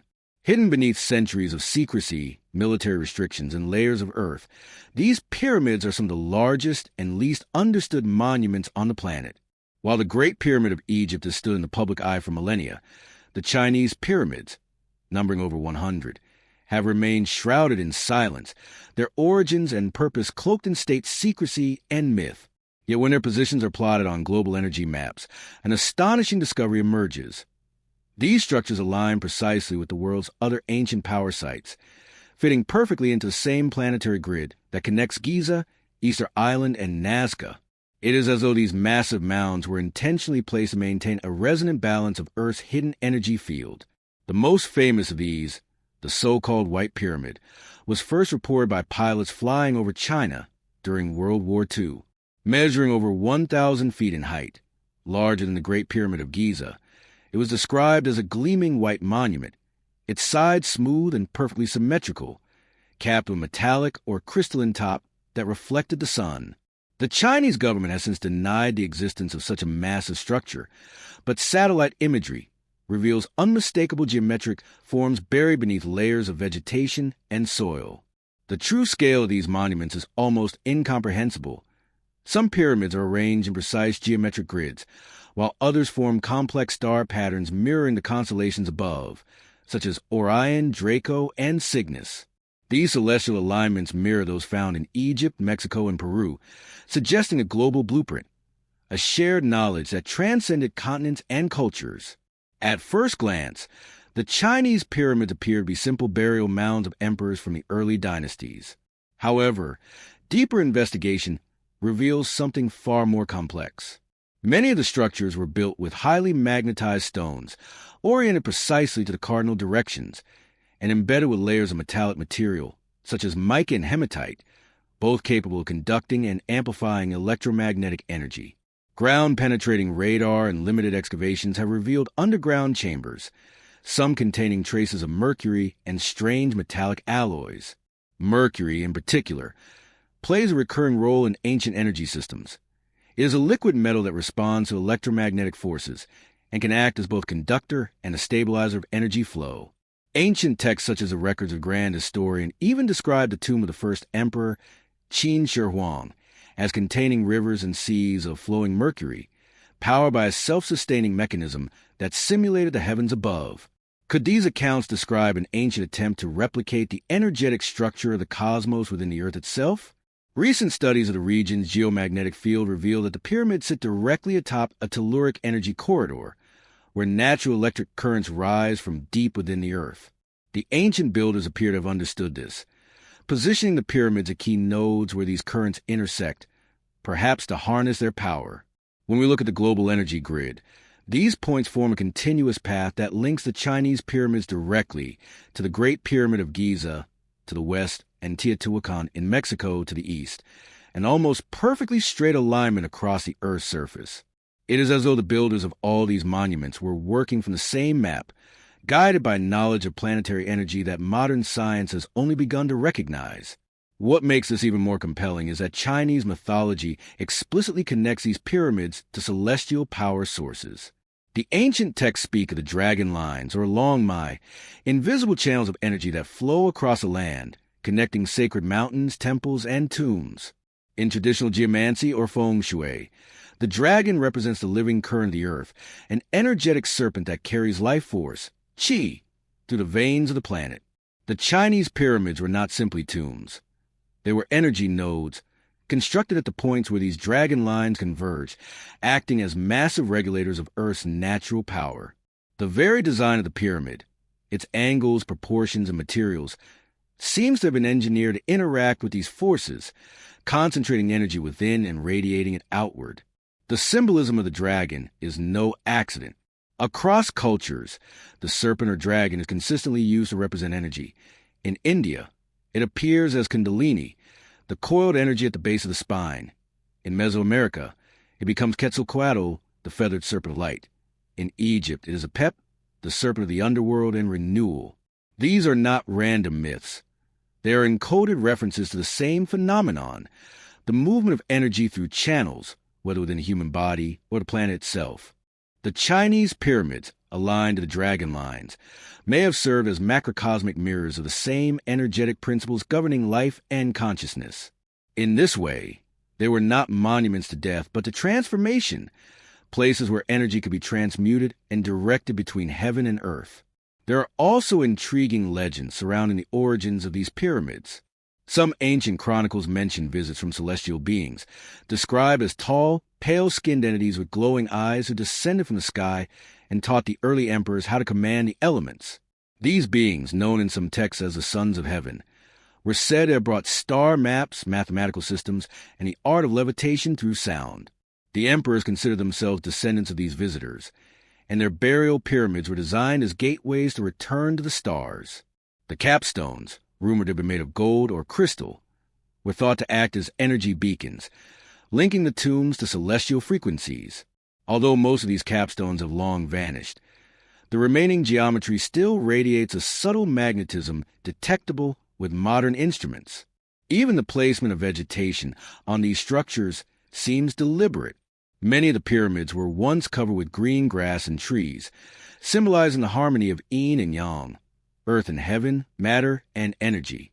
The living layer of plants atop these massive stone cores could have acted as bioelectric conductors, helping to balance and ground the energy stored within. In this sense, the Chinese pyramids were not only technological but organic systems, living machines in tune with the rhythms of nature. Satellite thermal imaging has detected unusual heat signatures emanating from certain pyramids, even at night. Some of these readings show consistent temperature differentials that suggest subsurface energy flow. Researchers have proposed that underground tunnels and chambers filled with mercury may still be conducting small electrical currents, remnants of an ancient system that once pulsed with far greater intensity. If so, this could mean that the pyramids were once part of an energy amplification network designed to circulate planetary power across continents. When viewed from above, the pyramids of Shangxi form patterns that mirror constellations, particularly those associated with creation and transformation, such as Orion and the Pleiades. This correspondence is more than symbolic. It suggests that the builders sought to align the Earth with the stars, creating a resonant bridge between terrestrial and celestial energy. The same principle can be found in Egypt's Giza Plateau and Mexico's Teotihuacan, both of which align with Orion's belt. The repetition of this cosmic template across the world cannot be dismissed as coincidence. It points instead to a shared ancient science, one based on the understanding that energy flows between worlds, through geometry, resonance, and intention. Today, access to many of these sites remains restricted, with the Chinese government maintaining strict control over excavation and research. Official explanations still describe them as simple tombs, yet the evidence suggests something far more profound, a lost energy technology built on principles of magnetism, frequency, and planetary alignment. These massive monuments may have once formed part of a worldwide grid of energetic resonance, each pyramid amplifying and transmitting Earth's natural power to sustain balance across the planet. In the context of our global investigation, the Chinese pyramids represent a crucial piece of the puzzle. They demonstrate that the knowledge of Earth's hidden energy was not confined to one civilization or continent. It was universal, a legacy shared by humanity's forgotten ancestors. As we trace these monuments across the globe, their alignment tells a single, astonishing story that long before our recorded history, an advanced understanding of planetary energy existed, one that united East and West, earth and sky, science and spirit. The Chinese pyramids, silent beneath their green coverings, still hum faintly with the memory of that lost era, a time when the world itself was seen as one great living circuit, and all ancient monuments pointed toward one hidden power source. Amid the dense jungles of Central America, buried under centuries of foliage and silence, rise the colossal remnants of another civilization that seemed to possess not only architectural brilliance, but also a mysterious grasp of energy, time, and the cosmos, the Maya. Their pyramids pierce through the jungle canopy like stone antennas, aligned with celestial events, magnetic north, and subterranean energy veins. From the towering temple of the inscriptions in Palenque to the iconic El Castillo pyramid of Chichen Itza, these structures reveal something astonishing. They were not merely temples or tombs, but energy resonators, devices designed to harness sound, light, and vibration in perfect harmony with the earth. The Maya are often described as astronomers, mathematicians, and priests, a civilization obsessed with cycles of time. But beneath their sophisticated calendar systems lies a hidden layer of understanding that modern science is only beginning to glimpse, an awareness that the planet itself operates in rhythmic frequencies, and that those rhythms can be measured, predicted, and even influenced. The Maya built their cities upon energy nodes, points where geomagnetic and telluric forces converge, often near underground rivers or cenotes, which serve as natural conduits for energy flow. These sacred locations were chosen not for convenience, but because they vibrated, literally, with the pulse of the earth. Take Chichen Itza, perhaps the most famous of all Maya sites. At its heart stands El Castillo, a pyramid dedicated to the feathered serpent god Kukulkan, whose form undulates down the stairway during the equinox as sunlight and shadow intertwine. To the casual observer, it is a masterpiece of geometry and astronomy, but when examined acoustically, it becomes something even more extraordinary. Clap your hands at the base of the pyramid, and a returning echo mimics the chirp of the quetzal bird, a creature sacred to Maya and associated with the breath of life. This is not coincidence. It is resonant architecture, a deliberate tuning of stone and space to produce specific frequencies. The pyramid acts as an acoustic amplifier, converting human sound into vibrational energy that interacts with the environment, a physical manifestation of communication between humanity and the earth itself. Beneath Chichen Itza lies another mystery. Modern scans using ground-penetrating radar have revealed a massive cenote, an underground water chamber, directly beneath El Castillo. The pyramid, then, is not just aligned to the stars above, but anchored to the water below, forming a conduit between sky and earth. The combination of water, limestone, and geometric precision could have created a natural electromagnetic capacitor, capable of storing and releasing telluric energy. When the sun's rays struck the pyramid during solstice, the combination of solar energy, magnetic flow, and water resonance might have generated a localized energetic field. Some researchers suggest this may explain why the site's magnetic readings fluctuate during equinoxes, as though the pyramid awakens, breathing in rhythm with the planet's electromagnetic pulse. This pattern repeats throughout the Maya world. In Palenque, the temples are built in harmonic proportion to surrounding hills, their placement forming a geometric pattern that mirrors constellations above.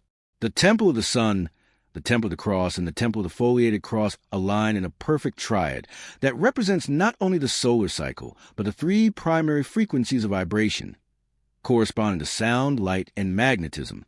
Deep inside the Temple of the Inscriptions, the tomb of King Pakal rests beneath 9 layers of stone, symbolizing the 9 levels of the underworld. On its sarcophagus lid, one of the most famous carvings in the ancient world, Pakal is depicted surrounded by cosmic imagery, seemingly operating a mechanism that connects him to the stars. Some see this as mythological art, but others interpret it as symbolic of a transformation through energy, a representation of a human entering resonance with the cosmic source. The Maya word for energy, Kea, does not simply mean power or spirit. It refers to the living essence that flows through all things, from the stars to the stones. Their priests were known as AJ, or Masters of Sun, and their rituals involved sound, vibration, and movement, all designed to synchronize human consciousness with planetary frequencies. They understood that the Earth's magnetic field affects not only climate and crops, but also human emotion and perception. The Maya calendar, with its 260-day Tzolk'in cycle, was not arbitrary. It reflected the resonance between solar activity, the human body, and the electromagnetic heartbeat of the planet. Across sites like Uxmal, Tikal, and Köppen, the Maya integrated this knowledge into architecture. Temples were arranged in harmonic spacing, their dimensions reflecting ratios found in sound frequencies and planetary motion. Some pyramids even exhibit evidence of piezoelectric effects, where pressure on quartz-rich limestone produces small electrical charges. The constant weight and movement of the structures, combined with ritual sound and chanting, could have generated low-frequency vibrations that interacted with the Earth's telluric currents. In this way, the Maya temples acted like amplifiers, enhancing the planet's energy and creating zones of heightened spiritual and physical power. Ancient records such as the Chilam Balam and the Popol Vuh of times when the gods spoke through thunder and light, and when priests summoned the breath of the earth to awaken stones. These are poetic descriptions, but they may encode real energetic phenomena, electromagnetic discharges, or acoustic resonance that could have been induced through ritual. The Maya did not separate science from spirituality. For them, manipulating energy was an act of communion with creation. Their architecture and calendar were tools to maintain harmony between humanity and the cosmos, ensuring that the cycles of the heavens remained in balance with the life force of the earth. Curiously, when modern researchers mapped the major Maya cities, they discovered that the sites formed geometric patterns across Central America, many of which align with global ley lines. A line drawn through Chichen Itza and Palenque continues to the Nazca Plateau, across Easter Island, and into the South Pacific, intersecting with the same global energetic pathways we have traced throughout this investigation. The Maya, it seems, built their civilization as part of this planetary network, each temple a node resonating with a single underlying frequency, the hidden power source that sustained their world. One of the most astonishing modern findings came from an experiment conducted at Palenque in 2018, where acoustic engineers detected a low, constant hum emanating from beneath the main plaza. The frequency measured at 783 Hz, the same as the Schumann resonance, the natural electromagnetic vibration of the Earth's atmosphere. This is no coincidence. It confirms that the Maya constructed their city to resonate with the planet's own heartbeat. The ancient priests who have stood within these spaces, chanting, drumming, and meditating, literally enveloped by the energy of the earth, not symbolically, but physically. Even the Maya concept of sacred time reflects this energetic understanding. Their calendar cycles, backtons, katuns, and tons measure not only chronological time, but energetic phases. They believe that the end of each great cycle marked a shift in the planet's resonance, a transformation of consciousness itself.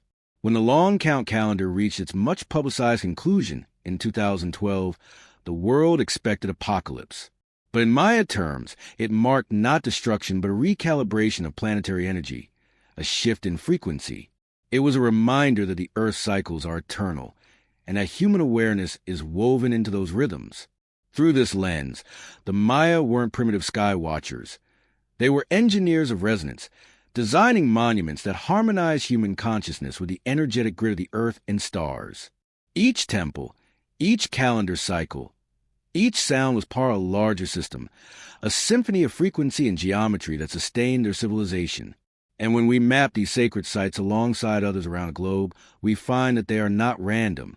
They form a unified design, a vast network of stone, water, and energy, all pulsing with the same hidden current. The Maya may have vanished from history's pages, but their message remains carved in stone and encoded in time. The earth is alive, the cosmos is connected, and all energy flows from a single, hidden source.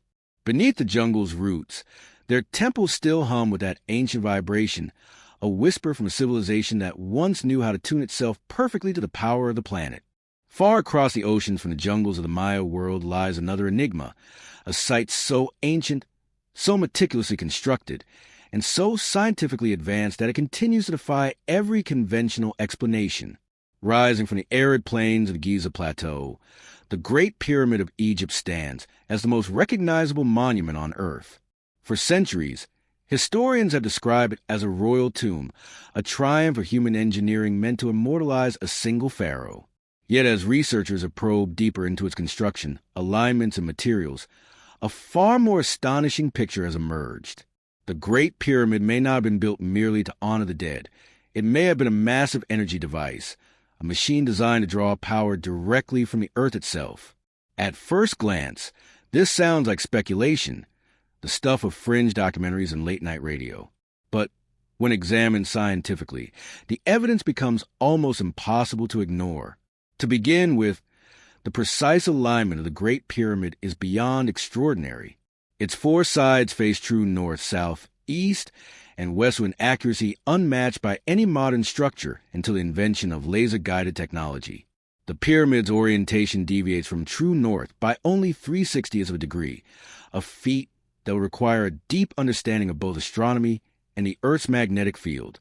How could a civilization over 4,000 years ago achieve such perfection without modern tools? This precision seems to serve more than aesthetic or symbolic purposes. Many researchers, including independent engineers and physicists, have proposed that the Great Pyramid's alignment was intended to harness telluric currents, the natural electromagnetic energy that flows through the Earth's crust. The Giza Plateau itself sits atop an unusual geological formation composed of limestone, dolomite, and granite, all materials known for their piezoelectric properties. When subjected to pressure or vibration, these stones can generate electrical charges. The massive weight of the pyramid pressing upon layers of quartz-rich granite could produce measurable electrical potential, turning the entire structure into a kind of electromagnetic resonator. The Great Pyramid's internal design supports this idea.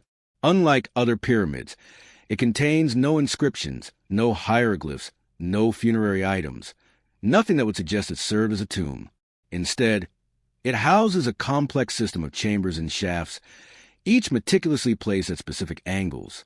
The so-called air shafts leading from the king's chamber are not oriented toward ventilation or symbolic stars alone. In fact, their alignment corresponds with specific celestial bodies, Orion's belt and Sirius, as if to connect the structure energetically to cosmic frequencies. Moreover, modern acoustic testing inside the king's chamber reveals that its granite walls resonate at frequencies between 118 and 121 hertz, a perfect harmonic tone that can amplify sound waves and vibrations. This chamber, built entirely from massive blocks of Aswan granite, which contains quartz crystal, behaves like a resonant cavity, capable of converting vibrational energy into electromagnetic potential. Even more compelling are discoveries made by modern physicists. In 2018, a study conducted by a team from ITMO University in Russia and published in the Journal of Applied Physics simulated how electromagnetic waves interact with the Great Pyramid's geometry. Their findings were astonishing. At certain frequencies, the pyramid concentrates electromagnetic energy within its internal chambers and at its base. In other words, the structure naturally focuses energy, as though designed to amplify and store it. The researchers concluded that this could not have been accidental. The pyramid's dimensions and angles appear optimized for resonance, specifically tuned to the natural frequencies of the Earth itself. If the pyramid was indeed constructed as an energy resonator, the question becomes, how was that energy generated and used? One leading hypothesis suggests that groundwater played a crucial role. Beneath the Giza Plateau runs a network of subterranean aquifers, underground rivers flowing through limestone. As water moves through these channels, it generates electrical potential through friction and mineral contact, a process known today as the electrokinetic effect. The pyramid, sitting atop the system, could have acted as a collector or amplifier of this energy. The limestone casing would have served as an insulator, while the granite would have acted as a conductor. This configuration mirrors the essential design of a modern capacitor, capable of storing and releasing electrical charge. Supporting this theory is the layout of the Giza complex itself. The Great Pyramid is not an isolated structure. The nearby pyramids of Khafre and Menkaure, along with the Sphinx and various temples, are aligned with astonishing precision, forming geometric ratios that correspond to planetary distances and harmonic intervals. Together, they may have formed a multi-pyramid system, functioning as interconnected nodes in a vast energetic grid. In this configuration, the Great Pyramid would have served as a central resonator, the power station of the entire complex, amplifying the Earth's energy and possibly transmitting it through the atmosphere or via the ground other points across the world. Ancient texts hint at this hidden function. The temple text and the coffin text describe the pyramids as places where the gods ascend to the stars and light, and houses of energy that hum with the voice of the earth. Even the term pyramid itself, derived from the Greek pyramis, contains the root pyr, meaning fire or energy. In Egyptian, however, the structures were called mer, which can be translated as instrument of ascension or place of energy. Could these names have been literal, referring to the pyramid's energetic purpose rather than symbolic meaning? There's also the mystery of the missing pyramid capstone or Benben stone. Ancient records describe it as a highly polished object, possibly made of gold, electrum, or even crystal, materials known to conduct or refract energy. If the Great Pyramid functioned as an energy device, the capstone may have been its terminal point, focusing and radiating the amplified energy outward. Some theorists suggest that during solar events or equinox alignments, the pyramid could have interacted with atmospheric ionization, producing a visible plasma glow, perhaps the origin of ancient references to the shining pyramid. But what was this energy used for? Here the trail turns speculative, yet provocative. Some propose it powered the ancient temples and obelisks, which themselves were made of quartz-rich granite and placed strategically along the Nile's magnetic flow. Others suggest it fueled wireless communication or transportation systems. Technologies hinted at in Egyptian carvings, showing what appeared to be energy arcs, bulbs, or antenna-like devices. At the very least, it seems clear that the ancient builders understood principles of resonance, vibration, and energy transference far beyond what traditional archaeology credits them for. If we step back and view the Giza Plateau as part of a global network, its significance becomes even clearer. The Great Pyramid sits on the exact geographical center of the Earth's landmass, where the longest lines of latitude and longitude intersect. From this point, lines drawn outward connect to other ancient monuments, Stonehenge, the Parthenon, Machu Picchu, and even Angkor Wat, forming a planetary grid of sacred sites that all appear to operate on similar geometric principles. Could it be that Giza was a central node, the heart of a worldwide system designed to regulate and distribute planetary energy? Perhaps this is why so many later civilizations, from the Greeks to the Romans to the Freemasons, revered the Great Pyramid as the ultimate symbol of enlightenment and power. It was not just a tomb or a temple. It was a message in stone, an enduring testament to a lost science that united the physical and the spiritual, the terrestrial and the cosmic. Even today, the Great Pyramid continues to produce measurable anomalies. Instruments placed inside detect subtle magnetic fluctuations. Compasses near the structure behave erratically. Electrical engineers who have tested its chambers report inexplicable static discharges and resonant tones that defy easy explanation. To those who still cling to the tomb theory, these phenomena are inconvenient. But to those who see the pyramid as a machine, they are confirmation. The Great Pyramid of Giza may be the greatest surviving monument of a civilization that once understood the true nature of energy, a civilization that harnessed the earth itself as a power source. And as modern technology edges closer to rediscovering these principles, one truth grows harder to ignore. The ancients may have known how to do what we are only now beginning to dream of, generate limitless energy from a heartbeat of the planet itself. Across every ancient culture, geometry was treated as sacred. Circles, triangles, spirals, and squares. These were not simple artistic choices, but the symbols of power, balance, and energy. The ancients believed that creation itself was mathematical, that the universe emerged from vibration, and that geometry was a frozen shape of sound. In Egypt, India, and Central America, sacred design wasn't about aesthetics. It was about resonance. Every angle, every proportion, every carved symbol was tuned to align with the cosmic and telluric forces that flow through the planet. When one examines the Great Pyramid of Giza, the numbers are not random. The height-to-base ratio encodes pi and the golden ratio, mathematical constants that appear in natural growth, planetary motion, and even the spirals of galaxies. The Parthenon in Greece follows the same proportional harmony, as does Angkor Wat, Borobudur, and the temples of Mexico. These numbers, recurring across continents, suggest a shared knowledge, a universal key. It is as though ancient builders understood geometry not just as structure, but as a frequency map, a way to translate vibration into matter. Sound, the purest expression of vibration, plays a central role in this mystery. Many ancient sites possess acoustic properties that defy explanation. In the King's Chamber of the Great Pyramid, tones of certain frequencies echo with perfect resonance. The hypogeum of Malta amplifies sound waves so powerfully that low-frequency chanting can alter the listener's brain waves. At Chichen Itza, a single clap before the temple of Kukulkan produces an echo mimicking a bird's cry, a calculated sonic effect, not coincidence. Even Stonehenge vibrates with low-frequency standing waves when exposed to the wind. The ancients clearly knew that sound could move matter, alter consciousness, and bridge the physical with the invisible. Today, modern physics confirms what these civilizations already knew, that vibration is a foundation of all existence. From atomic resonance to gravitational waves, everything oscillates at specific frequencies. The ancients expressed this truth through geometry, architecture, and ritual. When energy flows through these mathematically precise forms, whether sound, light, or telluric current, it amplifies and harmonizes. This principle is the same one used in modern resonance chambers, sound therapy, and even quantum computing.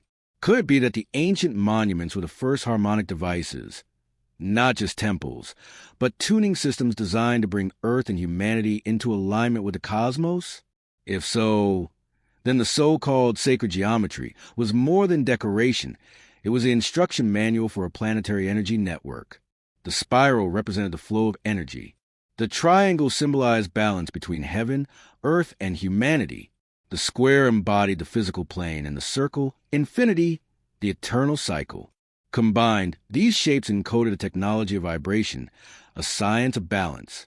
When arranged on the ley lines, the energy arteries of the planet, these forms became active, channeling Earth's natural charge through harmonic resonance. Consider the mandalas of Tibet, the labyrinths of Europe, the medicine wheels of North America, all circular, all geometric, all ritual tools of alignment. When one meditates, chants, or moves in rhythm within these spaces, something happens. Consciousness synchronizes with geometry and energy flows. It's as if the earth responds to our awareness, and we, in turn, respond to its vibration. The ancients knew that geometry, sound, and consciousness were three aspects of one truth, the triad of creation. When they built in harmony with these laws, their monuments didn't just stand, they sang. The stones themselves became instruments of planetary resonance. And when tuned correctly, these instruments could amplify the hidden power source that connected all life. The sacred language of stone still speaks today, for those who can hear its rhythm. It reminds us that the earth was once alive with a harmonic pulse, a pulse that flowed through pyramids, temples, and stone circles. A pulse waiting to be heard again. Across countless ancient sites, water plays a mysterious and often overlooked role. Beneath the Great Pyramid of Giza flows an underground aquifer. The temples of Angkor are surrounded by vast water systems. Stonehenge sits above ancient springs, and Machu Picchu channels streams through its terraces. To ancient builders, water wasn't just a resource. It was a conductor. Flowing water generates subtle electromagnetic fields, especially when passing over quartz-rich rock. The ancients may have known that by positioning monuments above these currents, they could harness the planet's natural energy. In the 20th century, researchers like Nikola Tesla and Victor Schauberger explored similar principles, showing that water, when moved in spirals or vortices, can generate power. Ancient channels and underground tunnels found near megalithic sites mirror these spiral patterns, suggesting that what modern engineers call hydrodynamics, the ancients called sacred flow. These currents could have amplified telluric energy, allowing temples and pyramids to act as transformers of the Earth's charge. This isn't speculation alone. Magnetic anomalies, piezoelectric effects, and seismic energy have been detected beneath many sacred sites. It seems the ancients built where Earth's natural grid was strongest. Water and stone worked together, creating a living circuit between the planet and the heavens. The monuments weren't just aligned to stars above, but to currents below, completing a system that united earth, sky, and spirit. Perhaps this is why these sites still evoke such awe. Even in silence, they hum faintly with the power of the world itself. Imagine the planet as a vast sphere wrapped in invisible lines of force, a lattice of energy once known to every ancient culture. These lines, later called ley lines, form intersections where energy concentrates. Across these nodal points, humanity's greatest monuments stand: Giza, Stonehenge, Machu Picchu, Easter Island, and many more. When mapped, they create a geometric pattern resembling a dodecahedron and icosahedron, the very same structures found in molecular physics and crystal lattices. How could civilizations separated by oceans and time have known this? Modern scientists studying geomagnetism have found that Earth indeed possesses fluctuating electromagnetic zones, hotspots that mirror ancient sites. Coincidence or rediscovery? Some researchers suggest these ley lines acted as the arteries of the planet, carrying telluric energy. The ancients, aware of these flows, positioned their monuments to balance and amplify this force. The result was a global energy grid, one that powered consciousness, agriculture, and possibly even technology we no longer understand. When the nodes of this grid were active, civilizations flourished. When they fell out of balance, through cataclysm or human misuse, empires collapsed. The energy grid wasn't just physical, it was spiritual. It connected humanity to the planet's heart, and in doing so, to the cosmos. The monuments we see today may be the skeleton of that once living system, a map of a forgotten science that united every corner of the earth under a single frequency. And as we reconnect those points, we may find the ancient current waiting, ready to flow once more. Across continents and centuries, ancient architects seem to have followed the same invisible pattern, a resonant blueprint that harmonized geometry, astronomy, and vibration. From the temples of Egypt to the ziggurats of Mesopotamia, the same sacred ratios appear: 432, 108, and 72, numbers linked to cosmic cycles and sound frequencies. These weren't random measurements. They were attempts to tune the earth itself. The ancients saw energy not as a resource to exploit, but as a living field to align with. By building with precision and intent, they turned stone into resonators, temples into amplifiers. When viewed through this lens, civilization wasn't born from chaos. It was orchestrated like a symphony, each monument a note in a planetary composition. But somewhere along the line, that harmony was lost, leaving us to rediscover the melody buried beneath the ruins. Legends tell of cities illuminated by eternal flames and priests who healed with tones of power. Dismissed as myth, these stories might describe lost technologies based on sound and light resonance. Ancient Sanskrit texts speak of mantras that move mountains, while Egyptian reliefs depict devices that resemble tuning forks and bulbs. In Mexico, certain temples hum when struck by wind or footsteps, producing precise frequencies. Modern experiments show that ultrasonic waves can levitate objects, echoing tales of stones that floated into place. Could it be that sound, not brute force, raised the pyramids? If so, our ancestors may have mastered acoustic levitation and electromagnetic light long before us, understanding energy not through wires or engines, but through frequency and harmony. Why does mainstream archaeology avoid these questions? For decades, academics have framed ancient engineering as trial and error, an evolutionary story of progress from primitive to advanced. But the evidence defies that narrative. The precision at Giza, the vitrified stones of Peru, and the magnetic anomalies beneath ancient sites suggest a scientific understanding lost to time. Yet any mention of energy grids or resonant technology is dismissed as pseudoscience. Perhaps the silence isn't ignorance but protection, a barrier built to preserve the accepted timeline, because to acknowledge this hidden science would mean rewriting human history. And some powers, ancient or modern, may not want that truth revealed. Beneath the myths and ruins lie maps, star maps. The layout of Giza mirrors Orion's belt, Angkor what reflects Draco, and Teotihuacan aligns with the Pleiades. Even the Nazca lines seem to track celestial paths invisible to the naked eye. These alignments weren't decoration. They were instructions showing how Earth and sky form a single energetic system. As above, so below. Modern GPS reveals even more startling connections. Temples, pyramids, and megaliths line along perfect geometric arcs, forming a grid that encircles a globe. It's as if the ancients encoded a celestial operating system into ground itself, a network designed to keep Earth resonating with the cosmos. Then came catastrophe. Around 12,000 years ago, Earth's energy balance shattered. Myths from every continent describe fire from the sky, floods that erased cities, and gods who vanished. Geological evidence of sudden climate shifts supports the memory of a world reset. If the monuments once worked as nodes in a planetary network, the cataclysm may have short-circuited the grid. Civilization collapsed, leaving survivors to preserve fragments of memory through legend and ritual.